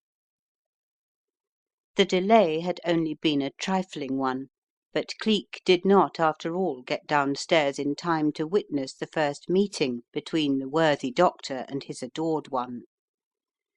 By the time he did reach the old-fashioned, daintily kept dining room, the couple were apparently engaged in the commonplace phrases of ordinary social life. But Cleek was too well versed in that most complex of all studies, human nature, to be deceived. The veriest child could have seen and understood every word or motion of his hostess, and a pitying smile crept up Cleek's face as he noted the bearing of the would-be lover. Cleek's entry with young Wynne drew their united attention. "Hello, Doc," was Wynne's boisterous greeting. "Lost your best patient, eh? Never mind. Saved you killing her yourself." The remark was decidedly in bad taste, but its effect on Dr. Verrall was almost startling. every drop of colour fled from his face, and for a moment he looked as if he could have struck the youth. It was with an obvious effort that the doctor continued his talk with Miss Wynne, but it was Cleek alone who noticed these signs of perturbation. Again his memory reverted to the night of the murder. He had sent Mr. Narkom flying for the doctor, and it had been strange that Verrall should have been so conveniently on the spot, almost in fact as if he had expected a call, rather than at his own house nearly a mile away. He had been on foot, too, and not in a motor, which he assuredly would have been had he been out on his ordinary rounds. There was something fishy about the whole affair, and Cleek decided to keep both his eyes open. His entry, however, with young Wynne's announcement of his sudden attack of faintness, made him an object of extreme solicitude on the part of Miss Wynne. "Crocked up, poor beggar, and came near being a new patient for you to kill, Doc," explained young Wynne as he led Cleek into his place at the table. "Came within an ace of rolling over, and I bet you a new hat, Jenny, it's those beastly strong-smelling flowers you stick about all over the place." The speaker laughed as though he were making the finest jokes ever made, and even his adoring sister could not but remonstrate. "Bobby, darling, how can you be so rude to my poor flowers?" said she, colouring at his humour in front of this stranger. "I'm sure you ought to be grateful to them," then stopped short, as if regretting having spoken. "Oh, that's right, rub it in," responded her brother with a little sneering laugh. "I'm always being pulled up for something, and just because you sold a few for once, I suppose I shall never hear the last of what those precious flowers of yours have done for me. Wish to goodness I was on my own like other fellows." "Oh, Bobby," Miss Wynne said softly, "you know I didn't mean—" "No, but you let me know it, mean or no mean," he retorted sullenly. "Seems to me that the best thing I can do is to take myself off, and then everybody will be better. I'll lunch at the inn, thanks. I say, Headland, when you feel up to it, you might meet me there, and perhaps we can have a bit of sporting chat together, and these two can spoon amongst the flowers." With which final dig at his sister's pet hobby and the doctor's evident devotion, this engaging young gentleman lurched out of the room and down the little passage leading to the front door without another word. A strained silence fell on the party for a second, until Jennifer, recovering herself first, said in explanation: "He's such a big overgrown schoolboy, Mr. Headland, and I'm afraid he's jealous of my beautiful hyacinths. Please don't give Bobby's rudeness another thought, or I shall feel horribly ashamed." Cleek shook his head smilingly. "Pray don't mention it," he said in a smooth tone. "Boys will be boys, you know, and I rather like a dash of sport myself." That seemed to set the girl at ease, and Cleek had an opportunity for a moment of watching and making notes in that wonderful mental diary of his. It was not until coffee, made by Jennifer's own capable and slender fingers, had been served, and the gentleman given permission to smoke, that Cleek managed to secure the opportunity he so strongly desired of seeing inside that little surgery door. Diving his hand into his pocket, and having assured himself that the object he sought was reposing safely at the bottom, he gave vent to a little exclamation of well-simulated disgust. "Nuisance, Miss Wynne. I'm sorry, but I've left my cigarette case up in your brother's room. Would you mind if I ran up and got it?" "Oh, I'll get it for you," said the girl quickly. But that was the very thing Cleek was most anxious to avoid. "No, my dear young lady. I know just exactly where it is, and I promise not to thieve anything." With a little asinine snigger at his own humour, Cleek had crossed the tiny room and was on his way up the staircase before Miss Wynne could find time to remonstrate. It took him but a second to reach the landing, and swiftly, silently, he grasped the handle of the surgery door. It yielded to his touch, sprang open upon well oiled hinges, and in another moment Cleek had achieved his object and stood in the little room. His eyes, trained to observe quickly, took in the shelves of drugs, once dispensed and used so freely by the dead doctor. The vast array of bottles stood dust covered and dull, many with spiders' webs over the stoppers. All but one, that is, and at that one Cleek's heart gave a leap, and his hand shot out, then stopped poised over it. The label on the bottle bore the medicinal name for prussic acid, and the dust had been brushed from the neck and stopper. Around the centre lay the marks of long, slender fingers. Cleek's hand dropped again, and for a second he stood stock still, his brows knitted, the little nerve in his temple throbbing incessantly, and his chin pinched up between one finger and thumb. Suddenly he switched on his heel, a new train of thought aroused by the sight of some white powdery atoms that lay at his feet. Cautiously he bent down and touched one of the crumbling balls. "Magnesia," he muttered. "By all the gods! And that remnant of pellet in the dead man's mouth. And the good Dr. Verrall was a friend of the family, so of course he would have access to this long forgotten surgery which Cleek himself would never have known existed had it not been for the providential opening of the door. What, indeed, was the connection between Miss Jennifer and the dead Miss Cheyne? Or was it Dr. Verrall, after all? Bobby Wynne. Cleek dismissed him from his mind altogether as utterly harmless, though again there was the reluctance of that youth to allow him to enter this very room. There was the trail of magnesia, too. Now, if he could find any trace of that most childlike and bland of medicines in Master Bobby's own room. This thought caused a sudden recollection of the two below, and he moved away quickly.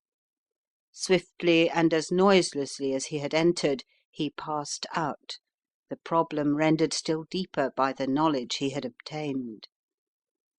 Darting into young Wynne's room, he gave it a lightning scrutiny, but there was no trace of magnesia to be found. But of course this room would be swept out every day, and so no remnants of dust and powder would be permitted to lie there. Down the staircase he went once more, stopping only to withdraw his silver cigarette case from the pocket it had never left, and his hand on the dining room door to open it, he stood rigid. For through it came Miss Jennifer's metallic and artificial voice. "Edgar, dear, you are sure we are safe? I don't trust this man." "Perfectly safe, darling," came the deep-toned answer.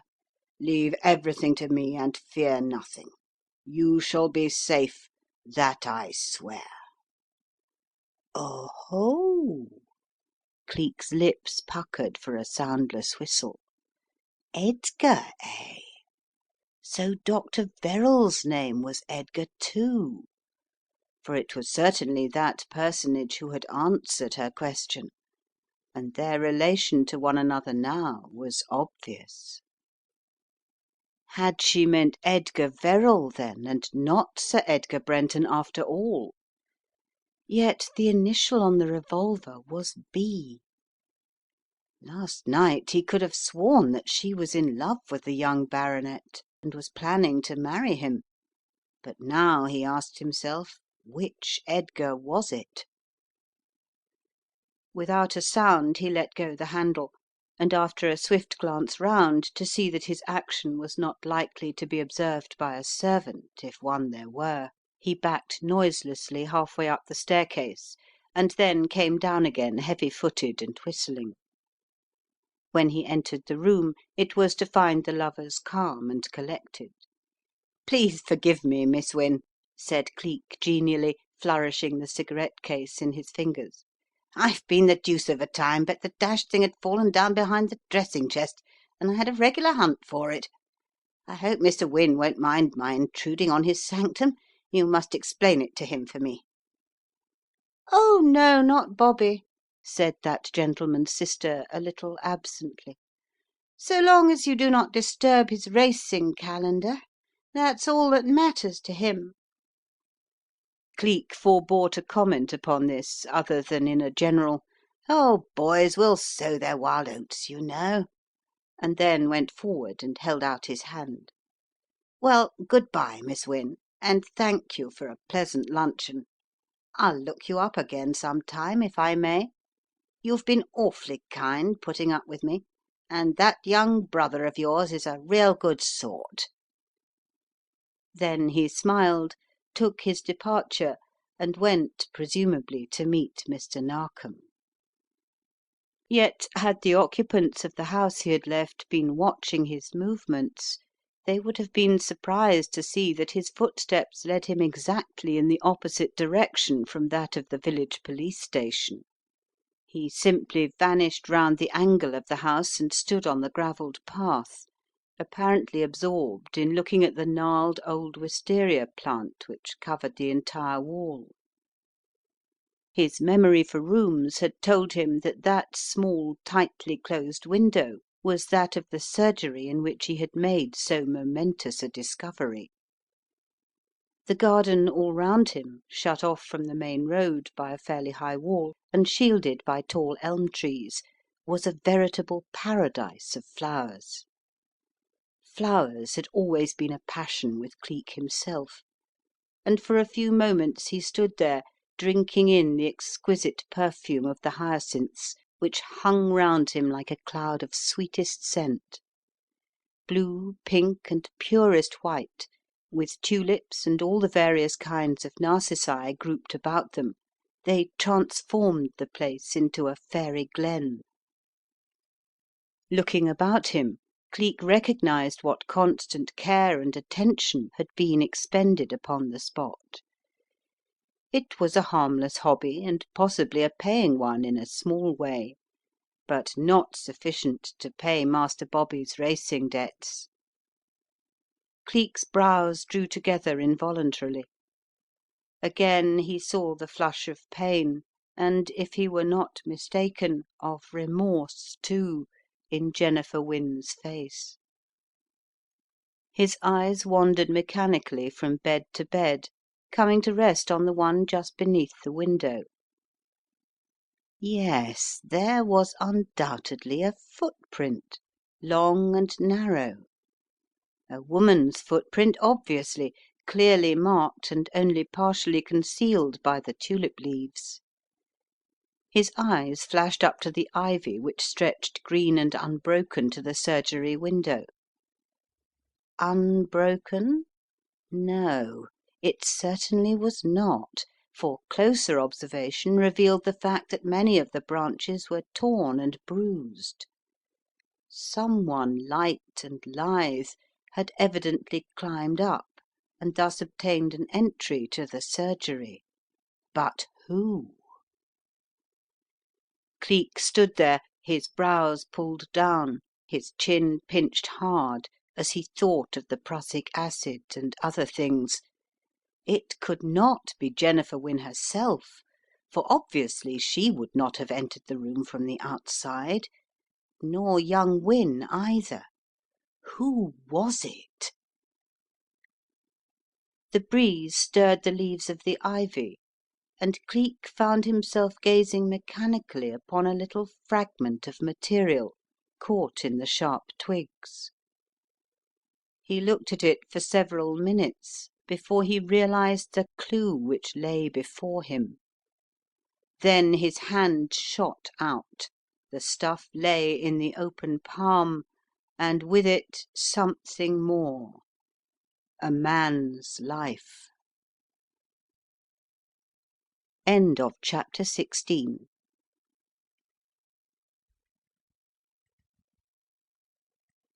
CHAPTER XVII Miss Cheyne Again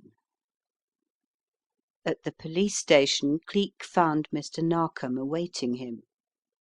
"You look worried," he said, with a twitch of his head and a lift of the eyebrows in that gentleman's direction. "I am worried," responded the Superintendent excitedly. "Cleek, I thought you were never coming. I've a search warrant here for Cheyne Court." Speaking, he drew Cleek in through the door of Constable Roberts' private sanctum and shut it sharply behind him. "If we don't find something to throw a little light on the matter, I will eat my head." "And a very indigestible quantity you'll find it, too," retorted Cleek with a laugh. "We'd better be getting along at once, the sooner the better, and try to get to the bottom of this most distressing affair." For answer Mr. Narkom grabbed his hat, clapped it upon his head, and together they went out to the red limousine. Petrie and Hammond, who had arrived and were in the anteroom, followed in their wake. "Cheyne Court, Lennard. When you fellows get there, I want you to search that dried up moat while we do the house," said the Superintendent as he climbed in after Cleek and shut the door behind them. Like a shot the motor was off, taking a pace which would make the police of the neighbourhood wink with astonishment. In the space of a few minutes the car drew up outside of Cheyne Court, and armed with a bunch of skeleton keys which would lay every room and cupboard open to them, Cleek and Mr. Narkom jumped out. Having sent Petrie and Hammond to their respective tasks, they set to work to make a systematic search from the top to the bottom of the big rambling house. From room to room and floor to floor they passed, but the broad daylight revealed no more than their torches had done at night. That there was some secret entry was obvious, but tap and prod as they might, it was all in vain. The walls were solid, the cupboards stern realities, and at the end of an hour the question as to how the murderer had entered and escaped on that eventful night remained as great a mystery as ever. Finally they reached the upper landing, and at a small room at the back, the door of which stood wide open, Cleek stopped short. "This must be Lady Margaret's own room," he said, turning to Mr. Narkom excitedly, his eyes alight. "Here is the coat she wore when I drove her over on that eventful night." He lifted a blue travelling cloak from the back of a chair beside the smooth untumbled bed. "Let's poke about in here for a while and see if we can't get some clues as to what happened," he continued.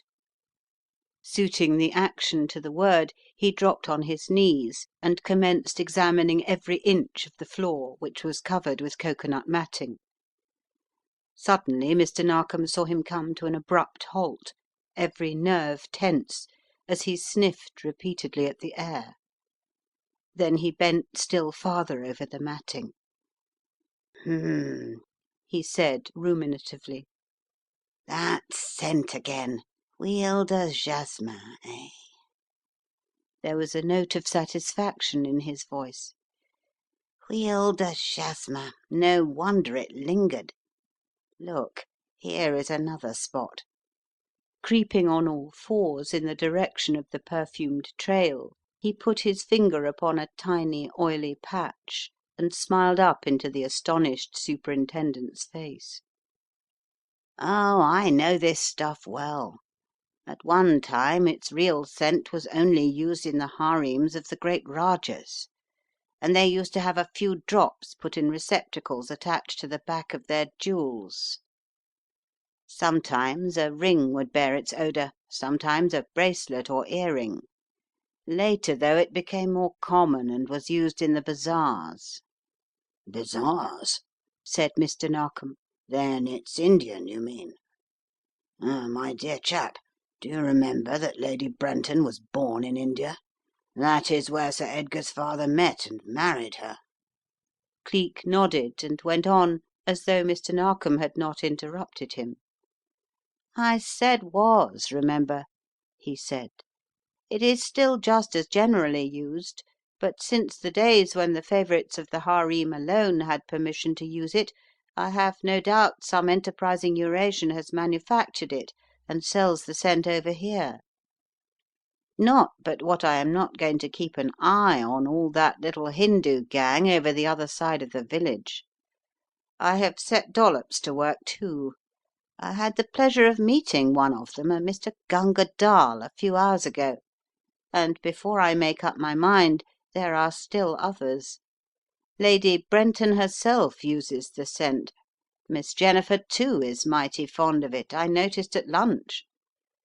But don't forget Dr. Verrall is also an Anglo-Indian.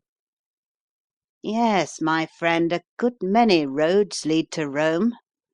Still—" His voice trailed off into silence, for his mind had gone back again to that first eventful journey to Cheyne Court, when, looking out in the March mist, he had seen the figure of a woman cross the lawn. But was it a woman, or simply a man in the flowing robes of the East? If it had been Miss Jennifer, what was she doing that other night when the man was murdered? His gaze was fixed almost unseeing in its intentness, but suddenly his eye caught a stray sunbeam which was reflected on something thrown down beside the white bed. He gave a sort of cry and pounced upon it. Mr. Narkom fairly gasped in his excitement at this action. Cleek," Mr. Narkom said agitatedly, "what is it?" "This," he made answer. "Something which looks as if there were at least two women in this room last night, and Lady Margaret herself was one of them." He held up the object as he spoke. It was a long, glittering gold scarf, from the end of which a fragment had been torn violently away. Taking out his pocket book, Cleek unfolded with trembling fingers the torn scrap of lace found clutched in the dead hand, and fitted it into the damaged place. "By James!" Mr. Narkom gasped, letting the scarf drop like a golden snake to the ground. "It fits! It fits! Cleek, how could that child have perpetrated a deed like that and escape? Vanish without a sound? It is impossible, utterly and ridiculously impossible." Cleek made no reply. His mind sped back over his last chat with Ailsa. What was it that she had said? The scarf had been given Lady Margaret by her dead father. A valued possession, then, not likely to be given up lightly or even lent, much less left about like this. "Perhaps someone stole it," suggested Mr. Narkom. "But who? And why leave it here?" responded Cleek, grimly. "It must be the identical scarf, the fragment proves that. And yet Lady Brenton has one, Miss Jennifer has another." His words trailed away again as the complexities of the clue were borne in on him. Certainly there had been two women abroad in the neighbourhood of the house on the night of the murder. Two, possibly three. But even if one were Lady Margaret herself, this could not absolutely convict her of murder. It would take more than a young girl's strength to overpower an active man. And yet despair lends strength. Before, however, either of them could voice the thoughts that were racing through their minds, the sound of excited voices and heavy trampling feet coming up the drive toward the house for the moment drove all other thoughts out of their minds. "Come along down, Cleek," said Mr. Narkom, his voice shaking with excitement. "It's Hammond and Petrie.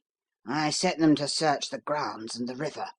It seems as if they had discovered something startling from the noise." They found Petrie and Hammond surrounded by a little knot of villagers and bearing a hidden burden upon a hastily contrived stretcher. Their faces were white and rather frightened. "Sir," broke out Petrie, as the procession came up with Mr. Narkom, "we searched the river by the landing stage and we found this dead body. Almost naked it was, sir, but it's a woman and shot through the heart. If you would look for yourself." Cleek and Narkom did look for themselves. Here undoubtedly was the real Miss Cheyne, robbed of her dress and rings to clothe the man who had so ably undertaken her part on that night when Cleek and Roberts had been driven forth by him and his accomplices. Here, too, was the explanation of that ominous sound of a revolver shot which Cleek had heard while he and his innocent charge stood on the threshold of the ill-fated house. If only he had obeyed his first instinct and driven the girl back to Ailsa Lorne. The poor old lady had evidently been shot at that moment, and her body thrown into the river directly Cleek had left the room, where his inopportune entry must have caused considerable dismay to the hidden assassin or assassins. Hidden, but where? That was still a deeper mystery. And through what secret egress had the body disappeared? And why had they not attacked him? Evidently it was the girl they wanted, the girl and possession of the Cheyne jewels. But how and where had they escaped? And what had become of the girl now? These were questions for which there were no answers save those which time would show. Bidding them take the body on its stretcher down to the village mortuary, Cleek turned on his heel and with a few directions to Mr. Narkom made his way back into the house, once more to wrestle with the problem of its secret entrance and exit. End of chapter 17.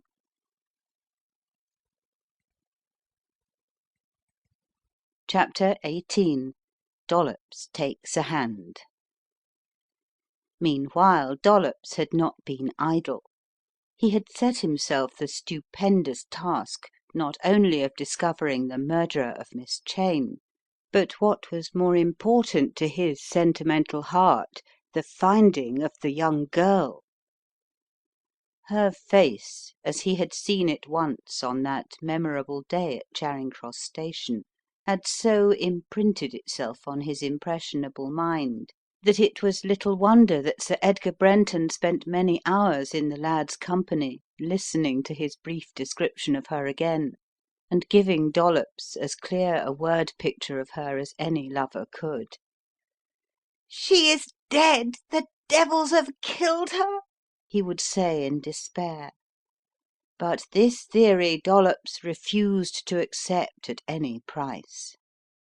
Not half they ain't, Sir Edgar, and don't you go for to believe it," he would say, when the two paced up and down watching the grim old house that would have told them so much could it have had human powers of speech. "Don't you forget, murder's an hanging business, and a mighty uncomfortable sort of business too, I should imagine. No, sir, her ladyship's hid away snug and tight, mark my words, till it's safe to let her go, and it's up to us to find her. For all Mr. Narkom thinks of is them blessed jewels, begging his pardon. Yes, and the other one, the Headland chap, is just as bad. Not a single effort made to trace my dear girl, only that blessed purple emperor. As if it were worth a hair of her precious head," stormed Sir Edgar. Dollops switched round upon his heel and looked up into the angry countenance. "Steady on there, sir. Not a word against Mr. Headland," said he, with a touch of asperity in his cockney tones. "He's my boss and the finest, cleverest chap what ever breathed, and if he's made up his mind to find the Emperor, purple or pink, then he's quite right, and you may depend on it he hasn't forgotten Lady Margaret."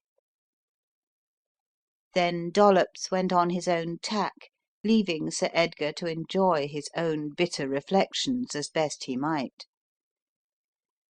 "Not but what he's all wrong though, bless his heart," said Dollops, when he was safely by himself. "For if that precious Miss Wynne ain't at the bottom of it, then I'll eat my head, hat and all."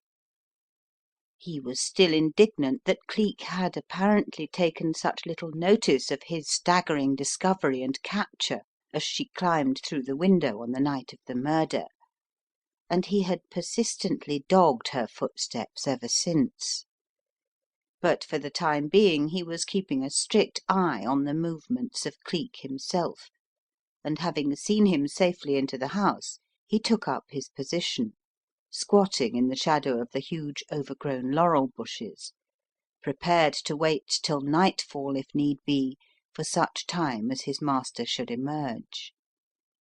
From time to time his eyes swept ferret-like over the vacant windows of Cheyne Court, and of a sudden, in an upper window, there appeared the outline of a woman's figure, and Dollops' heart leapt into his mouth as the dazzling thought that it might be Lady Margaret herself crossed his mind. Dollops gave a praiseworthy imitation of a night owl, and that Cleek heard it was soon apparent, for the ballroom window flashed open and Cleek himself came out. No sooner was he on the step near the lad than a rather more than usually excited Dollops descended on him. "For Gawd's sake, Governor, come quick!" he said as he laid a tense, nervous grip on Cleek's arm. "There's a woman prowling round in the house. How she got in fair licks me, but she's in right enough, and " "What's that?" rapped out Cleek sharply. "In Cheyne Court now? Impossible, my dear Dollops. I locked the hall door behind me, and only unshuttered the ballroom window when I heard you call. It's quite impossible." "It's not, sir," said Dollops, his voice shaking with earnestness. "There's a woman in that house, sure as I'm standing here on this blessed piece of ground. She was upstairs herself in that window up there. I couldn't see her face first at all, sir. Thought it was Lady Margaret herself when I copped a glimpse of her, but when she turned away I could see as her countenance was too broad." Cleek looked at the boy keenly. "Was it Miss Jennifer, Miss Wynne again?" he asked. "Try and place the woman in your mind, lad." "No, it wasn't, worse luck," responded Dollops ruefully, for he would dearly have loved to have caught his erstwhile captive red-handed again. "I seen her this morning, and she's in a blue creepy crawly kind of dress what tears if you looks at it, but this here female was in a black dress. I see it plain as plain." Cleek twitched up an inquiring eyebrow. "Sure it was a woman and not a Hindu priest?" he said. "Certain sure," was the disappointing answer. "You're backing the wrong horse there, sir. It was a woman right enough." Cleek's disappointment showed in his grave face, for in his own mind he was still inclined to lay the murder and even the abduction of Lady Margaret at the door of the priests of Brahma, tenders of the far distant temple of Shiva. He knew the main object of their lives would be achieved could they but once get into their possession again the ill-fated Eye of Shiva, known to the European world as the Purple Emperor. "Are you sure?" he persisted, laying a tense hand upon Dollops' arm. "Don't jump to a conclusion, Dollops." That worthy tossed up his carroty head. "Not 'arf I ain't, Governor," said he fervently, only wishing in his loyal heart that it could have been one of them beastly niggers. He would cheerfully have sworn them to be Snow White could it give Cleek any satisfaction. "I see her face the second time, and it was a middle-aged woman. Why you didn't hear her tramping around beats me. Anyway, she was evidently a watchdog for someone too, for she looked right down, vicious like. Lord lummy, sir, if she ain't there again! Look! Look!" Cleek did look, switching round on his heel and gazing up at the window on his left. Sure enough, a woman was there, a woman in a dark dress and with a pale, lined face. She was a stranger to Cleek as well as to Dollops, and a chill of excitement went through him at the thought of what her presence in this house of mystery and death meant. At a silent signal from Cleek, Dollops crouched lower in the bushes. "Can't be up to much good in there," He whispered with a backward jerk of his thumb in the direction of the house. "Shall I nip back to Mr. Narkom and bring him along?" Cleek pondered a moment. Yes, you might do that, but no, on the other hand, it will look suspicious. Keep here out of sight if you can, and if I don't come out in half an hour, then you might cut along. Understand?" "Yes, sir," said Dollops obediently, but in his own mind he was saying, "Me stay out here if there's going to be any danger for him." He watched Cleek's features writhe into the face of the gallant Lieutenant Deland so that he should be unrecognizable should he encounter anyone he knew, and saw him fit in the heavy key which had been found for the front door. But it had hardly closed upon his figure when Dollops was up and round the back to see whether it were not possible to effect an entrance of his own. Meanwhile Cleek, his foot on the threshold of the door, took out the key and closed the hall door behind him. It was very gloomy within, but not so dark as to prevent him seeing the figure of a woman standing at the foot of the stairs, the woman Dollops had seen but a few short minutes ago. He advanced a step forward and raised his chin. "Who are you?" he said imperatively. "And what are you doing here?" "That's what we'd like to know of you," came a harsh, raucous voice behind him. Cleek wheeled round sharply, but a moment too late. For once in his life his customary caution had left him. From the gloom of the door a man's figure sprang forward, bearing him down by the impetus and the total unexpectedness of the attack. A little cry of triumph burst from the lips of the woman as she rushed forward and helped him bind Cleek's struggling figure with the ropes which he had drawn from his pocket. When this was done, she turned upon her companion and spoke to him. "I thought you were never coming, Jack," she said, looking up into the sullen though triumphant face of the man whom Cleek had recognized as the immaculate butler of that day so long ago when he and Constable Roberts had come post haste to the court. "I came as quick as I could, but those fools of police are all over the place," the man answered viciously. "As to you, my fine fighting cock," jerking Cleek's bound figure to his feet, "we want a little explanation from you, and we're going to see that we get it. Come along, Aggie, let's make for the wine cellar. I can do with a drink, can't you?" Cursing himself for his folly, Cleek was forced to let his captors drag him downstairs into what were evidently the wine cellars of Cheyne Court. How either of his opponents had entered and re-entered the house was still a mystery to him, and when he looked at their grim, triumphant faces, he wondered dully exactly what was likely to become of him. There was desperation in their eyes and hatred in their looks. This was a tighter corner than he had yet experienced. His thoughts were not permitted to continue long, for "Now, my friend," said the man as he pushed Cleek roughly into a stout kitchen chair. "what have you done with the girl? Come, out with it.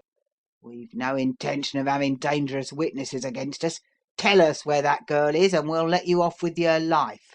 But if you don't Cleek looked as surprised as he honestly felt. What girl? He asked bluntly. Now then, none of your tricks, Snarled the woman with a nasty laugh. you know right enough. The girl you drove here and came back in such a precious stew about afterwards. Lord, how we took you in. A proper old do it was. She laughed hysterically. The clever devil. He was a bit too clever, eh? Didn't get over me, though. Her voice broke, and it was evident that she had already been drinking heavily. The man, seeing this, interrupted her. Stow it, Aggie, my girl, Said he with an oath. we've had enough of that. Now then, you tell us quick or it'll be the worse for you. If you mean Lady Margaret Cheyne, Cleek said in a calm voice, you know more about her than I do. She was in your hands. Yes, and safe and sound, too, Snarled Aggie. what we want to know is who broke in here and took her away. You're the only person what's been actually near the place, so it's no use your denying it. Cleek shook his head and favoured her with a bewildered smile. I do, and I give you my oath. I have not seen her since I left her asleep in the chair upstairs, he responded.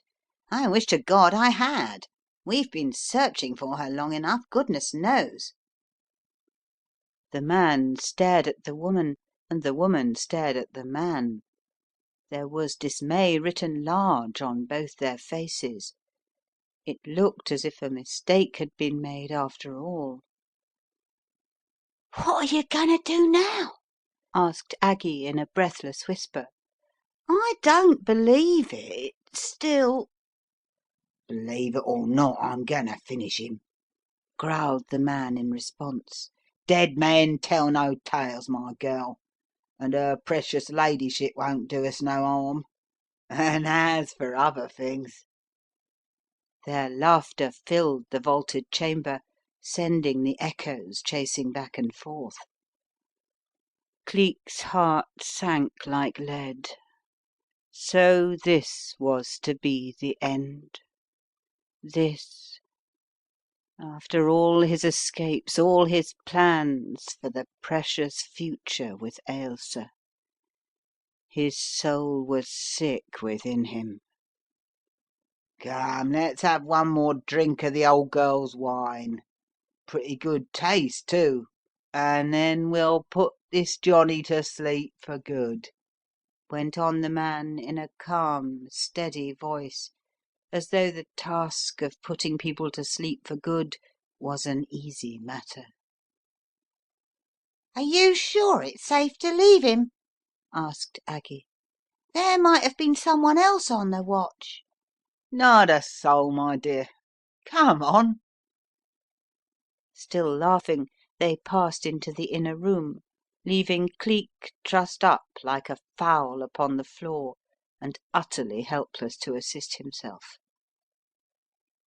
In his anxiety to find the girl whom he had driven all unconsciously into danger, Cleek had had no thought for himself, and he felt that any help that Dollops might bring would be too late to save him. The studded door swung back on its hinges, and all was as silent as the grave it would so soon become.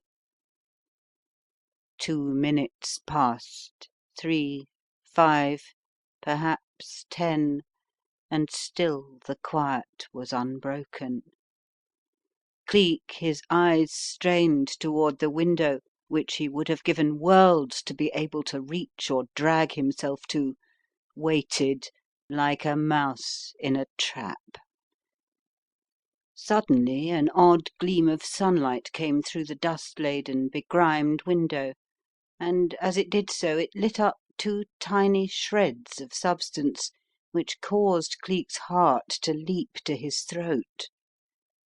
With his unmistakable gift of memory, he knew from whence they came. He knew now many things.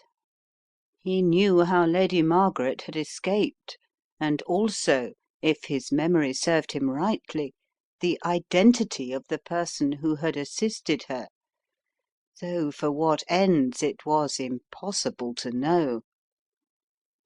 Suddenly on his reverie a sound broke at last, and Cleek braced himself for the end. To die like this, like a rat in a trap with no chance to fight for oneself — well, it was fate, and he could not quarrel with it. But this was no sound of triumphant captor, rather of someone moving down the stone passage with the greatest of caution. It was so faint that ears less keen than his might not have detected it, and at first he thought it was the man come to finish his task, or even Aggie, his companion. Yet at the first soft footfall he knew it was neither of them. Then, inch by inch, the door pushed its way open until it was wide enough to allow the slight body of Dollops to pass through. At the sight of his master he leapt forward and, whipping out a knife, cut the bond that bound him. Cleek stretched his head luxuriously. "Dollops, lad, that was a narrow shave," he said with a sudden little laugh, but the boy's face was grave. "Quick, sir, for the Lord's sake.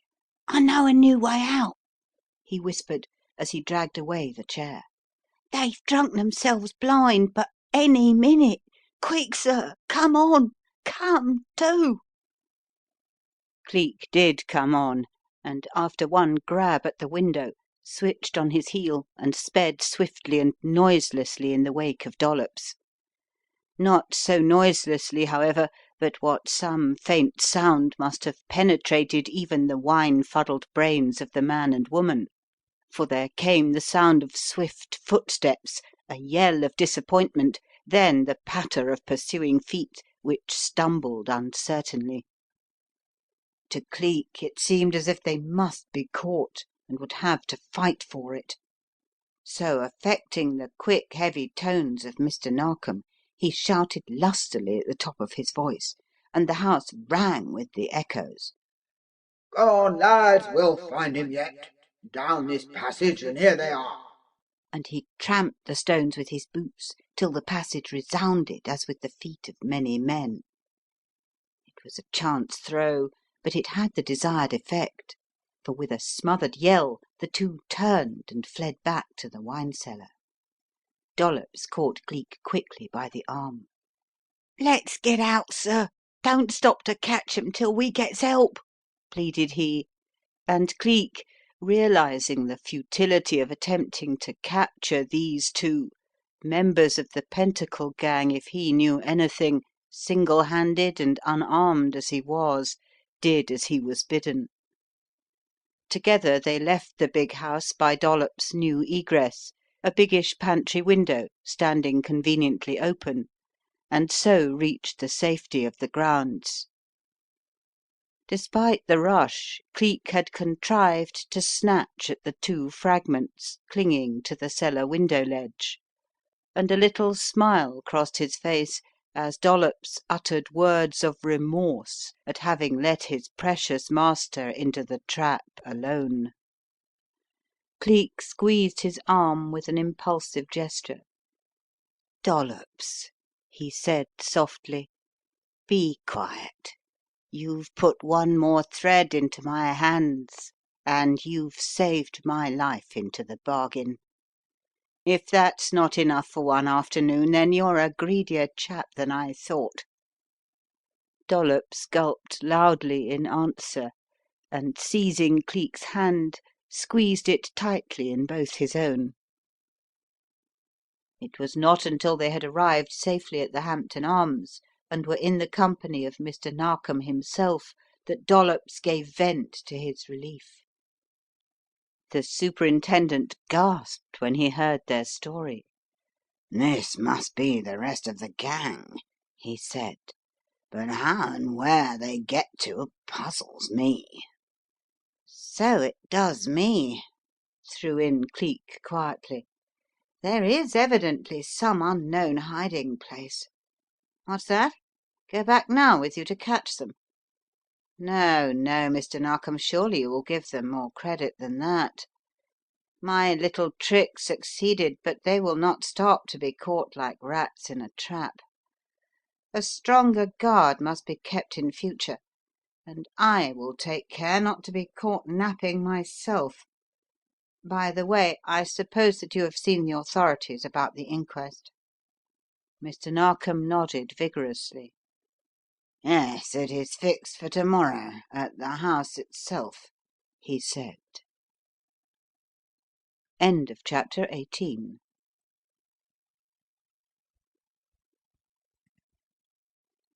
19. The Twin Scarves.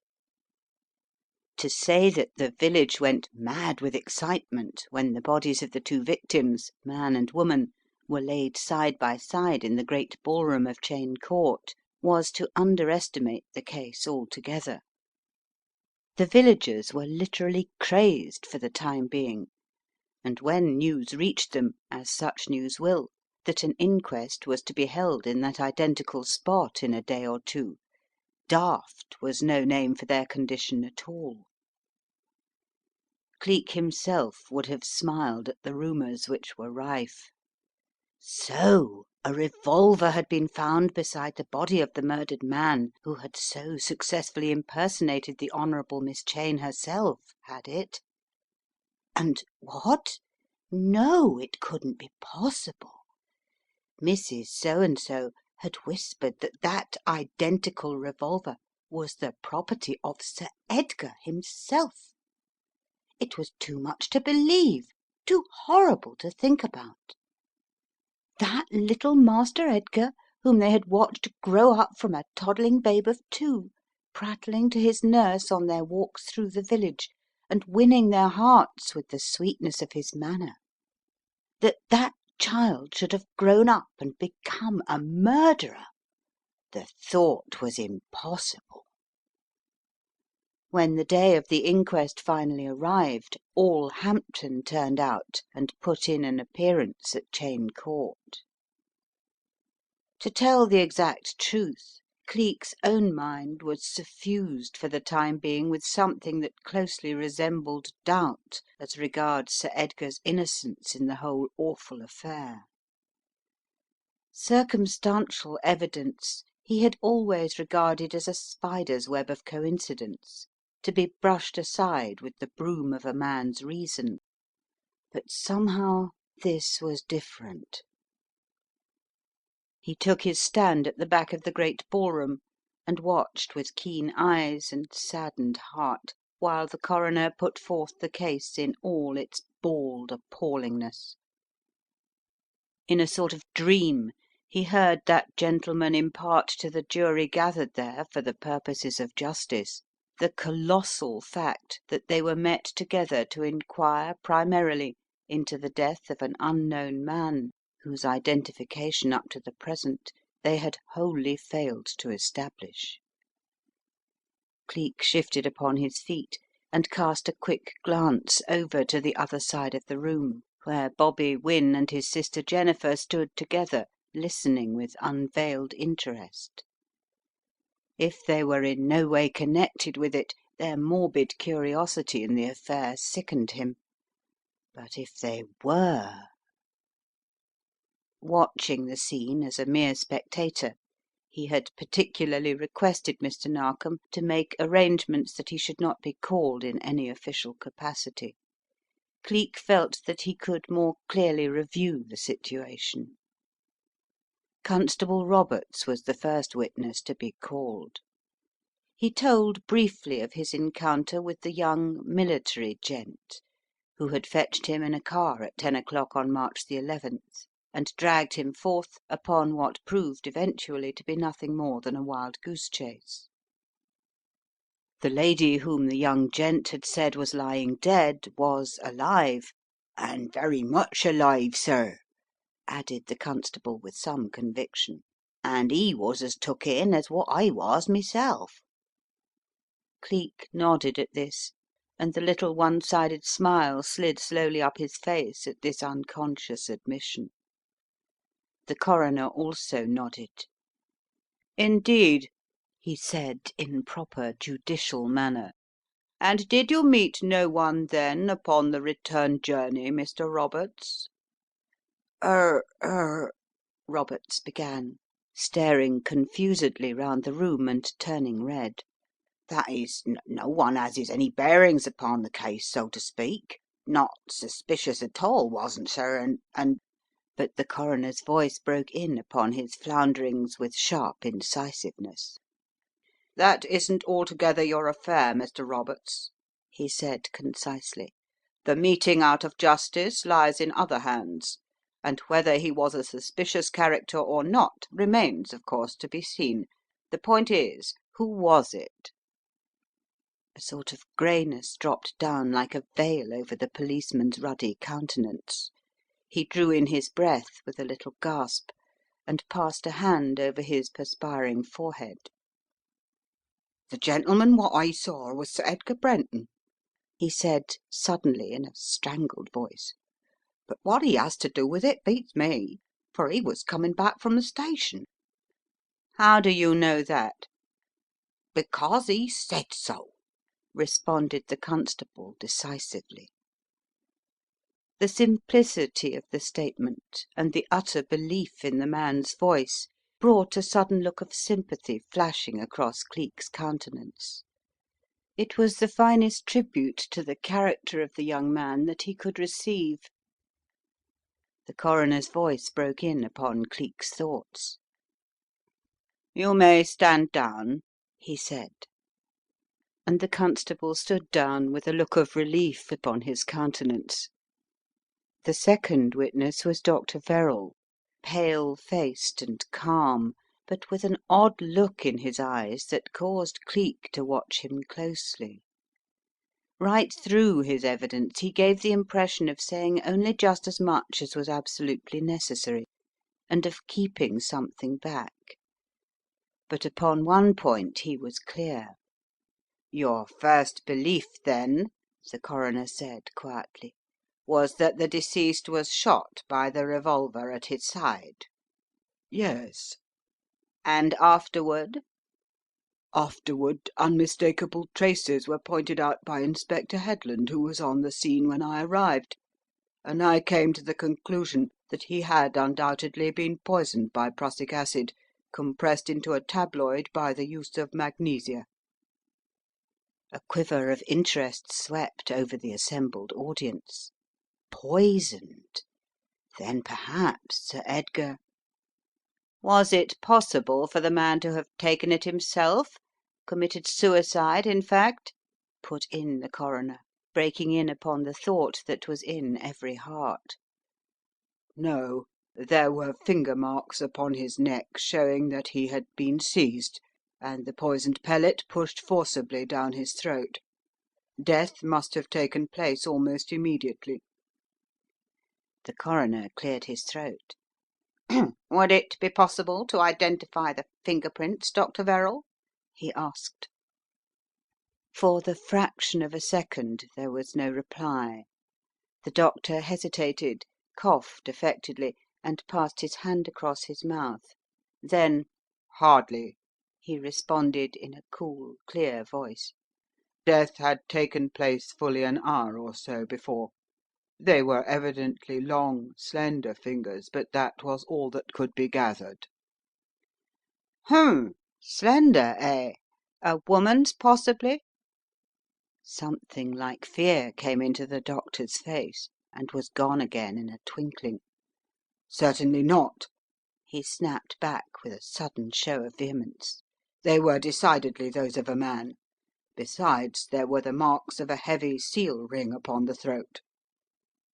A seal ring! Like a flash the thought telegraphed itself over the long, crowded room. Cleek gave a hasty glance backward over his shoulder and encountered the eye of Sir Edgar Brenton standing near the doorway, with his pale faced mother beside him. But other eyes than Cleek's were looking in his direction now. A seal ring, and Sir Edgar's seal had been upon his finger ever since he attained his majority. Every member of the village community recollected his delighted pleasure when that day came round. And there were marks of a seal ring upon the murdered man's throat. "And where was the revolver found?" the coroner inquired. Close by the dead man's side. He had been dead quite a long time before he was shot, and rigor mortis was already setting in. Whoever fired the shot sent it into a dead man's breast." "Quite so. And I understand that this is the revolver in question?" He held up a little dark metal object that caught the light in one vivid bar along its slim barrel. Dr. Verrall bowed his head. "That is so," He said calmly. "And do you know to whom it belongs?" "I cannot say." There was a hushed silence, fraught with a sort of stalking terror that sent every heart beating and every pulse drumming with the awful thought of what might be. Then, "That will do for the present, Dr. Verrall. Thank you very much," came in the same clear tones, and the crowd heaved a sigh of relief. Who would be the next to be called? The next to be called proved to be no less a person than Mr. Maverick Narkom himself, who, in his concise fashion, related for the edification of all present how he and his colleague, Mr. George Headland of Scotland Yard, had together discovered the body. "Were there any signs of a struggle?" asked the coroner quietly, with a little added show of respect for the dignity of his witness's position. Yes," responded Mr. Narkom excitedly. "decidedly there were. That was evidenced by the scrap of torn lace found in the dead man's hand, and—" Torn lace! echoed someone involuntarily aloud. Then there was a woman in it after all. Mr. Narkom mopped his forehead with a handkerchief and glanced about him. "Yes, torn lace, gold lace," he reiterated. "Can you identify it?" There was a momentary hesitation. Meanwhile Cleek's eyes sought his, and Cleek's lips seemed to say, "Be careful. Keep Lady Margaret out of it if you can." And Mr. Narkom responded to that appeal with surprising alacrity.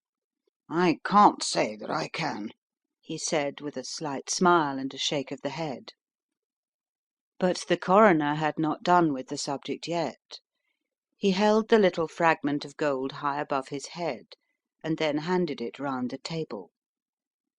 "Can anyone identify it?" he asked, and all eyes went instantly in its direction. There was no response, only as Cleek looked, a queer, shocked sort of expression came over Sir Edgar's countenance. Just as Cleek's face dropped into lines of concentrated thought, there came the sound of a voice, somewhat high pitched and clear, with the carefully accurate accent of a foreigner. Cleek whipped round to see the slim turbaned figure of Gunga Dall standing far back in the room.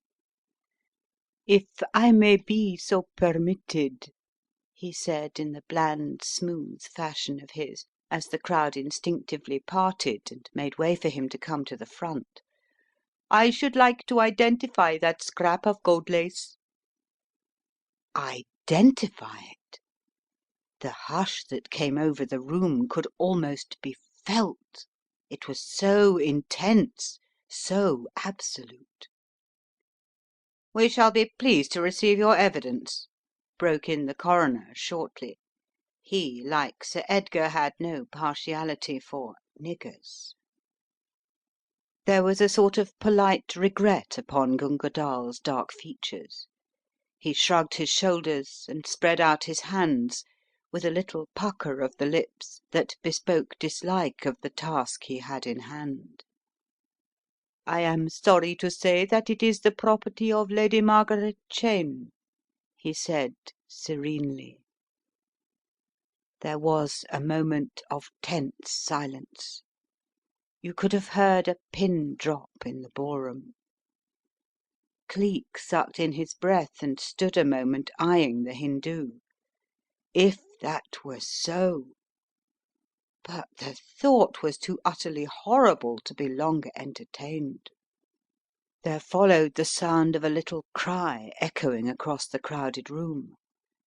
Cleek's eyes went in the direction of it and saw that Lady Brenton had gone dead white and that her lips were pinched and blue. Sir Edgar, in a sort of mad abandonment, was pushing his way up through the audience, his eyes flashing, his fists clenched, the red blood flaring in his face, and all his virile young manhood up in defence of the woman he loved. "Say that again, you damned liar, and I'll thrash you within an inch of your precious life!" he shouted. "You can't prove it! You absolutely can't, I say! It isn't her scarf at all!" "And I say it is," responded Gunga Dall with an unpleasant little laugh, "because I happen to have given it to her myself, and—" "You take care what you're saying!" returned Sir Edgar in a passion of white heat. "You dare to suggest that you've given her presents?" The coroner's upraised hand silenced him. "If you please," he began, "permit Mr. Dall to continue with his evidence without interruption. This is hardly the time or the place, Sir Edgar, for the airing of one's particular differences. You say the scarf belongs to Lady Margaret Cheyne, Mr. Dall?" I do, for I myself gave it to her. I met her on the journey over from Boulogne to Folkestone, and I happened to show the scarf to her. She admired it, and on the impulse of the moment I pressed her to accept it. It was one of a pair. Of a pair, eh? So there was the loophole of escape for Lady Margaret after all. Cleek's head went up. The coroner leant a little forward in his seat and stared up into the Hindoo's impassive countenance. "And where, may I ask, is the other?" he inquired. The blow fell unexpectedly, but with more force in consequence. For even as Gunga Dall commenced to speak, there followed a little commotion at the back of the room. Someone had fainted. There was a hushed call for smelling salts and brandy. "The other scarf is, or was," said the Hindoo quietly, "in the possession of Lady Brenton, to whom I gave it last week." It was like a thunderbolt in the quiet room. Cleek snatched up his hat and ran over to where Mr. Narkom stood. "You've got to close this inquiry before it goes any further," he whispered hurriedly. "We've got to make more investigations before that nigger's assertion is allowed to carry any weight with the evidence. We've got to close this inquiry at once, my friend." Mr. Narkom nodded, then crossed over to the coroner and spoke to him in a low, hurried voice. That gentleman seemed to acquiesce in whatever statement the superintendent made, and shortly afterward declared the case postponed. Slowly the people began to file out of the room in twos and threes, but even as they did so came the sound of a terrible moaning, the sound that Cleek had heard so many times before, but from whence it issued was impossible to tell.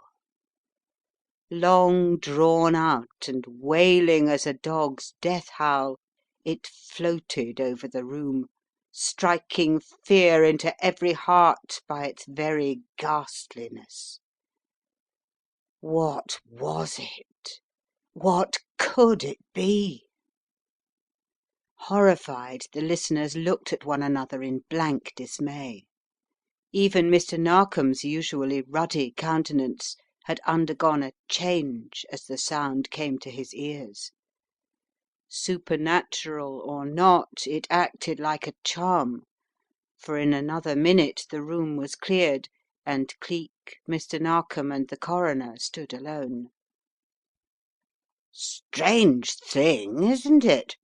said that gentleman as he fetched his hat and moved over toward the door, in the act of following upon the heels of his jurymen. Mr. Narkom nodded. "Very. Coming along, Headland?" "No, not just for a moment or two. I want to look round for myself, if you don't mind. Just an odd fancy, don't you know? But don't wait for me, Mr. Narkom. I'll see you later on." Even as they left, once again there sounded that uncanny wail, seeming to come from the very depths of the earth. Cleek felt that he was alone in a haunted house. End of chapter 19.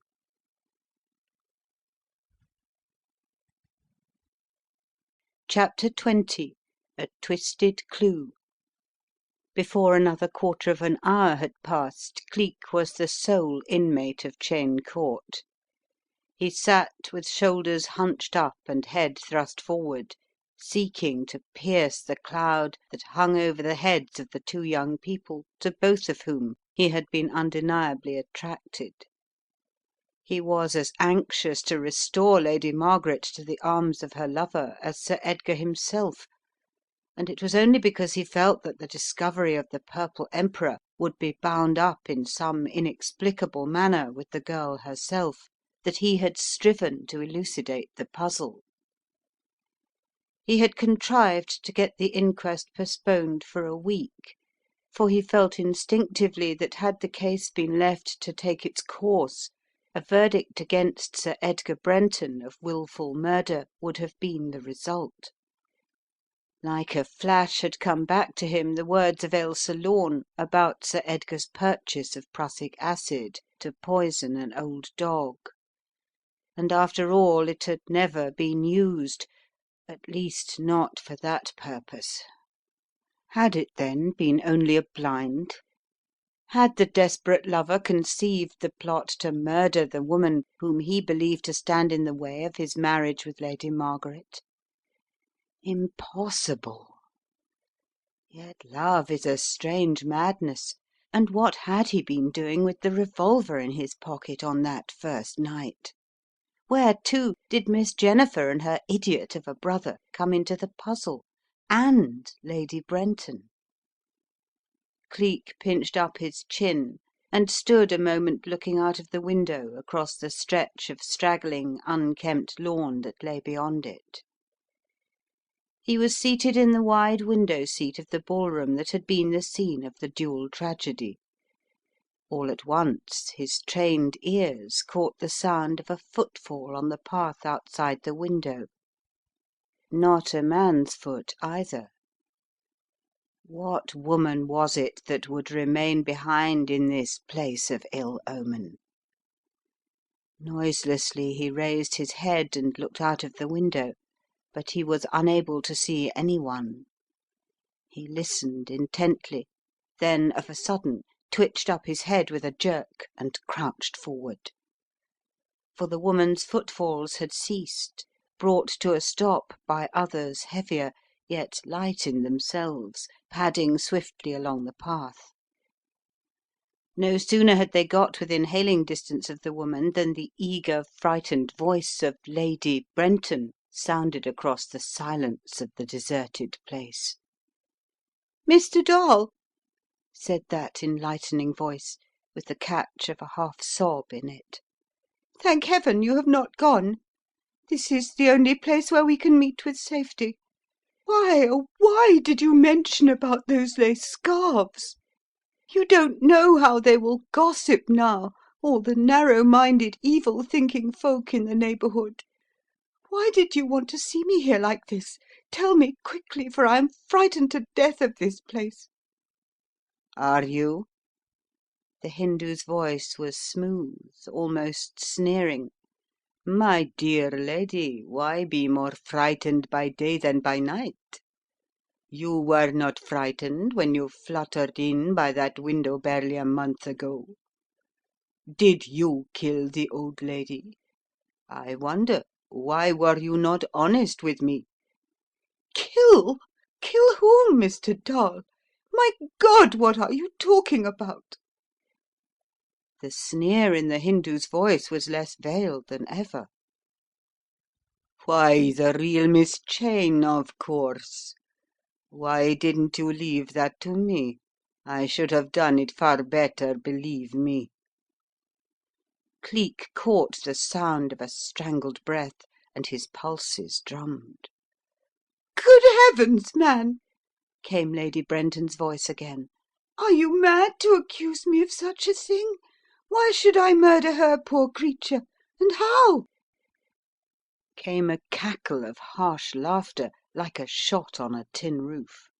"Well acted, my lady, but it won't work.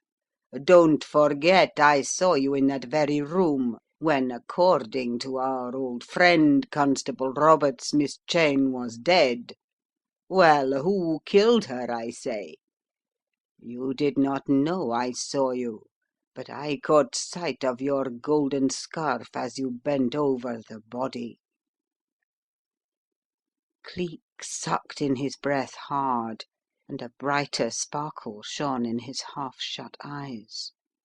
So Lady Brenton was there, was she? If this were true, then Sir Edgar knew more than he professed, and he was shielding someone other than Lady Margaret, and that someone was his own mother. Lady Brenton had remained perfectly still, as though dumbfounded at the charge made against her. Either that was it, or she was striving how best to free herself from the power of this man who held her guilty secret. Then she spoke suddenly. "You really mean that you think I killed that poor defenceless old woman?" Cleek could fairly see the cynical smile that crept over the man's features, for the tones of his voice betrayed it. "Dear lady," he answered, "it is what anybody would say if they had seen you as I saw you emerge from that room with a gold lace scarf round your face. I watched you cross that lawn and vanish in the darkness." "That is not the truth," she flung back with a sudden awakening from the kind of stupor which up till now had overcome her. "I never wore that gold scarf, for the simple reason I did not possess one at that time. I was never near Cheyne Court. If you say you saw me, you are saying what is absolutely untrue. And there is another thing, since you are so sure that I was responsible for that horrible deed. What were you doing at Cheyne Court that night at all?" Gunga Dall's answer to Lady Brenton's question was given so quickly, even as Cleek himself echoed the thought in his own mind, that he might well have been forgiven in believing that it had been prepared beforehand. "I followed you, my dear lady." "Followed me?" she repeated. "From where, pray? Oh, this is intolerable." "I saw you as I turned into the lane, and I rather wondered, as was only natural, what you were doing at that unearthly hour and place." "So I should think," responded Lady Brenton, with a little sniff of disdain. "The same might apply to you, Mr. Dall." That gentleman laughed softly. "I came to see if I could speak to Lady Margaret Cheyne," he replied. "You must remember I had met her previously in Paris." "I do remember only too plainly, and how you gave me no peace till I had introduced you. But that is no reason why you should call upon her at night, after she had had a long journey. Besides, how did you know she was expected home? I hardly knew myself till quite late, and by a chance word overheard from Miss Cheyne herself in the post office. How did you come to hear of it?" That very idea was already formulating itself in Cleek's own mind at the same time. How indeed? But Gunga Dall was evidently prepared for the question. "In the same way as yourself, my dear lady," he returned glibly. "The young lady at the office was busy talking about Lady Margaret's return, and I made up my mind then to pay her a visit, but I had not intended to call at that hour. I just took a little walk, and my steps led me by accident, or what you English people call Providence, past the house. Then I saw you, and you beckoned to me, so naturally I followed in your wake. I saw you enter the house, the front door was open, and I waited and waited, and at last, out of curiosity, I too went through the door and closed it behind me.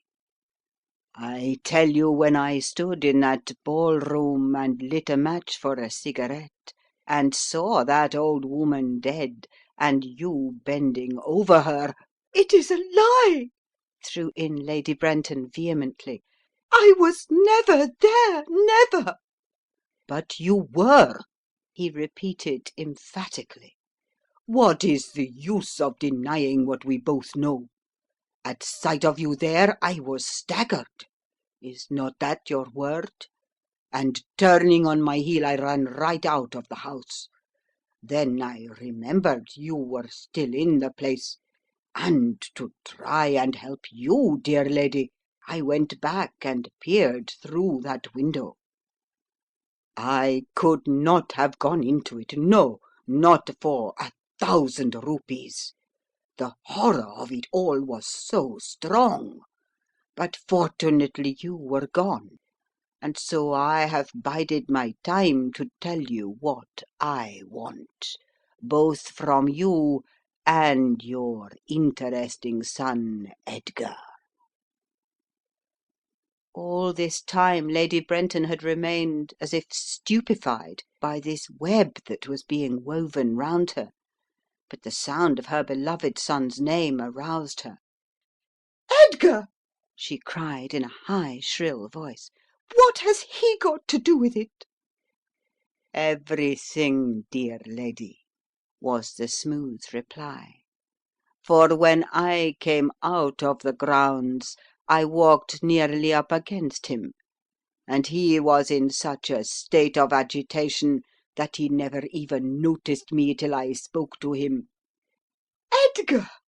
echoed Lady Brenton again, a note of fear as well as surprise in her voice.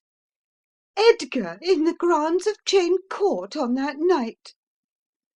And Cleek could have blessed her for the note of doubt which her tone held, for this was assuredly one of the points which he himself desired to have explained satisfactorily. "But what was Edgar doing at such an hour and in such a place? Why, he was at a public dinner, now I remember, so it is impossible." "Not so impossible, dear lady. Sir Edgar himself said that he had come to meet Lady Margaret." In the shadow of the window curtain Cleek puckered up his brows and thoughtfully pinched his chin. So that was the young gentleman's explanation of his presence in the grounds, was it? Plausible enough, though it differed greatly from the explanation he had tendered to Lieutenant Deland. However, that was only to be expected. After all, it might be merely a red herring drawn across the path. Surely the station was the right place to await a fiancee's return from abroad, not the grounds of her home late at night. But then he had little belief in the young man's guilt, and there was every possibility that Sir Edgar had followed in his mother's footsteps with a view to finding out her purpose. For that Lady Brenton had been in that vicinity Cleek felt almost certain, despite her vehement denial. The bond between mother and son was beyond all doubt a very close one. It might well be that the two had played at cross purposes and been bent on shielding one another. But he had not thought that Sir Edgar— Gunga Dall's soft purring voice broke in upon his thoughts, and Cleek pricked up his ears to listen. "It was his mention of Lady Margaret that made me wonder whether you too had gone for that purpose," the Hindoo went on. "That's how I came to see you there, I suppose." "You did not see me there," she flung back indignantly. "Really, this is unbearable. I tell you I was not near Cheyne Court that night, Mr. Dall, and I will not stop another second to hear such abominable charges against me. No, please do not follow me or speak to me. You have done me injury enough this morning with your foolish blundering remark about the scarves." A moment she stood there irresolute, then turned and sped down the path across the lawn like a fleet shadow. As she went, Cleek heard the sound of a soft, throaty chuckle which came to him as he crouched in his hiding place. Then the padding footsteps followed in Lady Brenton's wake, and died away into the silence of the deserted place. For a moment Cleek sat there lost in thought. There had been a certain note of truth in the voice of Gunga Dall which told him instinctively that Lady Brenton had been there on that night, deny it as she might, and Sir Edgar too. That both would fight tooth and nail to keep their visit a secret to the world, he felt no less assured. But why had either of them, mother or son, been concealed in the house that night? Could it have been Lady Brenton whose figure had flitted across the lawn before his startled eyes? True, it had worn a gold scarf, and, according to her ladyship, at that moment she had not possessed such an article. Still, there was more than one kind of gold scarf in the world, and even Indian ones were quite easily obtainable. Then why had she been forced to introduce Gunga Dall to Lady Margaret when the child had been in Paris? Was there some power that the Hindoo possessed over the elder woman? All these thoughts raced through his mind, but— And then of a sudden he became alert, for out of the silence of the night, and in at the window again, came the sound of footsteps tiptoeing softly by. Even as he stared out with sharp, discerning eyes, a figure flitted by. It was a figure that made Cleek's heart beat wildly, for it was the figure of Sir Edgar Brenton himself. End of chapter 20.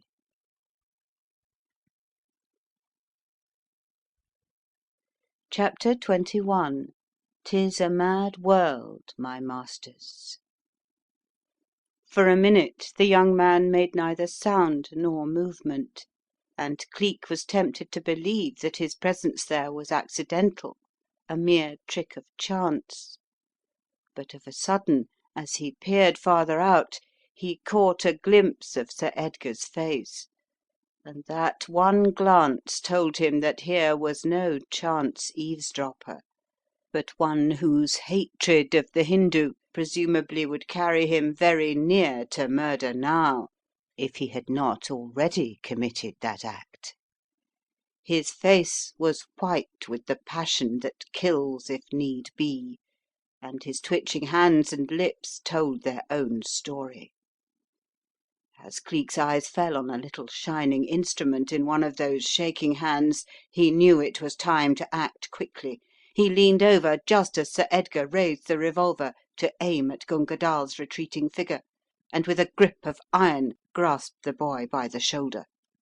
He swung his slim figure over the shallow window sill and into the ballroom before you could say Jack Robinson. The strength of his muscles was extraordinary, and as the young man stood before him, sputtering in fury at this calm proceeding, Cleek gave a short, sharp laugh. Took you rather by surprise, didn't I, my friend?" he said as Sir Edgar turned upon him menacingly. "But quick thought demands quick action, and my apologies are manifold. Believe me—" "Who the devil are you, and what are you doing here?" cut in Sir Edgar angrily, trying to recognise the strangely contorted face of the man who stood guard over him. "Who am I?" replied Cleek with a light chuckle. "Ah, my friend, more than you would like to have that question answered. What I am doing is another matter, preventing another murder, I fancy. Anyway," he gave a quick spring and there came a swift rustle, a metallic click. The revolver was on the floor and a band of steel was locked about each of the young man's wrists. "You've put handcuffs on me!" Sir Edgar cried out angrily. "How dare you commit such an outrage? I'll have you arrested. Better let that subject alone, young man. I suppose you don't realise that I overheard all that passed between Gunga Dall and Lady Brenton just now?" "Well, and you know that he lied," put in Sir Edgar eagerly. "My mother wasn't there that night. You must know that." "On the contrary, my friend, I know that she was," responded Cleek serenely. Sir Edgar made an effort to raise his shackled hands. His face was passionate. "It's a lie, an infernal lie, I tell you!" he cried vehemently. "It was I who killed the old woman, if you want to know the truth, not Lady Brenton." "I do want to know the truth," replied Cleek severely, "but that is not it, so don't tell any more lies than you are obliged to. If I say Lady Brenton was here that night, it does not mean that she killed Miss Cheyne, nor that you did either, despite the fact that you had a revolver in your pocket." A sudden startled look passed over Sir Edgar's face. His mouth was a little drawn. "Then what is the meaning of this outrage? What right have you to arrest me?" he said with a very creditable attempt at bluster, which deceived Cleek not at all. "The right of the law, young man. You asked me who I was just now. Well, I'll tell you as much as the world knows. I am Cleek, Cleek of Scotland Yard." "Cleek!" Filled with astonishment and not a little awe, Sir Edgar found himself looking into a hard, cynical face, with narrowed eyes and a thin-lipped, cruel mouth. Cleek smiled. "Perhaps you know this man better," he said quietly, and in a flash his features blent, softened, altered, made of themselves yet another mask, and Sir Edgar found himself gazing into the face of Lieutenant Deland. "Good heavens, the lieutenant!" he said with a throb of fear in his voice. "Then you were that man, and Mr. Narkom knew all the time?" "Yes, Sir Edgar, and perhaps, too, you can tell me of this one, eh?" In a flash that face had given place to the bovine stupidity of Mr. George Headland, as the young man had seen him at Scotland Yard. "Mr. George Headland!" The name scarcely sounded above a whisper, and Cleek smiled a little as his face now resumed its normal expression. All three, my friend," he said genially. "So you see it is useless to attempt to deceive me. I have given you these proofs to drive that lesson home. Put yourself unreservedly in my hands and you will be safe. Otherwise, well, remember that the inquest is only postponed, not settled." Something of menace in the low tones caused the face of Sir Edgar Brenton to grow more pale, and for a brief moment there was silence. Then Cleek spoke swiftly. "Give me your word to work with me on the side of the law "And I will see that the one you seek to shield shall not be harmed so much as by a hair of her head," he said. "Do you believe me?" "Yes, I do, Mr. " "Mr. George Headland, please." "Very well, Mr. Headland, I place myself in your hands completely. If you will give me your word of honour to say nothing, absolutely nothing, to any living soul about this." "You may safely trust the knowledge with me," responded Cleek lightly, as he undid the manacled hands. "And now, Sir Edgar, I want you to tell me everything that happened that night, and the night when the impostor was also killed. Then go up to town and stay there till I send for you. Now fire away." Sir Edgar hesitated, then gave a queer little gulp. "Well, I suppose there is no help for it," he said in a shaken voice, seating himself beside Cleek on the wide window seat. "I was coming back from a dinner party just as I said, but I meant to see Margaret despite Miss Cheyne, and I still had that revolver in my pocket. It was the revolver that Miss Cheyne herself threw at me that same day when, like a fool, I tried to get her consent to our happiness. How and why this one was marked with my initial as it was, I don't know, but I'll swear, Mr. Headland, that the first one was not. I'll take my oath on that. It was a Smith & Wesson repeater. Well, anyhow, I came back to Cheyne Court, and after knocking till I was tired, I was about to turn away and had got to the bottom of the steps when I thought I heard the sound of footsteps behind me. On turning, to my astonishment, I found the door ajar. In I went, and as I did so, there came the sound of a shot from the ballroom." "Ah, then it was you I heard when I knocked," interposed Cleek. Sir Edgar nodded. "Yes, I didn't stop to notice, just rushed into that room and saw the old woman dead and not a soul to be seen. Then I heard your knocking again, and I think I lost my head. I thought it might be the police. I know I was mad, but I just made a dash for the window and was out and through it like a shot." "Then there was someone else in the house, too, for it was a woman who crossed that lawn, one who wore a gold scarf," said Cleek, his brows knitted. "Well, go on. What next?" "You can imagine my feelings when you said you had been driven out by Miss Cheyne herself when I met you in the lane. I thought that in my fright I had imagined the murder, and that she must just have fainted and come to afterward. I know it was silly, but I was afraid to speak." "That's all right," said Cleek quietly. "But now what about the second murder? How did you come to go to Cheyne Court again? That wants explaining away, too." "And it can easily be explained," retorted Sir Edgar rapidly. "I was trying to find Lady Margaret, and I caught a glimpse, or thought I did, of a woman's figure in the grounds, and followed it right into the house. There again I found the body of Miss Cheyne, as naturally I took it to be, and felt I must have gone out of my senses. There was something queer and supernatural in finding her again in the same spot.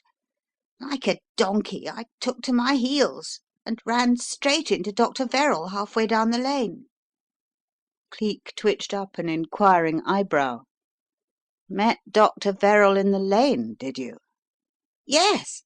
He told me he had come from Miss Wynne's house. He had been to borrow some drug from the old doctor's surgery or something. Anyway, I tell you I was tempted to blurt out the truth, but again I was afraid, for, as a matter of fact, we are not usually the best of friends. You see, well " He broke off, finding this position rather more awkward than the others had been. A little one-sided smile crept up Cleek's face, and he put his hand upon the young man's shoulder. "I know," he said quietly. He was jealous of you and Miss Wynne, wasn't he? She entertains somewhat of a liking for you, doesn't she?" Yes, that's just it. Not that there was any cause, for though I have known Jenny all my life, I have never dreamt of marrying her. And after I met Margaret, she was the only girl in the world." I know, I know," Cleek said quietly. "But to return to our mutton, Sir Edgar. Didn't you meet any one else at all? Just think a moment. No woman at all, eh?" For a moment Sir Edgar hesitated. Then his honest eyes met Cleek's and read the knowledge in their keen depths.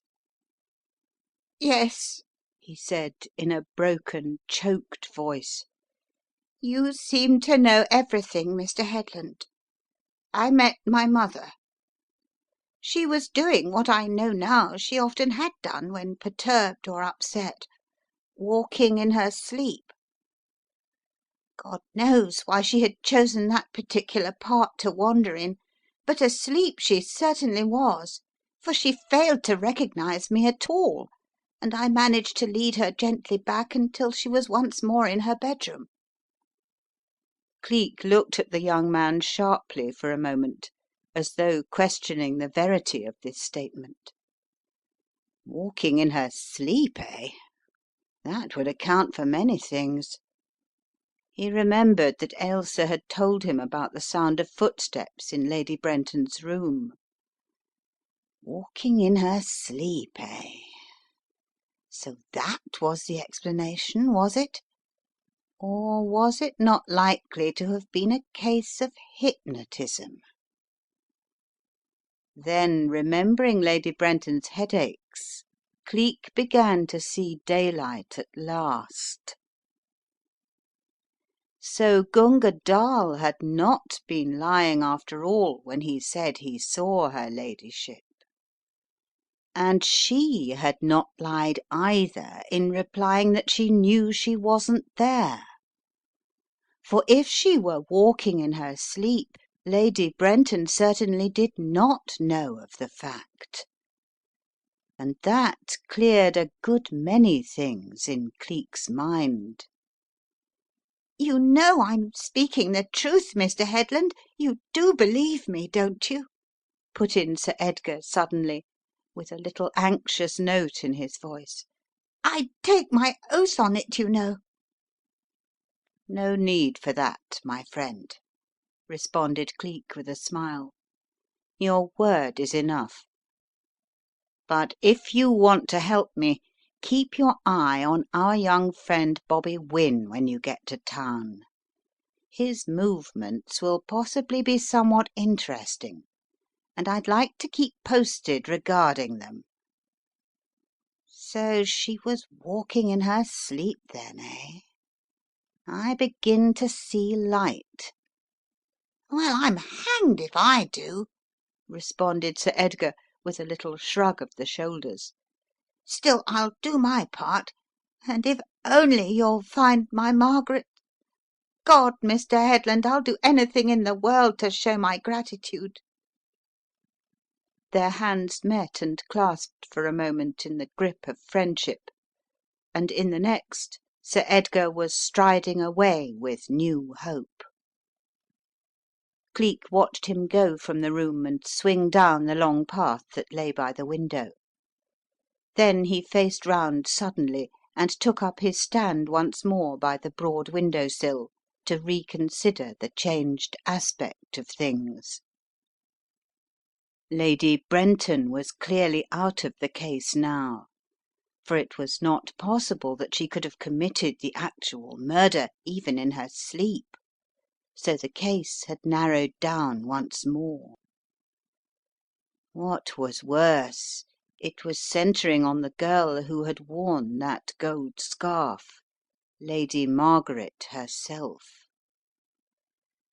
And yet he would not believe that even desperate as she might have been made, she could deliberately kill her enemy. Yet if it were not she, Who, then, had worn the scarf in her place? Not Miss Jennifer, for her scarf had been gold, it is true, but of a different colour and texture.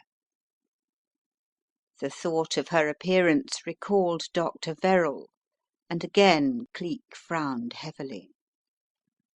Dr. Verrall knew more than he had revealed at the inquest. Instinctively Cleek realised that the doctor was trying to shield Jennifer Wynne from discovery, shield the girl he loved despite everything. Jennifer had access to the old doctor's surgery, and someone had undoubtedly tampered with the bottle of prussic acid, as he knew already. Dr. Verrall himself might have climbed up, but the shreds of cloth which Cleek had found clinging to the ivy were not like any suit Dr. Verrall had worn, certainly not like the black broadcloth which he had on the night of the murder, when fetched from the lane where he had lurked so opportunely. True, he might have changed quickly, but not so quickly as that. Cleek was still bent on the problem, but not so absorbed that he did not hear yet another light footfall outside, one that seemed to be approaching the window where he still sat.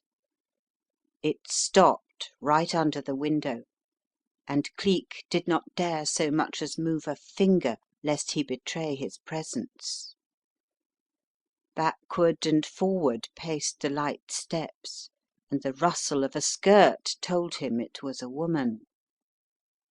2, 3, 5 minutes passed, and Cleek sat hunched and motionless, unable to see who this new visitor to the house of mystery might be. That it was someone keeping a tryst was only too evident, waiting, too, for someone who had been delayed past an agreed time, as was indicated by the impatient tapping of one foot on the path. Well, Cleek was prepared to wait all night if necessary. A sound came suddenly across the night, the sound of a cuckoo. With a little cry of relief, the woman outside answered the cry softly and clearly. "Quick, I am here!" Cleek heard the words almost gasped out. Then there came the sound of snapping twigs, as if a man were forcing his way through the dense shrubberies, followed by the sharp crunch of feet on the gravel. With these came the soft whisper of a man's voice, warning the woman to keep silence as she rushed toward him in a state bordering on absolute hysteria. "Quick!" she said again. "If I am discovered here, or my absence noticed, all is lost. You don't know what horrors of suspense I have endured. I was afraid you would think better of your promise and go to the police after all. All through the inquest I dreaded every opening of the door. Tell me you won't give him up. He is so young. Oh, I shall scream in a minute." Again came the man's whispered "Hush!" and then he broke forth suddenly in an excited undertone. I tell you I saw him. He said in a voice which was quite unfamiliar to Cleek. If you've got the money, all right. If not " He let the rest go by default, and Cleek heard a little moan of distress come from the woman. "All I've got left is here. I can't give you another penny," she cried, and Cleek heard her fumbling as in a bag. But now he scarcely noticed her movements. Other and more startling thoughts were in his mind. A scent of jasmine was in his nostrils. He did not need to move or see now. He knew that the unseen speaker was Jennifer Wynne, and that the boy she was trying to save was none other than the lad she had mothered and watched over, her idle young scamp of a brother.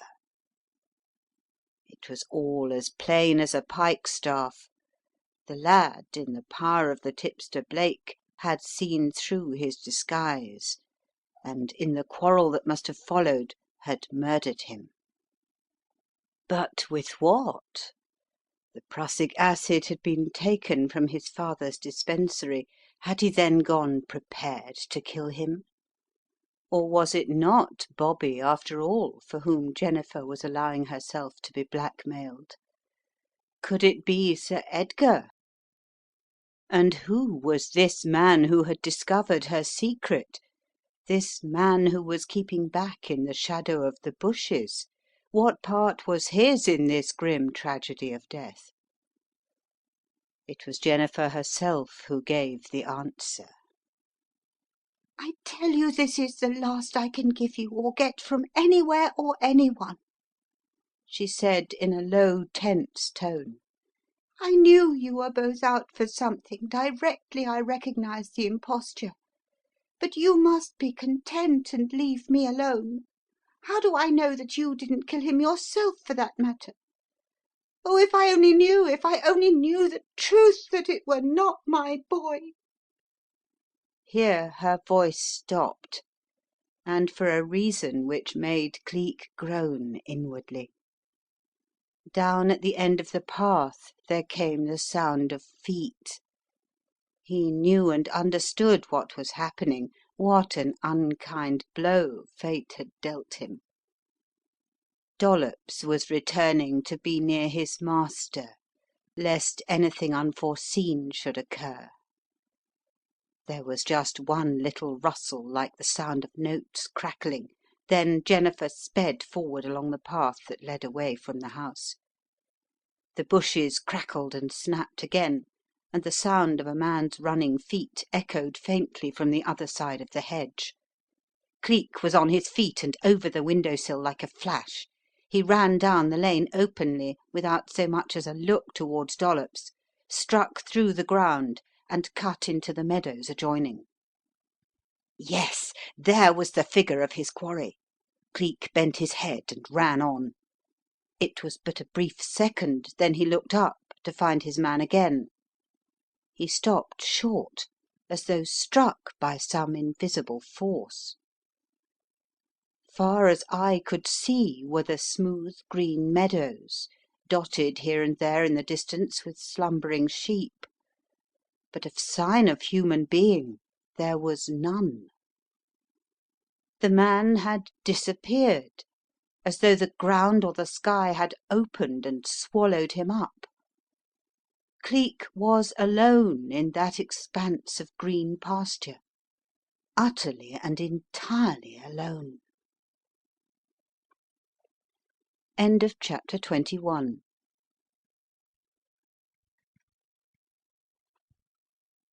Chapter 22. The Trap. For the space of 10 minutes after that staggering discovery, Dollops, who had followed closely on his "guv'nor's" heels, stood watching him trot round and round that field, not unlike one of the colts on the other side of the hedge. Presently, as Cleek stood by a clump of golden gorse, Dollops saw him throw back his head and give a little laugh of triumph. "Dollops," he called to the watching lad, "cut back to the inn and tell Mr. Narkom to send Leonard up to Cheyne Court with the car.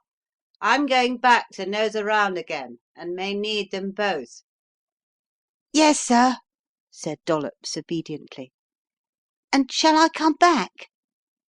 "Please yourself," was the laughing reply. "I shall want you to keep an eye on the winds, though. There's something there I'm not quite sure of." Dollops showed a sudden outburst of joy. "You trust 'em to me," he said excitedly. "I always did say as how that young party was up to no good, but I'll look after 'em all right. You leave her to me." With a little nod Cleek turned back, and Dollops sped off on his errand. At the beginning of the lane, however, his mind always on the alert, he looked back, and, like his master a few minutes before, he had the surprise of his life. The field was one unbroken sea of grass and gorse bushes. Cleek, too, had disappeared. For a moment Dollops stood stunned by the shock. Then he moved as if to turn back, but he had had his orders, and as there had been neither sight nor sound of anything suspicious, he turned once more and ran as hard as he could in the direction of the village. It was some half an hour later when the limousine drew up outside the door of Cheyne Court and Dollops hopped out of it. "God send he's safe," said he, his teeth chattering like a monkey's. "It gave me the fair hump, Mr. Narkom, when I looks back and he was gone, vanished clean off the map, so to speak. What if he ain't here after all? S'pose those devils, pentacle gangers they was for sure, nipped him. I ought never to have left him, that's what I oughtn't to have done, and if anything happens to him it'll be all my bloomin' fault." The Superintendent frowned, though to tell the truth he was as anxious as Dollops himself over Cleek's strange disappearance. He jumped out of the vehicle in Dollops' wake and entered the house. Just then the ballroom door opened swiftly and Cleek came out, his eyes shining and a look of utter satisfaction on his face. "Thank goodness you're safe, Cleek," the Superintendent said, striding up to him. "How you got here without being seen beats all, for we had a man on the road, you know." Cleek smiled. "Precisely, Mr. Narkom," he replied serenely, a queer little smile on his face. "All roads lead to Rome, you know. By the by, is Lennard outside?" "Yes," said Mr. Narkom. "But what is it? Don't tell me you've discovered the truth at last." Cleek gave out a little triumphant laugh. "Discovered?" he said. "No, I am only at the beginning yet," and he fairly pushed Mr. Narkom before him out of the house. "Lennard," said he, "streak it to the Natural History Museum, Kensington, and drive like the wind. There isn't a moment to spare." The door of the limousine flashed open and shut again, the car leapt forward and sped down the drive and into the lane. A second later it was on its way Londonward, the astonished Superintendent and Dollops being left to wend their way slowly toward the village. They found the inn there filled to overflowing with a crowd of men whose business soon showed itself to be that of ferreting out facts, true or untrue, for an inquisitive world. Reporters on every paper in the country that boasted a column of police news. The disappearance of Lady Margaret Cheyne had recalled the romantic history of the whole family, and both Sir Edgar and Lady Brenton writhed at the amount of publicity they were being forced to endure at the hands of the press. When, too, it leaked out that the famous jewels were missing, public excitement ran riot. Meanwhile, Petrie, Hammond, and their satellites kept faithful watch round Cheyne Court, and so concentrated were the efforts of the local police that when, late in the afternoon, the gaily painted caravans of a travelling circus camped out on the vacant meadow adjoining the Court estate, for the first time in local history no notice was taken of it, save by the youthful denizens of the neighbourhood. To them an inquest could hardly be expected to offer the same absorbing interest as the joys of Professor James' Marsupial Circus, which legend was inscribed on the carts and gaudy placards that were hastily pasted up. Kangaroos, muskrats, civet cats, opossums, and other specimens of Australian fauna were promised to be shown at the opening performance on Monday, and it was no wonder that the youthful section of Hampton were content to spend every hour of their leisure in a vain effort to quench their sudden thirst for natural history on the cheap.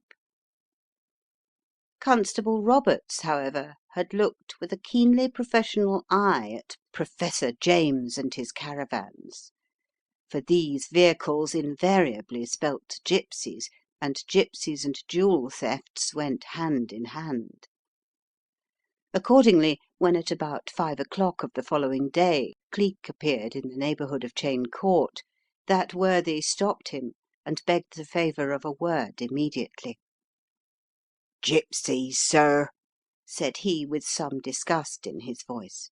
"They've planked themselves there in this field," he pointed in a general direction, "since this morning, and whether to send 'em away or not just beats me." Cleek stood at the side of the motor and regarded the constable with a face as blank as a brick wall. "Gipsies, eh, Roberts? Surely all circuses are not composed of gipsies, are they?" he said finally. "It's a funny time of the year to start a circus, I must say. I thought they appeared later in the season." "So they does, sir," responded the constable emphatically, "and what makes it more funny still, I don't believe there ain't no animals at all, sir, leastways not live ones." "Well," said Cleek, "you don't mean to tell me it's a circus of dead animals, do you? That is a bit too much." The constable shrugged his shoulders. "No, sir, I don't go so far as to say that. But what beats me is that you can't see no signs of any animals about, and what's more you can't smell 'em either, and I never knew no circus wot yer couldn't smell 'arf a mile off." Cleek laughed, but in an instant was serious again. "Come to think of it, Roberts," said he, "you're right on that point. I think I'll take a look round on my own before I join the Superintendent. Can you come with me? Ah, no, I think it would be better not. We might frighten the birds away, and perhaps it's just as well, if they are not on the straight, to catch them red-handed. As it is, you've done enough to earn promotion twice over." Speaking, he jumped back into the car. With a few words to Lennard, they drove away into the oncoming dusk. With the blinds pulled down and Mr. Narkom's faithful locker at his command, Cleek got busy, so that when some few minutes later he had reached the little camp, a burly Australian swagman dismounted from the car. Swaggering up to what was presumably the tent of the proprietor, he gave a loud "Cooey!" that might have been heard easily on the other side of the river. It had the desired effect of bringing out Professor James, a man of decided cockney appearance and little trace of ever having been out of the country. "Cooey!" sang out the stranger. "Your little bunch of cats is like a sight of home. Say, pard, trot out one of your blessed kangaroos. I'll grease your palm all right." The lined, swarthy countenance of the Professor looked even more glum at this request. He shook his head. "Circus not ready yet. Can't do anything for you," he said gruffly. Thereupon the stranger plunged his hand into his pocket and brought out a £5 note. "Give us a look of a kangaroo for the sake of old country," he said roughly, and held the note significantly before the Professor. The man's eyes gleamed, and it was evident that the offer was a very tempting one, but he had obviously received other orders. "Clear out," he said threateningly. "I don't want you or your precious money hanging about here." He came forward with clenched fist, and the stranger recoiled a little, then turning on his heel, he gave an uncomfortable laugh. "Oh, all right, Governor," he said. "No harm meant. But of course if you're going to be nasty " He lurched away in the opposite direction, singing at the top of his voice an old time music hall ditty, while the Professor looked after him somewhat regretfully. It was nearly 7 o'clock that evening when Mr. Maverick Narkom, pacing uneasily up and down the little room which he had taken at the Hampton Arms, saw the door swing open and shut again without a suspicion of a sound. He looked up to find Cleek standing within a few paces of him. "At last!" he ejaculated. "Gad, my dear fellow, I never was so thankful to see you in my life. Things seem to have got into an awful mess somehow since you've been gone.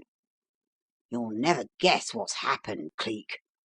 After all my instructions to that stupid idiot Roberts, he's let the Hindu gang escape. They went up to the station, so I'm told, and made their getaway." "It does not matter," said Cleek calmly. "I have come to the end of the riddle at last, my friend." "The end?" gasped Mr. Narkom. "Man alive! Tell me!" Cleek held up a restraining hand and gave a little satisfied laugh. "Patience, Mr. Narkom.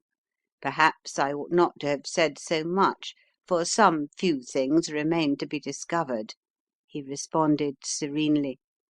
"But the first thing to do is to get all the jewels where they can be easily secured to morrow in broad daylight." "What jewels?" exclaimed Mr. Narkom, who had apparently lost sight of that factor of the case in view of the murders which occupied his mind. "The Cheyne jewels, of course," replied Cleek, "and most of all the Purple Emperor." "Good heavens, I had forgotten them. It's that poor young girl I've been thinking about," said Mr. Narkom excitedly. 10 chances to 1 but what she's murdered too, and "I think not," responded Cleek. "I have just one more thread to gather up, and then to morrow I rather fancy she will be in a position to clear things up for herself. But I've so much to tell you that it's difficult to know quite where to begin, and we can't talk here. Come down to Cheyne Court with me." "Delighted," responded the Superintendent with alacrity. But once in the car the two sat in silence, for Mr. Narkom saw how deeply Cleek was absorbed in thought, until the rusty gates were passed. But once the car drew up at the house, Cleek roused himself from his reverie. His voice full of excitement, he said, "Get the constables stationed round the house right out of the way. Put them and the other men where they won't be able to see or hear what goes on at the back. Then make some excuse of having to examine the body in reference to new evidence that I have brought back with me. I'll join you there in half an hour." Mr. Narkom gave a nod of comprehension and vanished up the path where his men had been stationed, leaving Cleek to carry out his plans.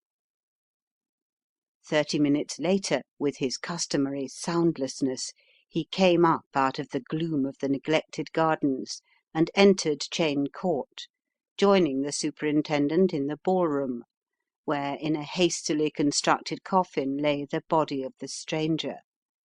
A stranger no longer to Cleek.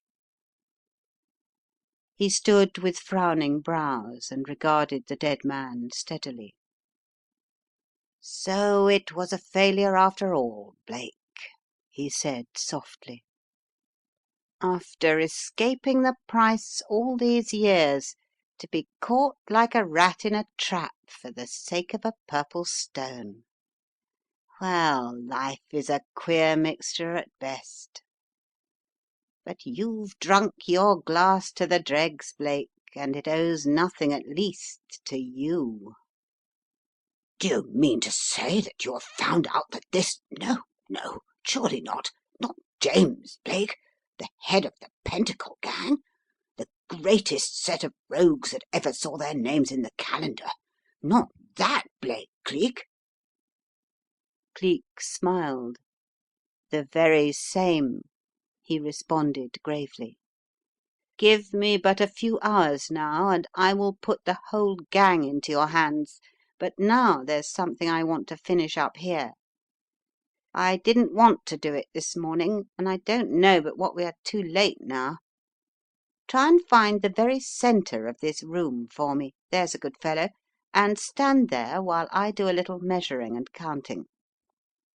Mr. Narkom took out his torch and sent it sweeping round the great room until he found what he took to be the exact centre, and announced the fact.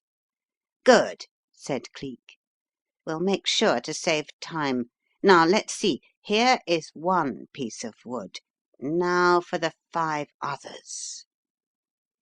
He paced slowly over the floor, marking at regular intervals with a piece of chalk a little dark piece of the parquet flooring. 3, 4, 5, 6.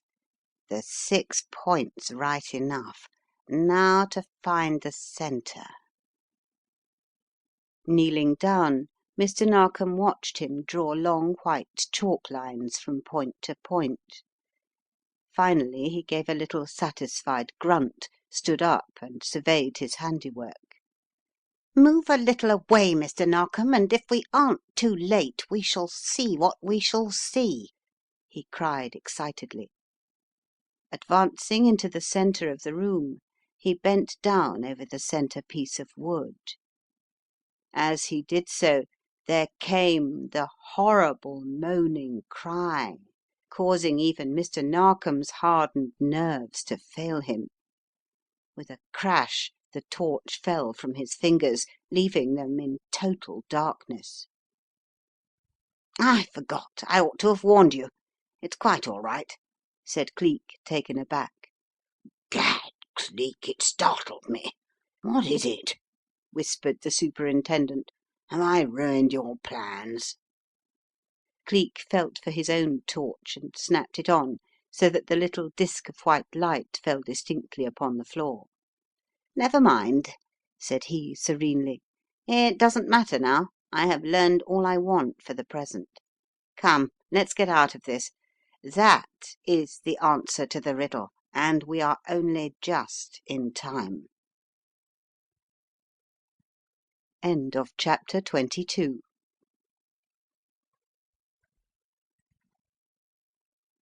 Chapter 23. Untwisting the Threads. In the big uncurtained ballroom of Cheyne Court the next morning, a plentiful gathering assembled for the inquest which had been postponed from the week before, and Mr. Narkom, who had entered with Cleek and a number of strangers that to an observant eye would have revealed themselves as plain-clothes men, watched the entry of every newcomer with almost morbid expectancy. Early arrivals were Lady Brenton and Sir Edgar, who at Cleek's request had returned from town that same morning, after a presumably futile search for any trace of Lady Margaret. The boy's face was lined and anxious, his nerves evidently strained to breaking point. Close beside him sat Lady Brenton, her arm clenched tight in his, and Cleek smiled a little as he noticed that she wore a gold scarf, obviously the one which had been given such unwonted publicity the preceding week. It was not exactly mourning attire, but she had evidently worn it in defiance of all gossip. Jennifer Wynne and her brother were there too, pale both of them, with eyes that told a tale of sleepless nights. Close beside them stood the immaculate, dapper figure of Gunga Dall, his dark eyes flashing from one face to the other, and lingering with a little smile on the perturbed countenance of Lady Brenton. It seemed as though he were quite satisfied with his work.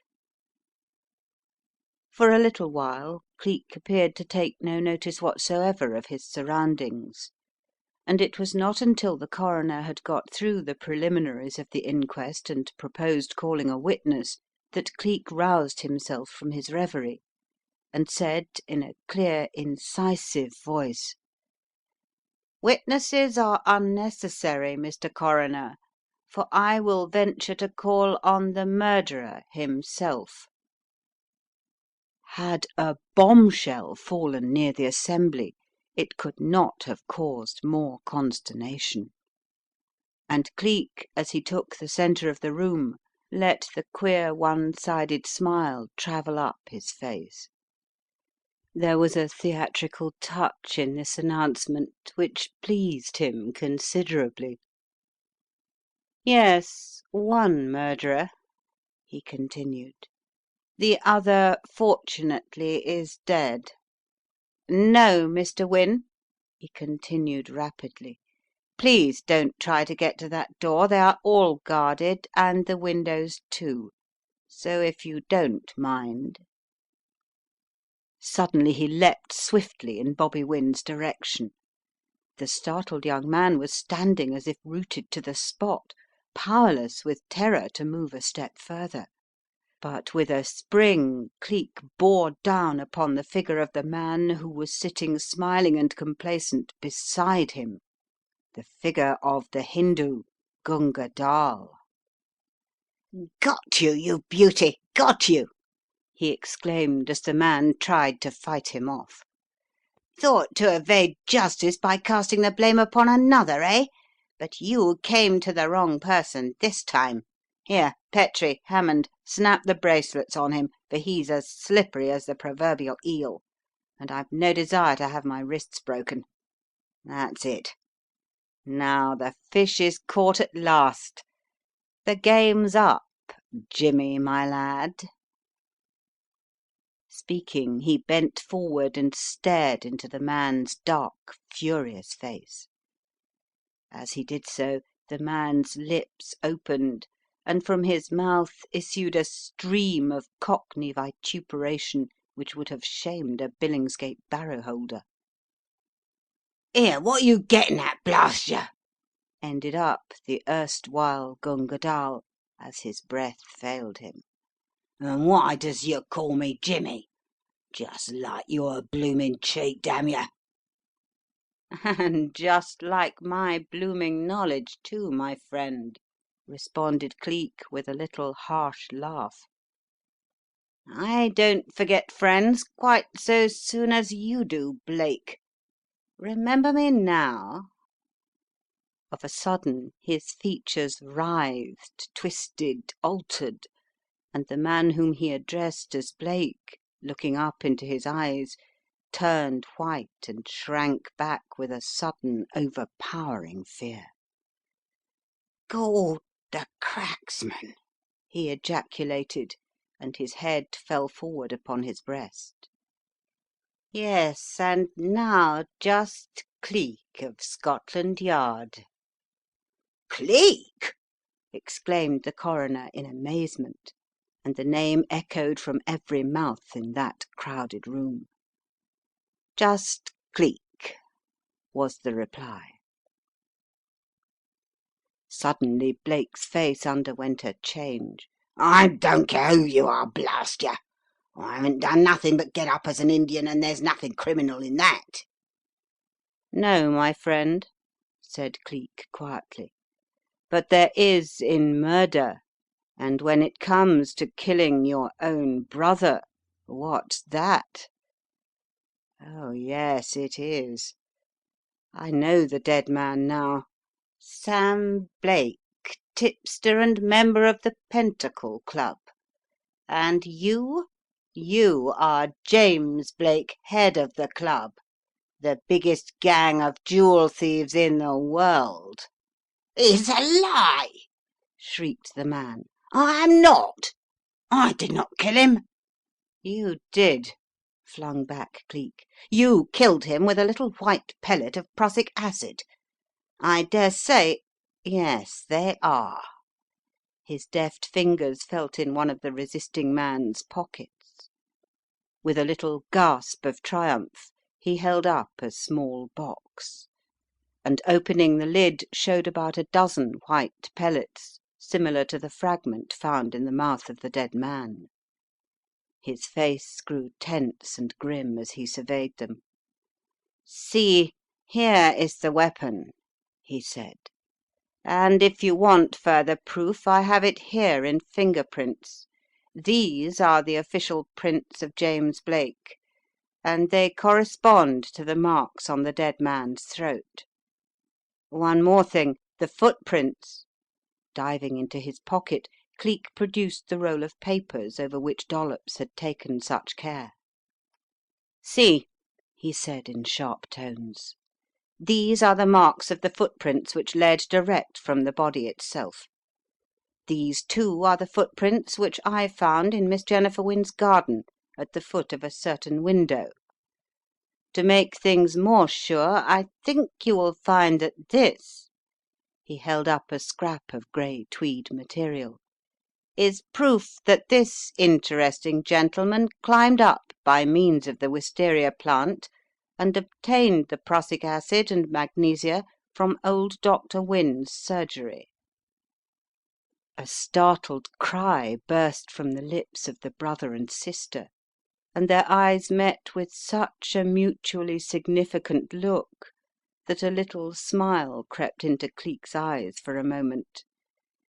It so obviously explained the situation between them. Each had suspected the other, and each had wished to shield the other. Then Cleek turned his gaze back to the prisoner, who was a picture of sullen dejection. "There is one more overwhelming proof of my story," Cleek said, and taking out his notebook he scribbled something rapidly. Then detaching a leaf he continued, "If Mr. Narkom will fetch it, and if I am right, I do not think Mr. Coroner need hesitate any further." Mr. Narkom gave but one glance at the scrap of paper in his hand, but those standing near him heard his exclamation of astonishment. Then he was gone, and attention was once more riveted on Cleek's slim figure. "You made a mistake, my friend, in drawing my attention to the gold scarves last week, for I knew that you lied in saying that you had given Lady Margaret that scarf. It was her father's gift, not yours. So your effort to draw a red herring across the path was a failure," continued that gentleman as he peered into the face of the prisoner. "You made a bigger one to day in leaving off that seal ring which left its mark on your brother's throat last week." A string of vile expletives followed this statement as the bound man strove feebly to wrench his hand from the firm grasp which held it. At this a little cry burst from the lips of Dr. Verrall, and again Cleek smiled. "You jumped to the conclusion too quickly that it was Miss Jennifer's ring, Doctor," he said softly. "Not even a strong woman could have subjugated a man like Blake." Dr. Verrall gave a little groan as he met Cleek's quizzical eyes, but Jennifer, who was standing near, stared at him in open-mouthed amazement. Then she said, almost under her breath, "Oh, Edgar, you thought that it was poor old Dad's ring on my hand. Is that why you wanted me to put it away?" Swiftly Dr. Verrall turned to her, and even as he did so the attention of the people around was speedily withdrawn, for the door of the room was opened and Mr. Narkom stood in the doorway. "Was I right?" said Cleek, a trifle anxiously. Right as a trivet," was the complacent reply. "And here she is." He stepped aside, and then a cry arose, for framed in the doorway, pale and worn but otherwise unharmed, stood the missing heiress, Lady Margaret Cheyne herself. A scramble ensued, but it was Sir Edgar who reached her first, and disregarding the surging crowd around them, gathered her bodily into his arms. "Margaret, my darling!" he said in a choked, broken voice. Cleek smiled. "You found her where I said?" he asked, addressing the Superintendent, who stood breathless but triumphant beside him. "Yes," said he briskly. "She was in Gunga Dall's house and bound and gagged, poor child. although she seems to have recovered herself very well now." He smiled at her as she stood, crimson and shy, beside the upright figure of her lover, and she gave him a smile in return. "Yes," she said in a soft voice, looking up into Sir Edgar's eyes. "I am perfectly recovered, thank you. No, Edgar, you mustn't." As that gentleman sprang forward in Gunga Dall's direction and made as if to attack him. "He will meet with the justice he deserves, dear, soon enough." "Well said," threw in Cleek, with an approving smile at this philosophical young person. "I agree with Sir Edgar's sentiments, Lady Margaret, so long as they remain sentiments and nothing else. But now what about that story which we are all waiting so breathlessly for? Do you feel up to relating your adventures, just to clear away the curiosity which I see written on every face?" He set a chair for her, and she thanked him with a gesture. Seating herself, she blushed crimson at the sight of the crowd that surrounded her. "Of course I will tell you my story," she began in a low voice. "But first of all I want you to believe that I did not kill that man. I truly did not." "What man, my dear young lady?" asked the startled coroner before anyone else could speak. "Why, the man who impersonated my poor aunt," she responded tearfully. "But Mr. Dall said everybody was looking for me, and he intended to take me out of the country. I did not want to go. It is all too wicked." She clung trembling to Sir Edgar, who was divided between his longing to wreak his vengeance on the prisoner, who stood sullen and discomfited, and his efforts to restore Lady Margaret. "You need not fear any trouble on that score, Lady Margaret," said Cleek quietly, smiling at her. "It was Gunga Dall himself who murdered the man, his own brother. And all we want to find out is how your scarf came to be involved. When did you discover the trick that had been played?" "I never thought of there being any trick," she said with a little shiver. "Poor auntie was always very queer and undemonstrative, even when I was a child, and, too, she always disliked me. That was why she kept me so long at school.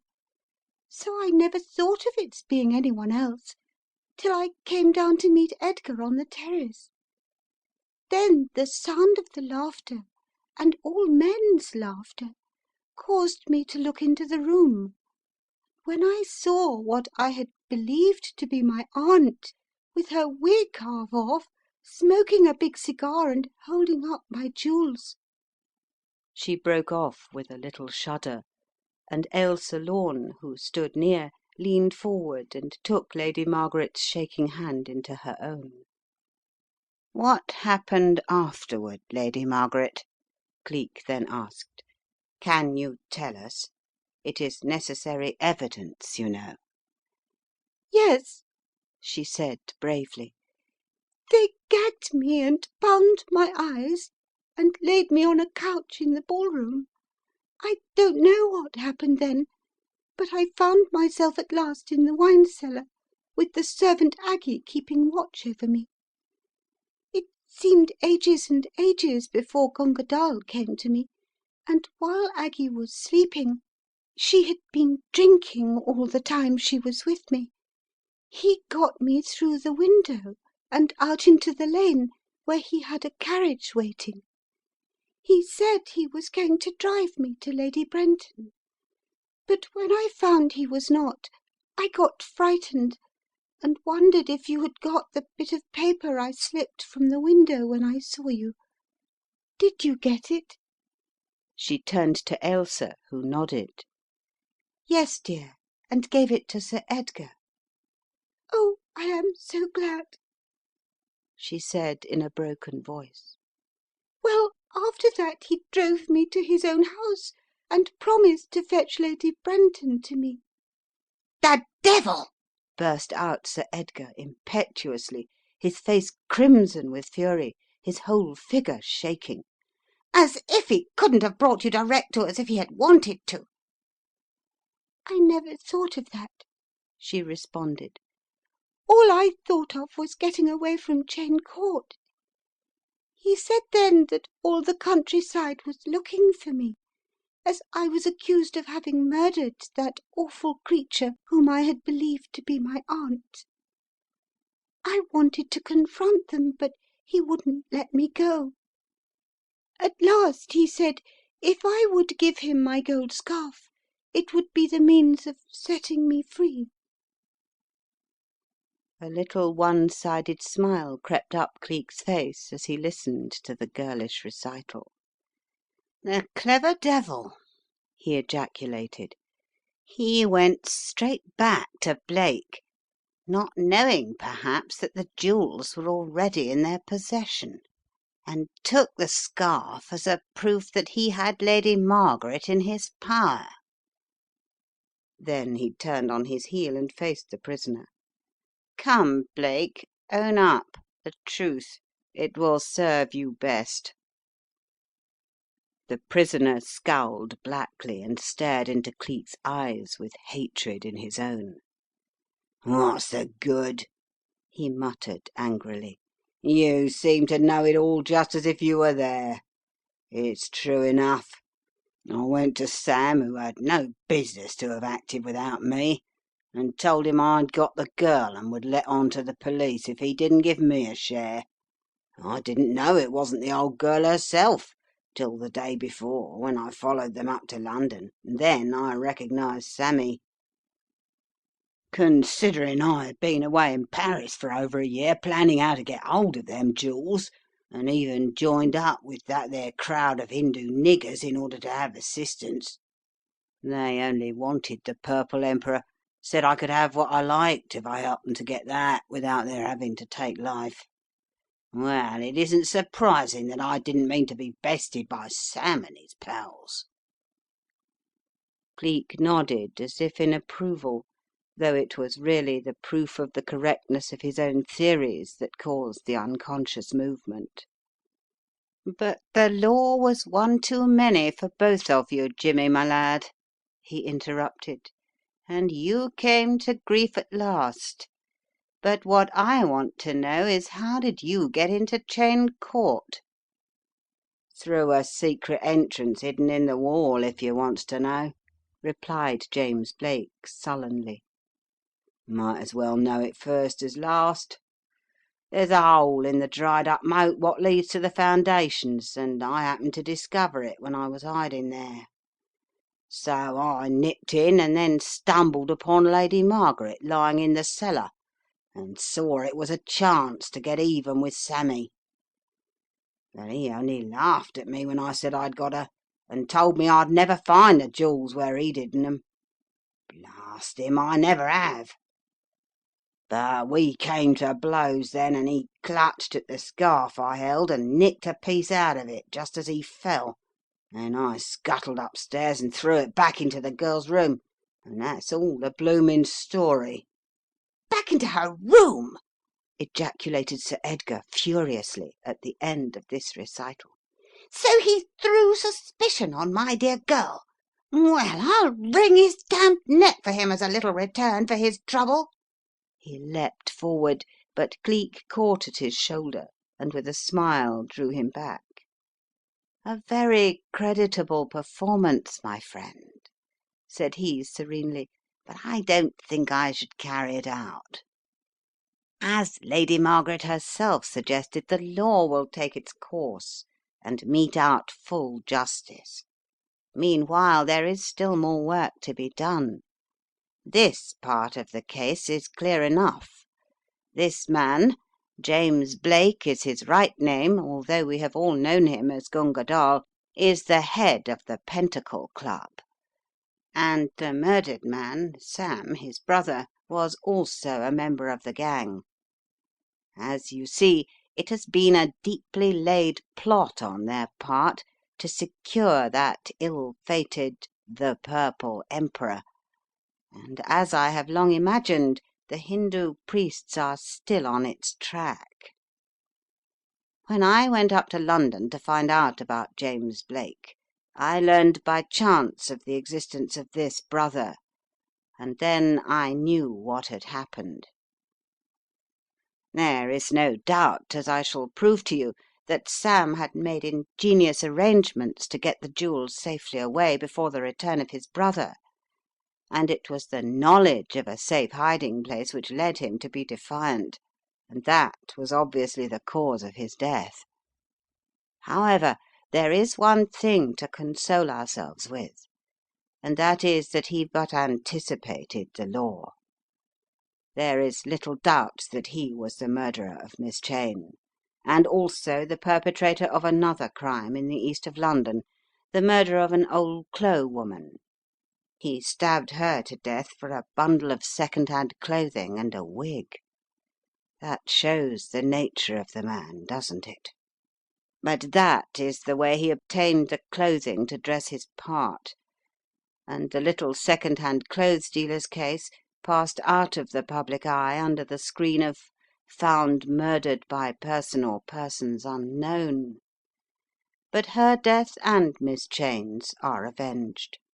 We have Mr. James Blake to thank for that.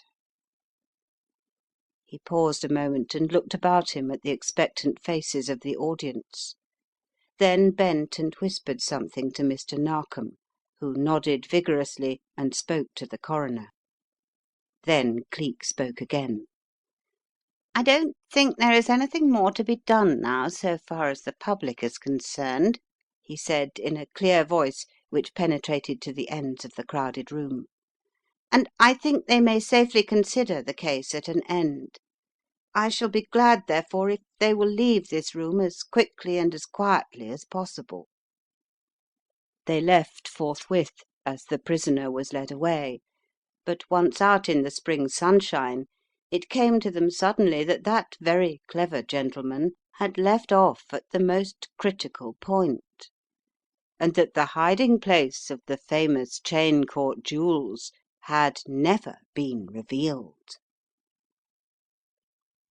End of chapter 23.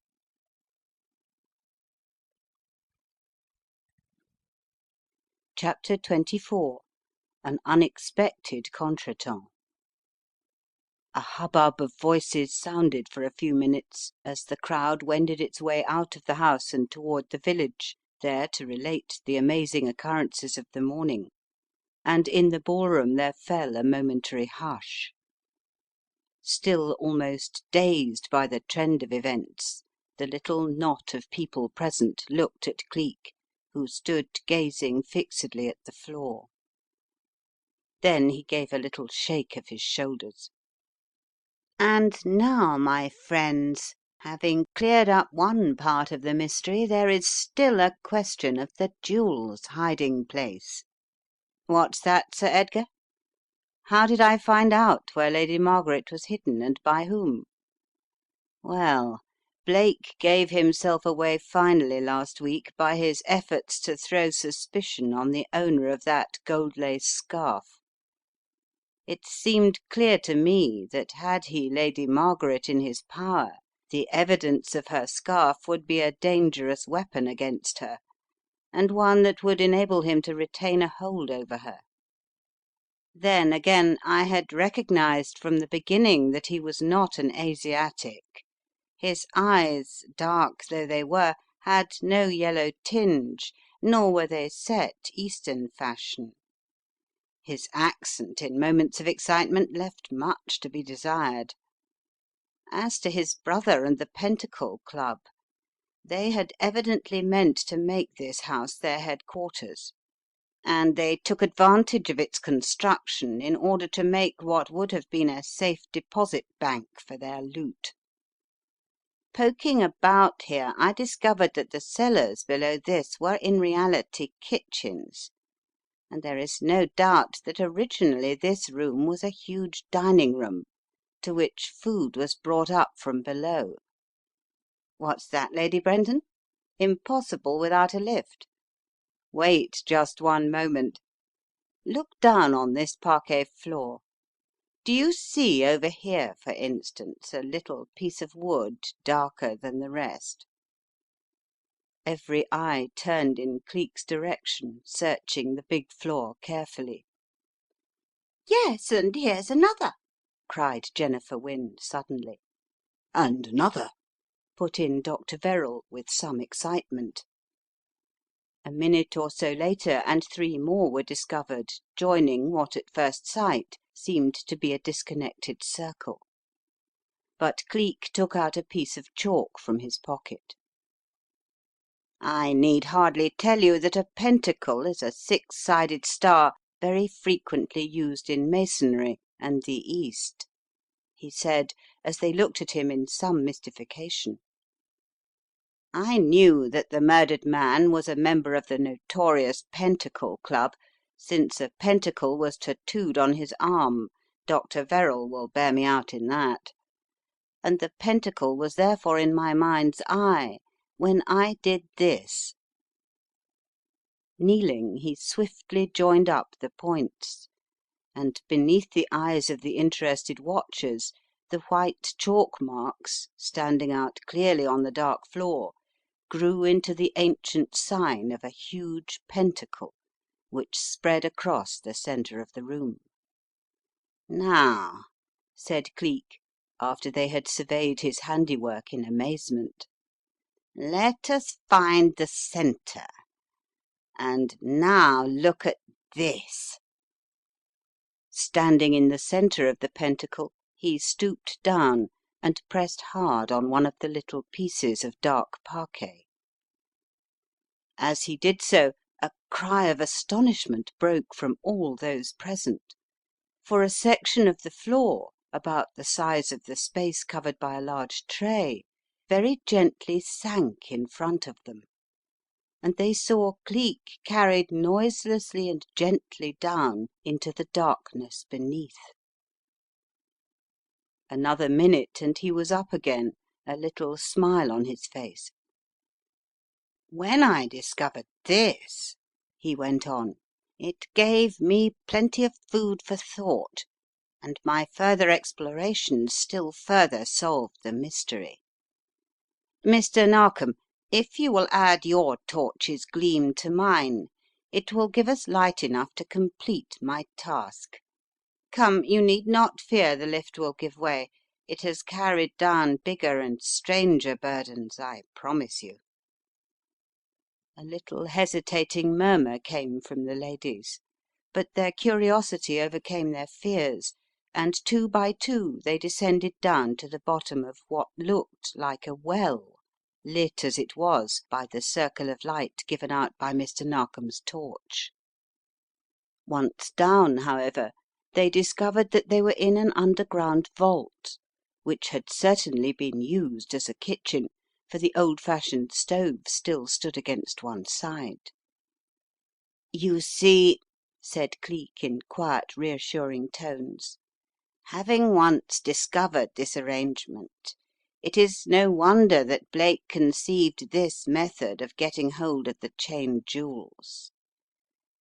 With only poor eccentric Miss Cheyne to dispose of, the task was an easy one. It only remained to get them into his possession through the agency of Lady Margaret, and if she had not discovered the trick that was being played on her, all would have gone off smoothly. As it was, however, Blake probably did not know whether she had contrived to warn someone or not." Lady Margaret herself intervened here in a quick, agitated voice. "That's just it," she said. "I told him Sir Edgar knew, and Lieutenant Deland, and Miss Lorne as well, and I said that you would all come after me and get the jewels back, too, which seemed to make him furious." "That accounts for his plan to hide them securely, then," said Cleek, squaring his shoulders. "I see. But surely he conceived the strangest method of concealment that ever entered man's mind." As if in illustration of his words, there suddenly burst forth the horrible sound, like the wailing of a dog in his death agonies, which had swept over the ballroom upon that first day of the inquest. Jennifer and Lady Brenton both shrieked aloud, and Cleek had as much as he could manage to silence them. "It is all right, don't be afraid," he said serenely, "for that is the jewel case of the Pentacle Club." "Jewel case?" cried Dr. Verrall excitedly at this strange remark. "What are you talking about?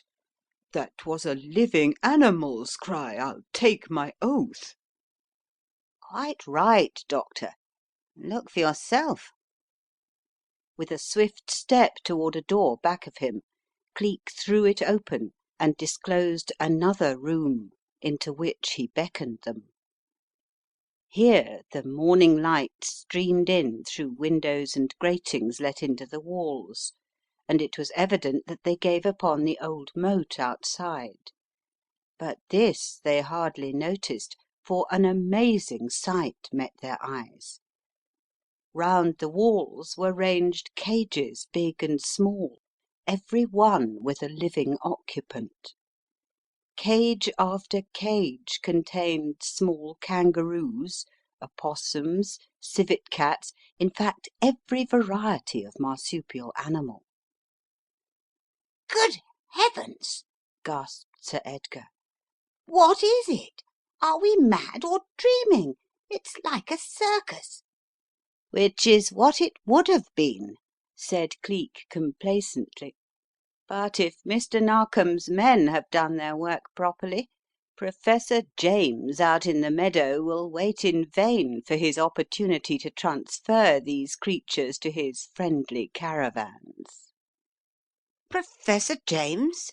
said Bobby Wynne, speaking for the first time since the disappearance of Gunga Dall. "What has he to do with it, Mr. Headland?" "Everything, as you will see for yourself," said Cleek. "But for the moment I want to rescue some of the Cheyne jewels, which, if I am not mistaken, would have vanished for ever after to night." "But where are they?" said Jennifer. "Here in front of you for the most part," responded Cleek serenely. "Surely in the strangest jewel case that was ever conceived." Speaking, he darted over to the cage of one of the small kangaroos, and with the aid of his coat succeeded in catching fast the struggling animal. Plunging his hand into the pouch, he withdrew it, holding up a shining pendant in his fingers. A little gasp came from all present. "Good heavens!" said Sir Edgar. "Do you mean to tell me the jewels are hidden like that?" "I do," said Cleek. "It is no wonder that Sammy Blake felt assured of his booty, for unless his accomplices betrayed him he was safe beyond all discovery. He knew that between the police searching for them and his own pals thirsting for revenge, he would stand a very poor chance of getting them away hidden in any ordinary manner. Hence the circus. It was ingenious, to say the least of it." "But how did he get them in?" asked Lady Brenton. "Very simply, as I will show you. But first I will try and relieve some of these animals of their burden. Sir Edgar, Doctor, and Mr. Wynne, if you will lend me a hand." Suiting the action to the word, they made the round of the cages. In nearly every case Cleek abstracted some valuable jewel from its occupant's pouch. He had left the cage containing one kangaroo to the last. The animal was a large one, and it took the united efforts of the men to overpower it, but at last they succeeded, and Cleek gave a little cry of triumph as he held up to their astonished gaze a huge amethyst coloured stone, flashing and quivering in the dim light of the torches. "The Purple Emperor!" cried Lady Margaret breathlessly, and Cleek, with a little bow, passed it to her. "Yes, Lady Margaret, And the quicker you get that into custody of the bank, the safer your life will be, and " He stopped short, alert and intent, for a sound had come to his trained ears. Someone else had entered the vault. Quickly he stepped back into the shadow of the cages, where he was hidden from view. There came a sound at the back of the room, a snarl, half human, half animal. But it was a man's figure that leapt across and snatched the great jewel away from the soft hands of Lady Margaret. Both the girl and her companions were too dazed by the sudden appearance of this uncouth being, his clothes covered with green mould, his hair dishevelled, his eyes glaring, to do anything but stare at him in utter astonishment. "It's mine at last!" he shrieked, and turned to go back the way he had come. But Cleek was in front of him and the entry closed.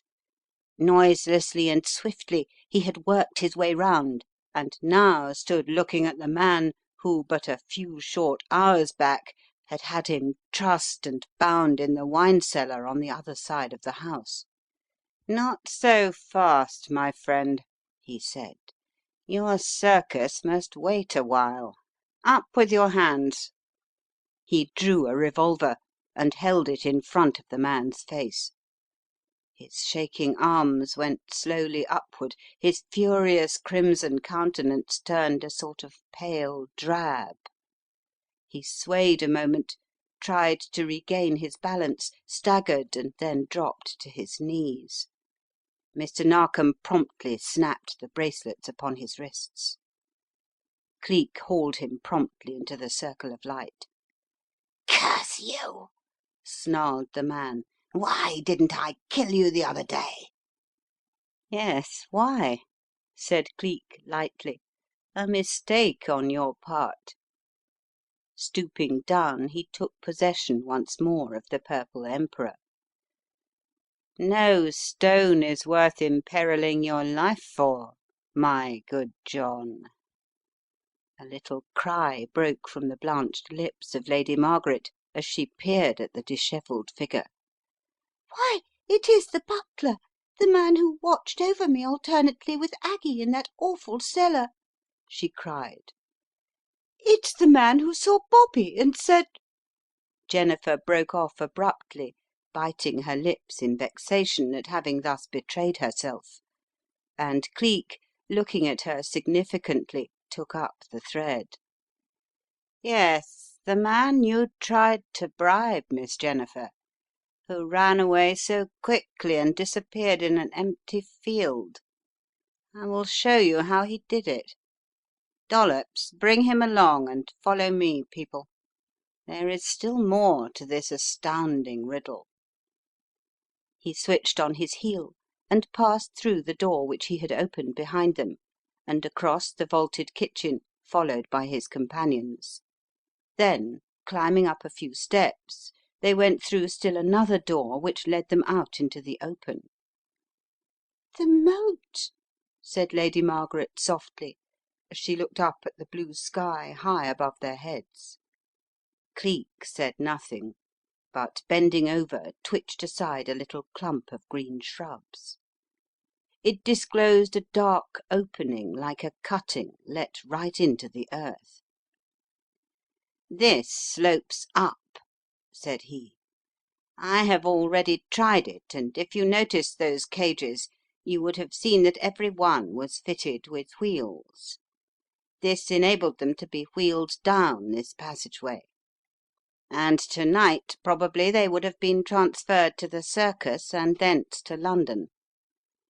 I do not think that either the police or the other members of the gang would have thought of searching in so queer a hiding place, do you?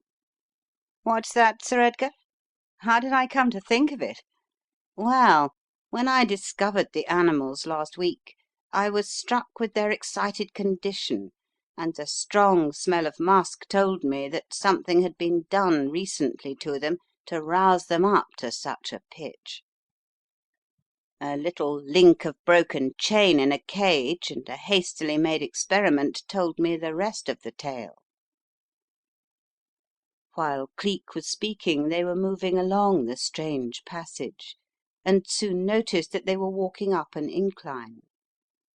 Just as their heads began to reach the level of the earth, an iron gate barred their way. Cleek pushed it back, and they discovered that it was the entrance to the vaults of Cheyne Court, cleverly hidden by the gorse bushes of the meadow belonging to the house. In this meadow Professor James had pitched his circus, secure in the permission of Miss Cheyne, and here he had waited for an opportunity to get hold of his precious freight. Cleek and his followers were in the centre of affairs before the spectators even had time to wonder from whence they had sprung. "Beg your pardon, Mr. Narkom, sir," began Petrie, a look of chagrin on his face. "We've got the caravans and all the rest of the stuff, but the man himself had got clear away." Cleek smiled. "All right, Petrie," said he serenely. "Not so clear as he thought, for Dollops has got him safe, and he is here right enough. Get him down to the village and charge him with the robbery of the Cheyne jewels." A light of satisfaction gleamed in Petrie's eyes as they lit on the figures of Dollops and his captive, and a look of relief crossed his face. It would have been the first time a suspected person had ever slipped through his grasp, and the fact that he had failed Cleek at a critical moment had filled him with dismay. Did you get the woman, Aggie? Asked Mr. Narkom briskly. "Yes, sir," said Hammond smartly. "Fought like a wildcat she did too, but we got her all right, and Constable Roberts has taken her down to the station." "Good," said Cleek. "I think, then, that is all we need do here." "But there are still points to be cleared, Mr. Cleek. Come up now to the Towers, where we can be at peace," said Lady Brenton. "I want to get this child," she smiled at Lady Margaret, "into safety, but we will have lunch first, for I am sure you are all absolutely worn out."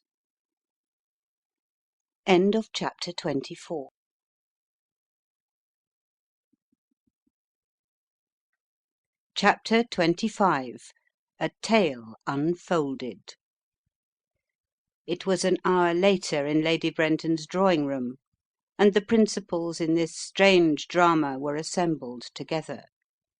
They were filled with curiosity to hear how this man, the greatest detective the Yard possessed, had contrived to elucidate the mystery, a mystery which they felt sure would have remained unsolved forever had he not chanced to take up the case.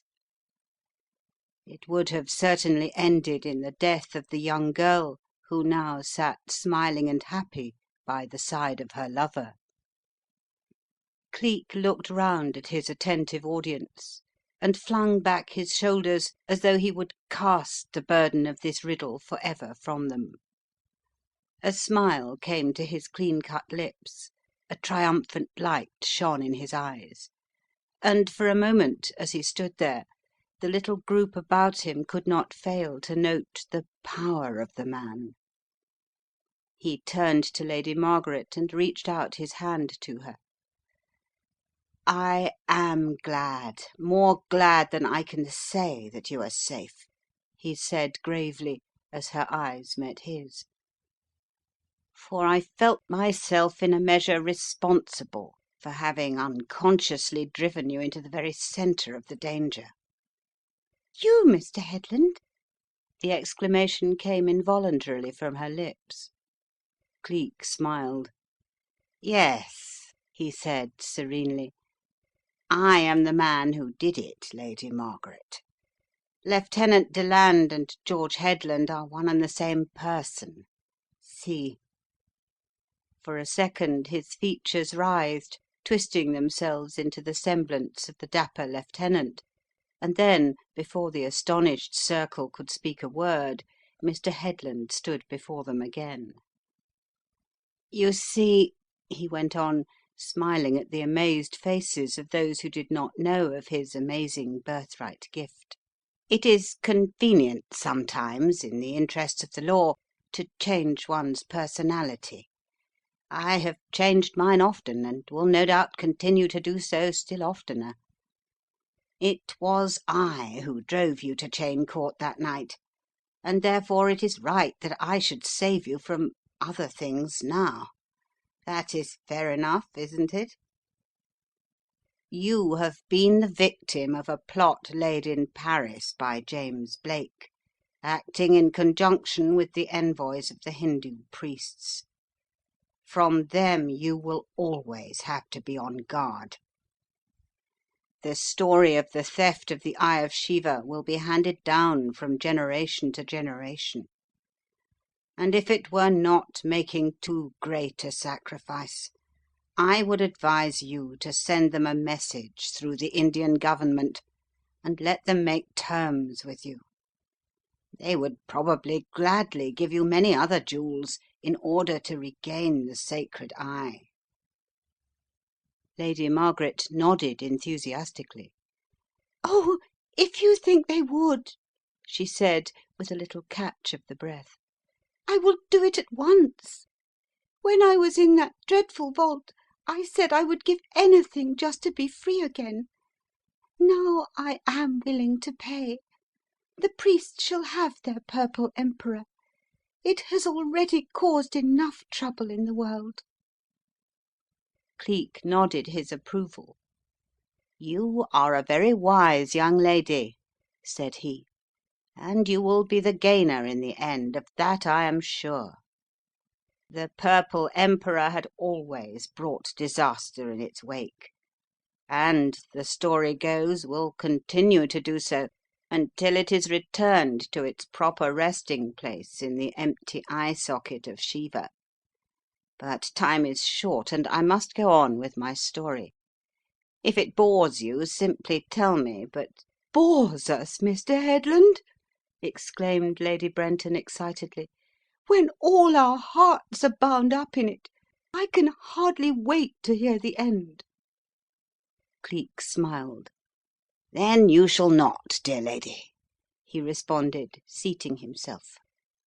"Well, in the first place, I soon found that there was a connection between the murder of Miss Cheyne and that of her old servant, Elsie McBride.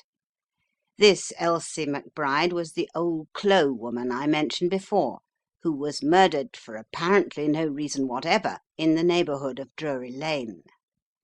And that connection was the Cheyne Court jewels. Sam Blake, formerly an actor himself, I believe, no doubt by chance saw the photograph of Miss Cheyne which she had given her servant on her marriage.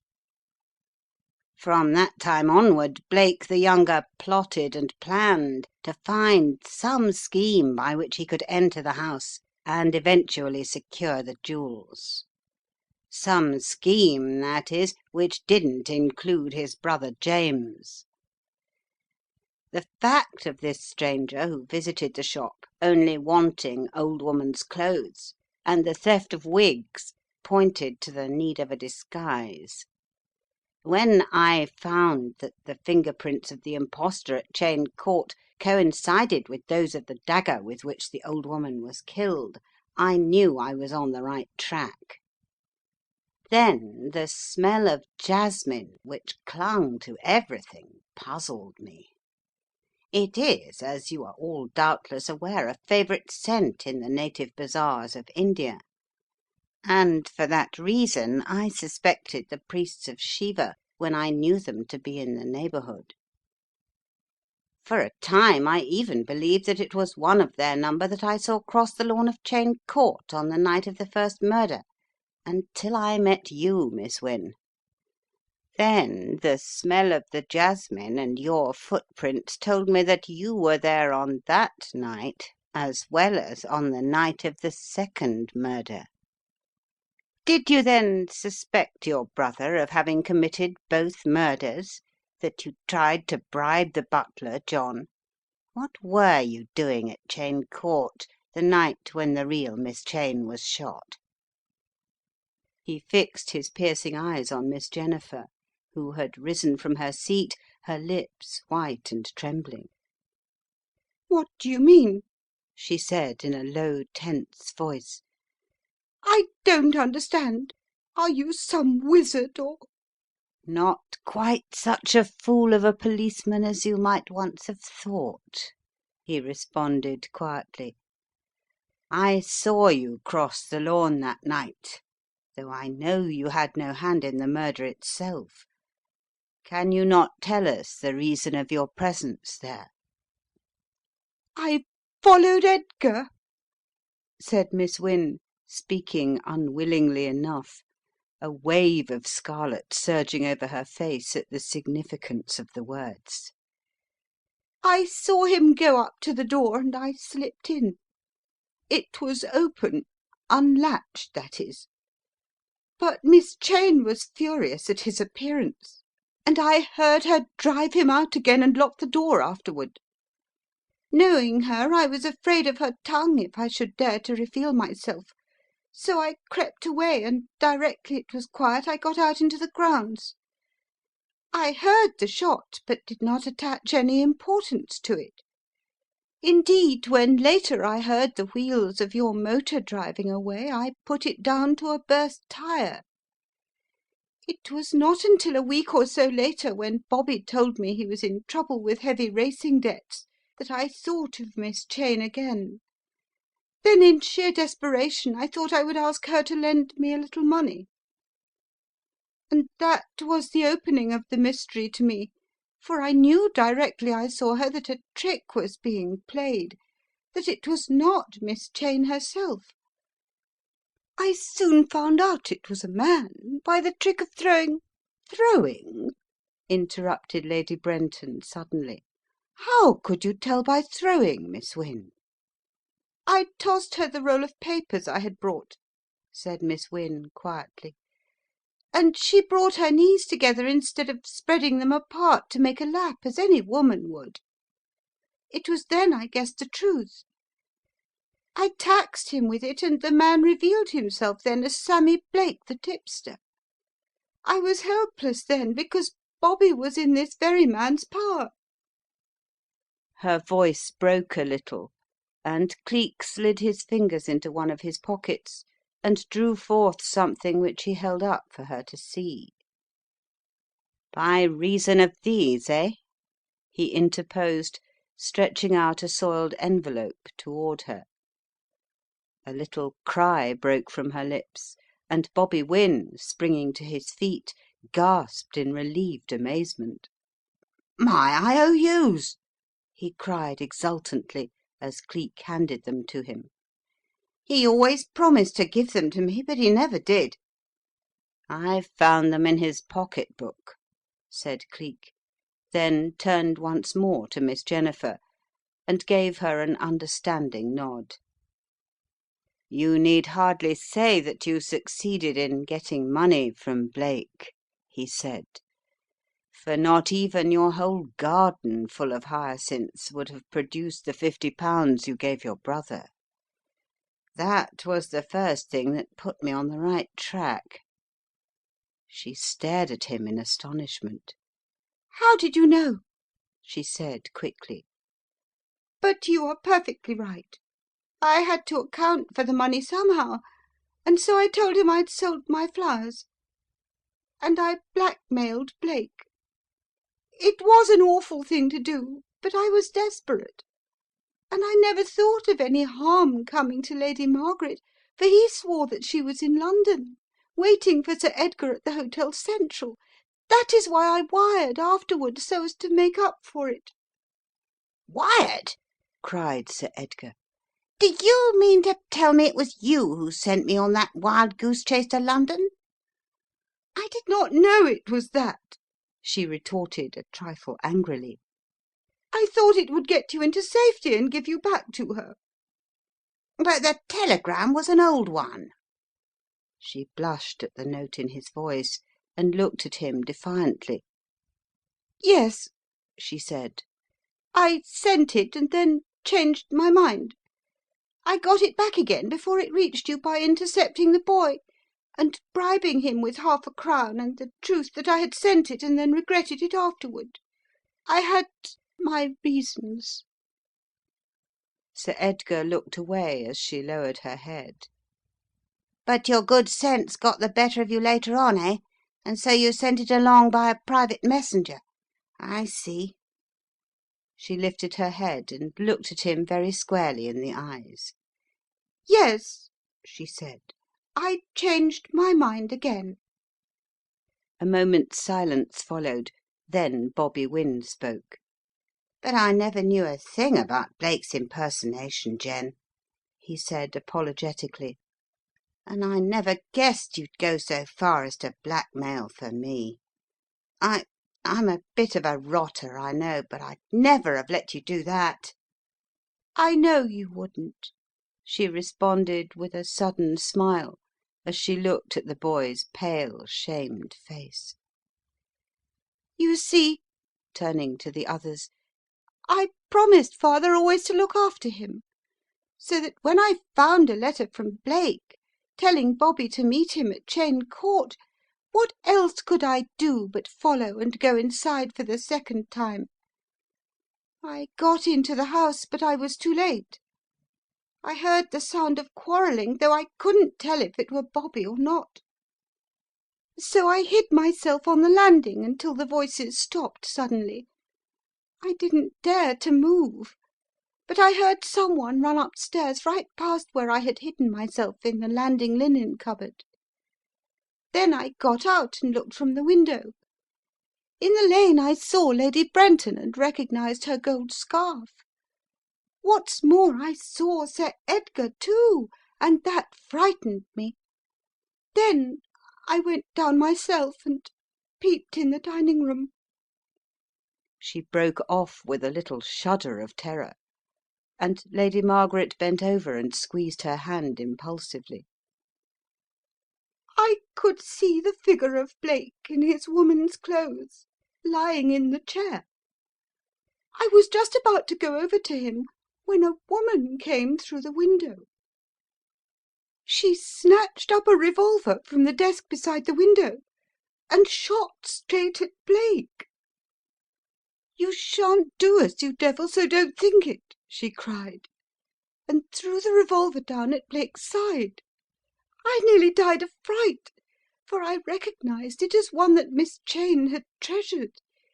It had belonged to Sir Edgar's father. She told me so herself once." "It must have been Blake's own," interrupted Sir Edgar in tones of deep conviction, "for I had the other one. Miss Cheyne threatened me with it a month ago, and I snatched it away and brought it home with me. But go on, Miss Wynne, please."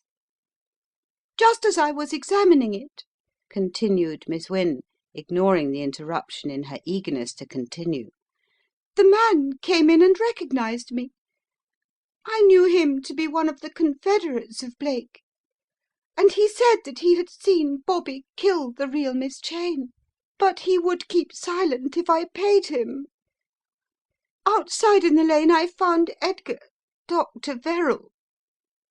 She glanced shyly up at the pale young doctor, as if asking permission to finish her tale, and when he nodded emphatically, she continued speaking in a low, colourless voice.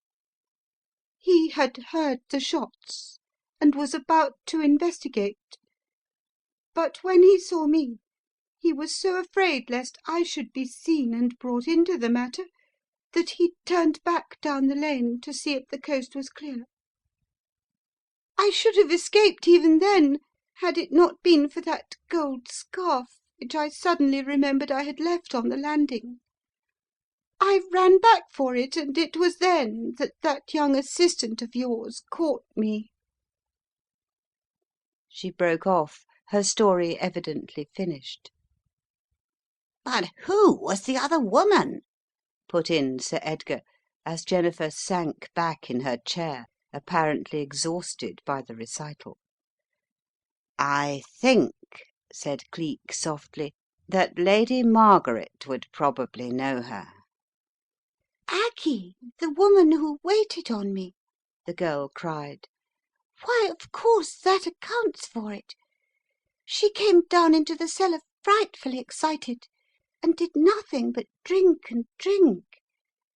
That was how the Hindu, the other man, I mean, was able to get me out of the vault. She had dropped off into a drunken stupor, and nothing seemed to arouse her." "I never thought of your being in the house," said Miss Wynne, as she looked piteously at Lady Margaret. "Please forgive me. You don't know how desperate I was for money." "It's all right," replied Lady Margaret impulsively. "I don't think they would have hurt me. Only when I discovered the trick they did not know what to do. Thank heaven I am safe out of it."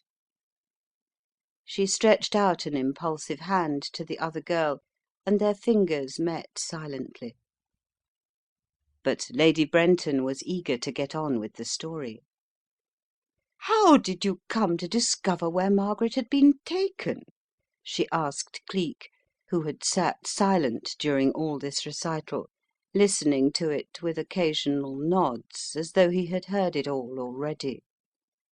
"To think that I let that devil sit in my drawing room, while all the time he was keeping her a prisoner." "I owe that to Dollops," said Cleek, with a friendly little nod to that worthy. "While making my investigations in the house, John and the woman Aggie caught me foul and made me a prisoner. They threatened indeed to kill me if I did not reveal where I had hidden Lady Margaret, which of course showed that she had been removed from the vault by someone unknown to them. At that time I was as much in the dark as they themselves, but a strong gleam of sunlight revealed, caught in the window frame, two little shreds, one of gold, the fatal gold scarf again, and one of tweed, smelling strongly of jasmine. I guessed then that she was either in the hands of Gunga Dall or of the Hindu priests, and I was right. Afterward, when I found the animals down in the vaults, and came upon the circus with no animals in it, not the temptation of a £5 note would procure me a look at one, I knew their purpose. It remained then but to see that they were not removed that night, and also to keep guard over the caravan, which you may be sure I did. Suspicion pointed to so many people, even including yourself, Lady Brenton," he added with an odd little smile at the lady's start of surprise. "Would it astonish you very much to know that you yourself were really in Cheyne Court on the nights of both murders?" A little gasp of amazement came from the listeners, and Lady Brenton looked up with blanched face and dilated eyes. "Impossible!" she cried in quivering tones. "No, you were the lady in the scarlet satin cloak," said Cleek. "Dear," said Ailsa, interposing suddenly as Lady Brenton's pale face flamed with an angry colour. "It is all right. I understand now. You were walking in your sleep, and you took my scarlet opera cloak, the one we had such a talk over, don't you remember? When you commenced to worry over Sir Edgar and poor Miss Cheyne, you just wandered out in your sleep and visited the spot in the working out of your dreams." I saw you, mother," said Sir Edgar with an emphatic nod of the head, as the good lady stared first at one face and then another in her amazement at this turn of events. "And it brought us both under suspicion." "It certainly brought you under suspicion, Dr. Verrall," said Cleek suddenly, "for what with your footsteps in the lane and the fact that the prussic acid bottle had been tampered with in Dr. Wynne's surgery. But that's over and done with now, thank goodness, and I don't imagine there is any more to tell. But if I am not mistaken, there's a shower of congratulations to be presented to both you and Sir Edgar, eh? Well, send me an invitation to the wedding, Doctor, and I'll come no matter what happens, just to see Miss Jennifer in bridal white, with that look in her eyes." Then Cleek's eyes turned to Lady Margaret and Sir Edgar, who were sitting with hands frankly clasped, as though there were no one but themselves in the whole universe. Cleek nodded at Lady Brenton. "Love's young dream," he said softly. "What's that, my young friend?" as Bobby Wynne crossed over to him suddenly and reached out a boyish hand. "Want to shake hands with me? Of course, of course. Anything I've been able to do has been a great pleasure, I assure you. But here's a piece of advice for you. Don't indulge too much in the racing habit, for it grows and, like pitch, is inclined to stick a trifle too closely. Hard work's the best antidote for it, and if you're willing and ready, I've a friend who is looking out for a young political secretary this moment. One who is honest and trustworthy and straight. It's a chance. Want to take it?" There was a sort of sob in the boy's voice. "Want to? Well, just give me a chance, sir. I swear I'll stick to it, and show you I'm worthy of your friendship. The only bet I intend to make in the future is a straight tip, and that is that I won't fail you. Ever." Cleek gripped the slim young fingers firmly and nodded his head 3 or 4 times. "Good boy," he said softly. "That's the talk. And you'll be able to show that foolish young sister of yours that her love for you has been worth having after all. I'll drop you a line as soon as things are fixed up. But I must be off now, for time flies and there is other work to be done. Ailsa, am I to have the great pleasure of escorting you back to the cottage?" She jumped to her feet at this, laughing and happy. "Of course," she said softly. "Who else?" And Lady Brenton, with a sudden little nod of comprehension, smiled. "Then there are other congratulations to be given?" she said softly. "Well, well, I am glad to hear that. Come here, dear, and let me kiss you before you go." Cleek glanced at Mr. Narkom, and Mr. Narkom looked back at Cleek, for they two had been in the secret for a long time. Cleek's hand sought the Superintendent's arm and gave it a friendly squeeze. "Some day, old friend," he said softly, "and when that day does dawn, well, none other shall best man me but yourself. The best friend a fellow ever had." Mr. Narkom gulped uncomfortably, as though there was something sticking in his throat. For all his position as chief keeper of law and order, he was a sentimentalist at heart. "Brothers, Cleek," he responded in a husky whisper.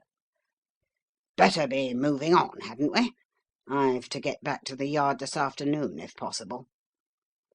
Cleek nodded. "Yes, better be moving on. Coming, Ailsa? Ready, Dollops? All right then, we'll be off. Good morning, good people, and good bye.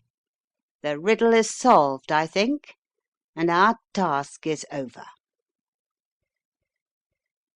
End of chapter 25 and end of The Riddle of the Purple Emperor by Mary E. Hanshew and Thomas W. Hanshew.